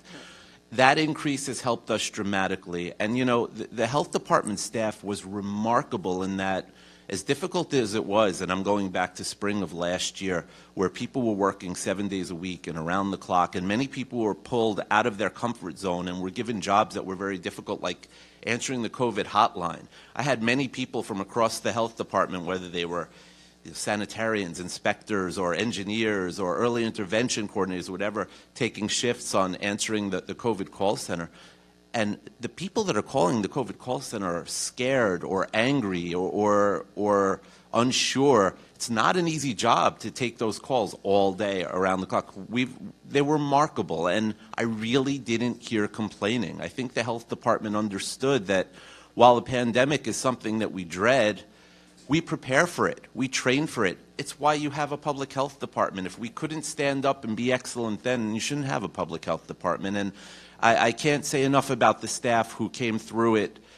Even as a commissioner, you worry about the mental health of your team and all of us and our leadership. I mean, this is a very stressful time. Everybody's done well, and I think we've really tried to keep an atmosphere of if people need help, they should come get it. And the collegiality and the collaboration of the staff was just incredible. And some of you came and saw the pods. The staff loved it. They almost miss it. I'm glad we don't need to do it anymore, but that's life-saving work, and they had the opportunity to participate in something that's historic. And I really feel most of the staff, if you ask them about it, as horrible as this has been, all the death and all the suffering, as public health employees, this is why we're here. And I think there was a sense of satisfaction that I felt across the whole staff, and I think we have the right number of people. Excellent. Okay. And again, your staff was all out there working when many of our workers could be at home, and I'm not saying they weren't working, but be in a much more relaxed atmosphere. And yet you were thrown into the thick and thin of things, and you were out there, like I said, 24/7. Thank you. And we do certainly understand those phone calls, because we received many of those phone calls too. And then, of course, what did we do? We turned them over to you, because we didn't have the answers to them. But again, thank you very, very much. Thank you. And we're here for you if you need us. Thank you. Legislator Bino. Thank you. I think Legislator Walker said it best, and so I'll just say a heartfelt thank you for all that you did, all of you. And I was one of those legislators who were able to visit the pod somewhat frequently, and I think I had a missed opportunity earlier, because when I went out to those pods, through your leadership, I was able to see other departments actually be a part of the pod and be employed in the process. And so that speaks volumes of your leadership. Thank you. That you were able to, not only manage your own team, but incorporate others. And so the Commissioner of Human Services, Carolyn McCummings, and her team were on the front lines along with the Office of Emergency Management. And I think that they also did a great job alongside, all of If I you. can also thank Homeland Security, the police department. They were out front, and we were doing this on the coldest days of the winter with lines, and people were desperate in the beginning. They were so great in helping us stay safe and in order. So thank you for that. And, you had people that were lining up, hoping that they could get extra vials, they could get extra shots if there were extra vials, and they were able to manage all of the crowd control without incident. It was really something to witness, so thank you. Thank you. So I want to talk a little bit, I'm always calling the department for a variety of different things, and Mary Ellen is awesome. I'm always able to get her. Sometimes I bother you, and I always feel bad because it's usually on the weekends or early in the morning. That's okay. But today I want to move away from maybe the discussion of COVID and talk about the early childhood intervention. And we've had a really great meeting, again, collaborative with Department of Social Services, who sat in, and the administration, talking about a public awareness campaign that we can kick off around, making sure that from all facets, right, all stakeholders are informed about the programs that are available here. Parents, doctors, dentists, we find out that they play a significant role in this, caregivers, and really making sure that all of the parents across Nassau County understand what we provide here and how we might be able to assist their young people. And so I say all that to say two things. One, I see that you requested $3 million additional for that program, but it was removed.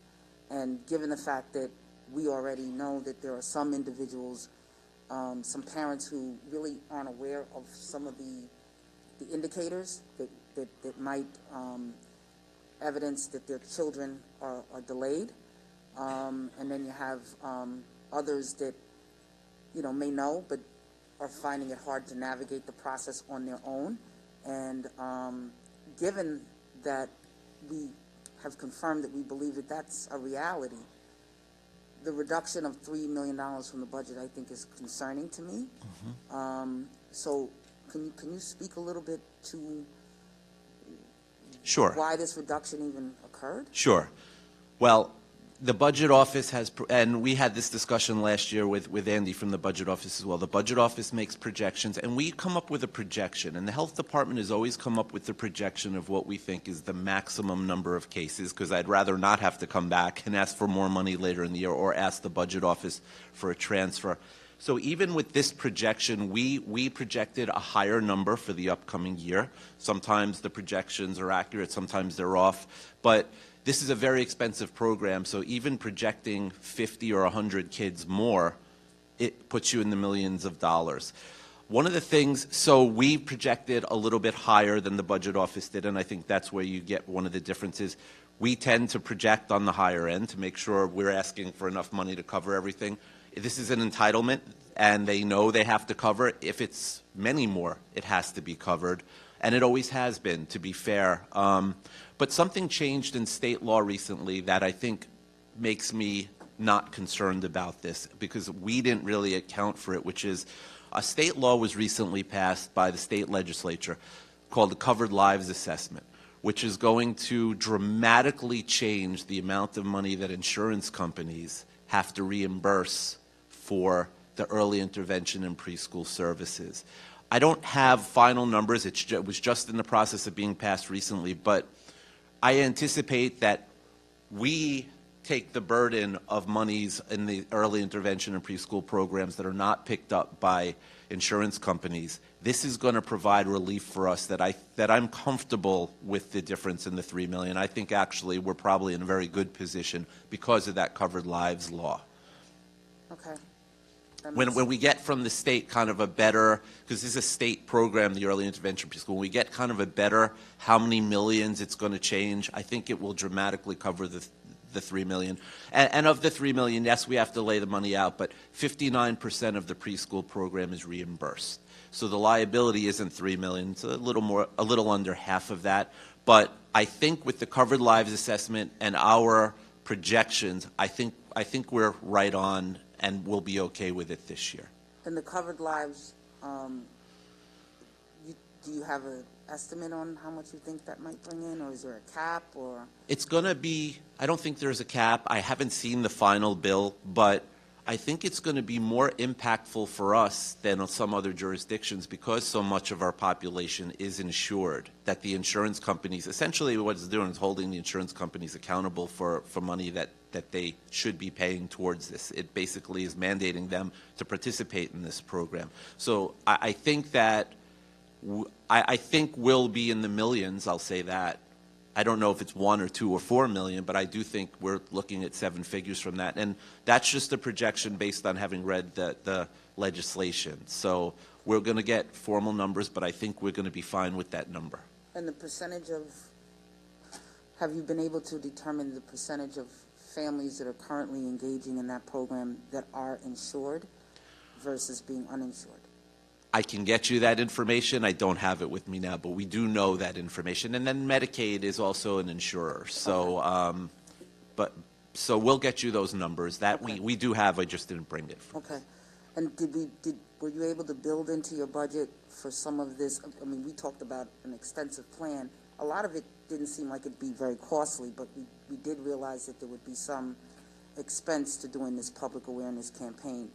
Were you able to build some of that money into your budget? We had submitted the budget before we had our meeting, but we've been able to do outreach of that kind. For example, placing an early intervention service coordinator at our WIC sites, and by definition, for somebody to be a WIC eligible person, they have to be at a certain low income level. So, and that won a national award for us. Our early intervention service coordinators, the WIC parents, moms, the babies are usually not born yet, but very often they bring older siblings along, and they didn't even know that was a service available. So using the resources we have and the partnerships we have, for example, we have a great relationship with our federally qualified health center partners, et cetera.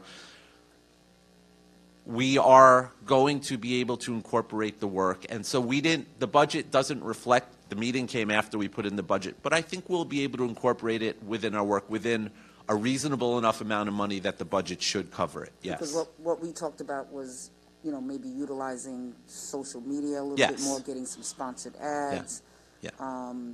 Putting out collateral yeah. In partnership with some yeah. the retailers, yeah. and then maybe doing some informational meetings with some of the doctors and dentist offices, and making sure that there was training at the child care centers, maybe utilizing Nassau County's Child Care Council. Yeah. So some of that, does have some expense that will go with it. So I just wanted to make sure that we'll be able to achieve, many of the initiatives that we discussed. Yes, and we also, and I haven't shared this with them yet, so if they're watching, this is breaking news, but one of the ideas I have to bring up, as a result of COVID, one of the things that came out of it was a health equity task force was created. It's Long Island-wide, but during COVID it was Nassau-based, and that's being housed at Northwell, but all the hospitals and a lot of social agencies were invited to play. And we've made the decision, and this requires no financial effort on our part other than participating in meetings and whatever comes out. We've decided to continue this beyond COVID. We found a great success that there's a need for a health equity task force, and this is the exact kind of initiative that I plan to bring to them and say, look, just getting the word out on the early intervention for children with delays and preschool when they're 3 to 5 years old. A lot of the agencies that are in touch with moms who have those kids that don't know about this, participate in this. So we're going to use our partnerships, which have worked great. We have great hospital partners. Health Equity Task Force did a great job reaching underserved communities with COVID and setting up pods where we asked and where we needed. And so that's an example of how I'm thinking about, doing the work, but also engaging our partners and helping us with this. Yeah, it's going to be great. And I know we talked about, it was your idea to maybe create some level of a directory of, collecting information from the different birthing hospitals, so that then we can start texting and saying, your child is 16 months old. If they're not doing this, that, or this, you might need to see a provider. I think all of that is key for making sure that new parents have an understanding of, those benchmarks and are mindful of those indicators. So as long as the money's in the budget to do some of that stuff, I'm happy. That's all that I have in the very moment. Okay. Thank you. Thank you. I appreciate you. Likewise, thank you. Legislator Birnbaum? Yeah, I too want to thank you Thank for you. everything you and your department have done this year. I know it was crazy, but you did it with the pods, you did it with communicating with everybody. Everybody in the office was very professional. I've only heard good things from people who had their vaccines, but that's what I'm wondering about now. Have you heard from the state whether the county will again be providers for the newly recommended booster shots of the Pfizer? So right now, the answer is yes. The state has asked us for our plan to participate in boosters. Right now, we've never been a Pfizer provider. As you know, we've always done Moderna. Right now, the only vaccine that's approved is Pfizer. We can be a Pfizer provider, but nobody who had the Pfizer first or second dose has ever come to us before. So we're waiting for Moderna. But I want to be clear. I was having coffee with a friend 2 nights ago. It was, 7 o'clock at night. He's a doctor and said, "Do you think I should get the booster? I had the Pfizer doses, 9 months ago." And I said, "Yes. You're an occupational health risk. Go get the booster." He pulled out his phone, pulled up the local pharmacy, and got an appointment in 15 minutes. So when we did this back in the spring, we were the only show in town. We had the only supply and the hospitals, and there was not enough vaccine. And so they had to use health department pods in order to maintain. There was a triage process of who was eligible, and we turned a lot of people away, and there were a lot of angry people we turned away, but we were given specific instructions. Right now, there's no shortage of access to vaccine, so we are going to participate actively. We still have our pods every Wednesday night for anybody. It's open right now, 2 blocks away. Anybody can walk in and get a Moderna shot and a Johnson & Johnson shot. We got another supply. So we have people come in for first doses, second doses. We still get like a dozen or 2 dozen people each week. We're still in the business. When we get Moderna, assuming Moderna's booster gets approved, which is a different dose than the original Moderna, Pfizer's is the same. We absolutely plan to have a presence doing booster pods, but there's absolutely vaccine in every doctor's office and pharmacy, so there isn't the need for us to do the 1,000-person a day, every single day type of pod, which took the whole department's effort. So we will have a presence. We'll be able to help people get their doses, but it's going to be in a different format. And the places that we did it, like the gym at Nassau Community College, the school's open now. Yes We Can was a wonderful host, but they are a vital community operation, and we took away a lot of their social space for a long amount of time. So the setting will be different, the appearance will be different, the scope will be different because there isn't the shortage that there was, but by all means will be part of the booster process. Thank you. Legislator Millet? Thank you. I have no questions, but I just would be remiss if I didn't add on to what everyone else has said about the wonderful job that your department did during this whole crisis. Thank you. I know we all appreciated our weekly updates when we were in the thick of things, so it helped us to get a handle on what was happening. And the one thing that I wanted to add is that I think it's given all of us a greater appreciation of the importance of public health. certainly I can say I didn't understand why it was so important, but as legislators, that's something that I hope we all take that away about the importance, and that we will never, ever let your department not have what it needs. Thank because you have to be ready to go at a moment's notice. And so we can't allow that to ever not be possible.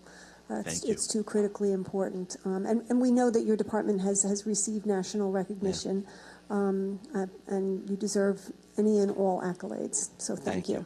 Thank you. And if that comes out of this, I know for public health, that's an important thought. Hey, now you've seen how valuable all the employees in public health are. So thank you for that.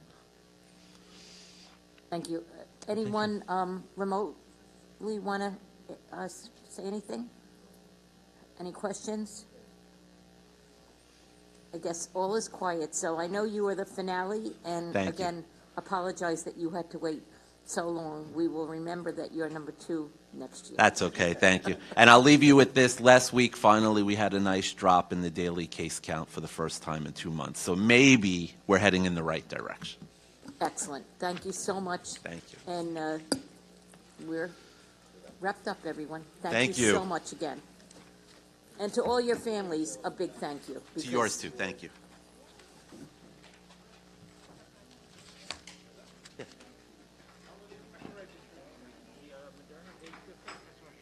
The Moderna booster is going to be half a dose.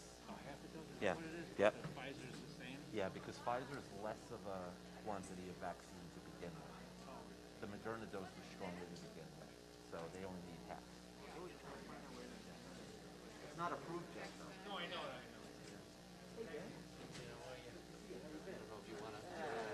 Thank you very much.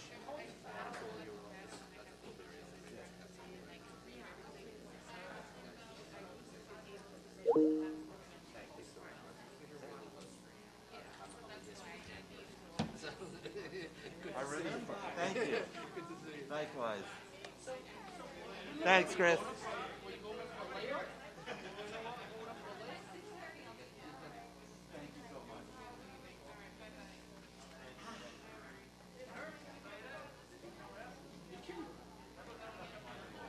Well, how'd you know that it happened?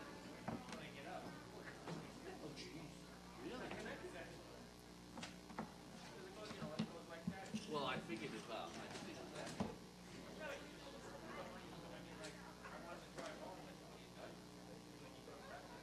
It's your right foot?